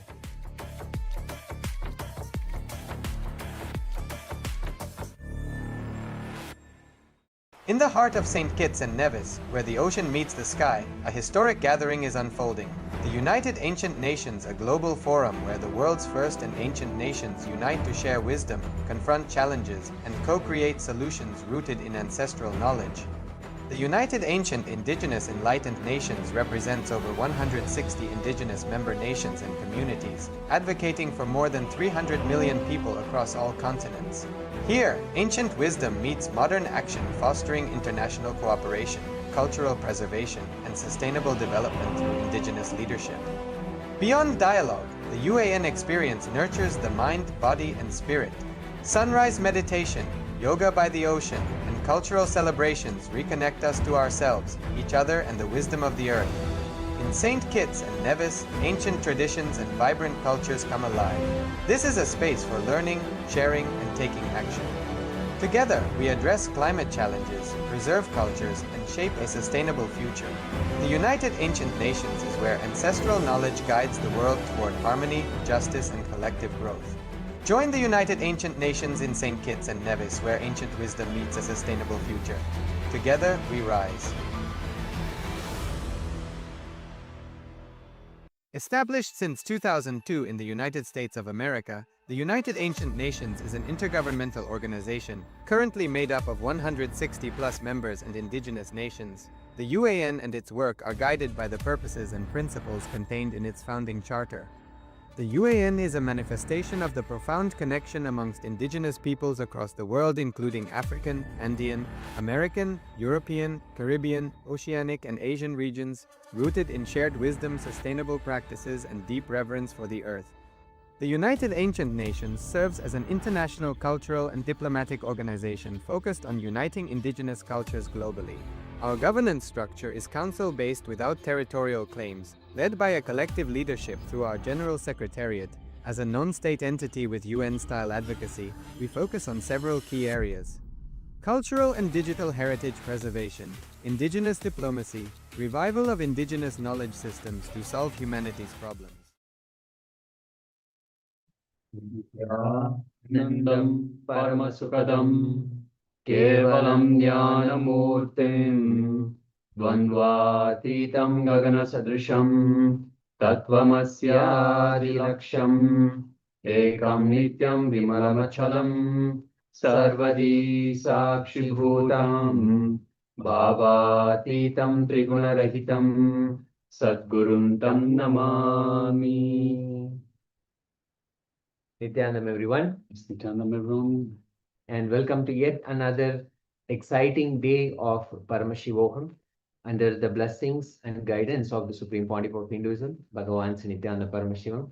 The ultimate manifestation of Paramashiva will be going through deep revelations, cosmic truths, and also the blessings and the initiations from the Supreme Pontiff of Hinduism.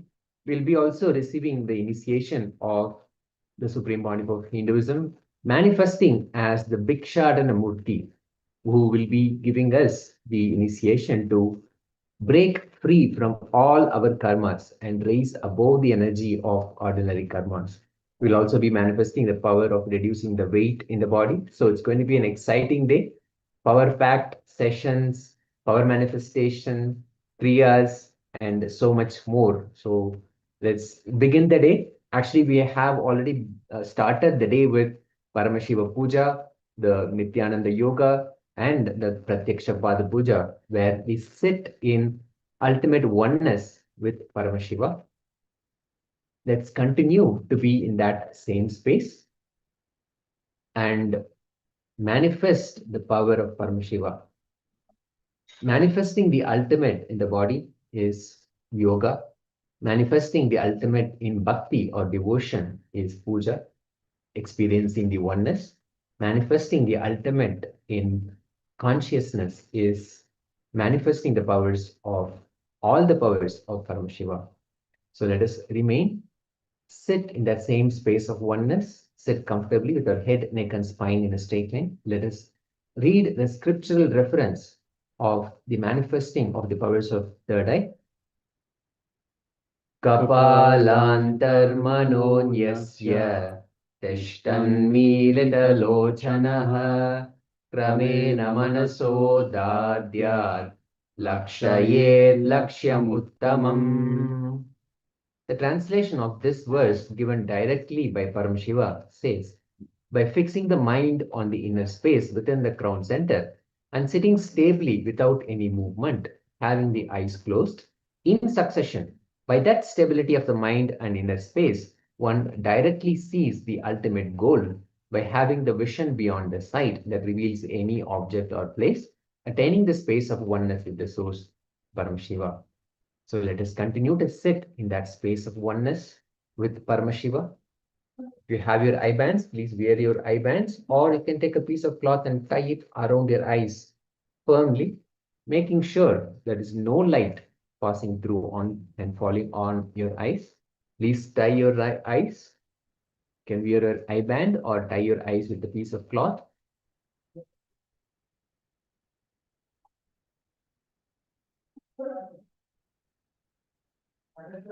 Sit comfortably with your head, neck, and spine in a straight line.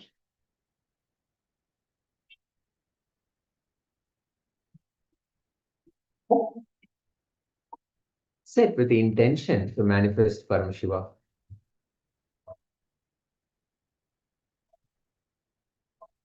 Sit with the intention to manifest the power of third eye.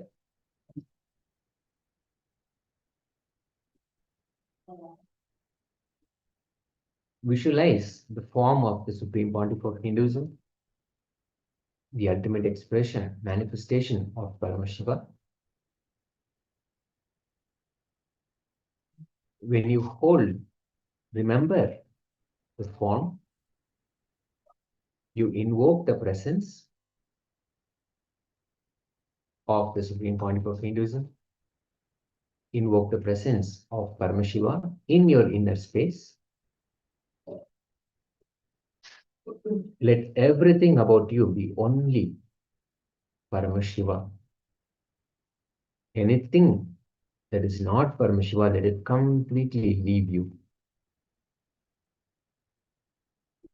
Let us chant the Mahavakya given by the Supreme Pontiff of Hinduism, which brings us again and again to that space of oneness.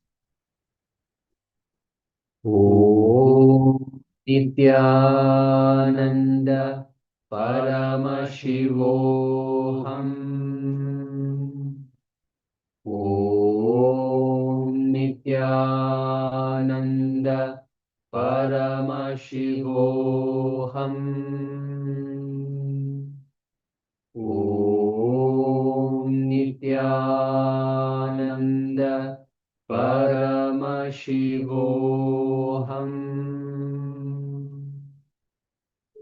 Chant intensely, again and again, coming back to that space of oneness with Paramashiva. Hold the intention to manifest the power of third eye. May Paramashiva manifest through all of us. The image is being projected now. Let us start. Paramashivoham.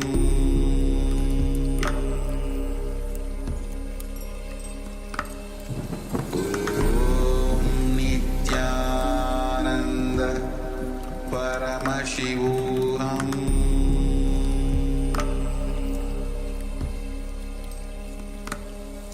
Om Nityananda Paramashivoham.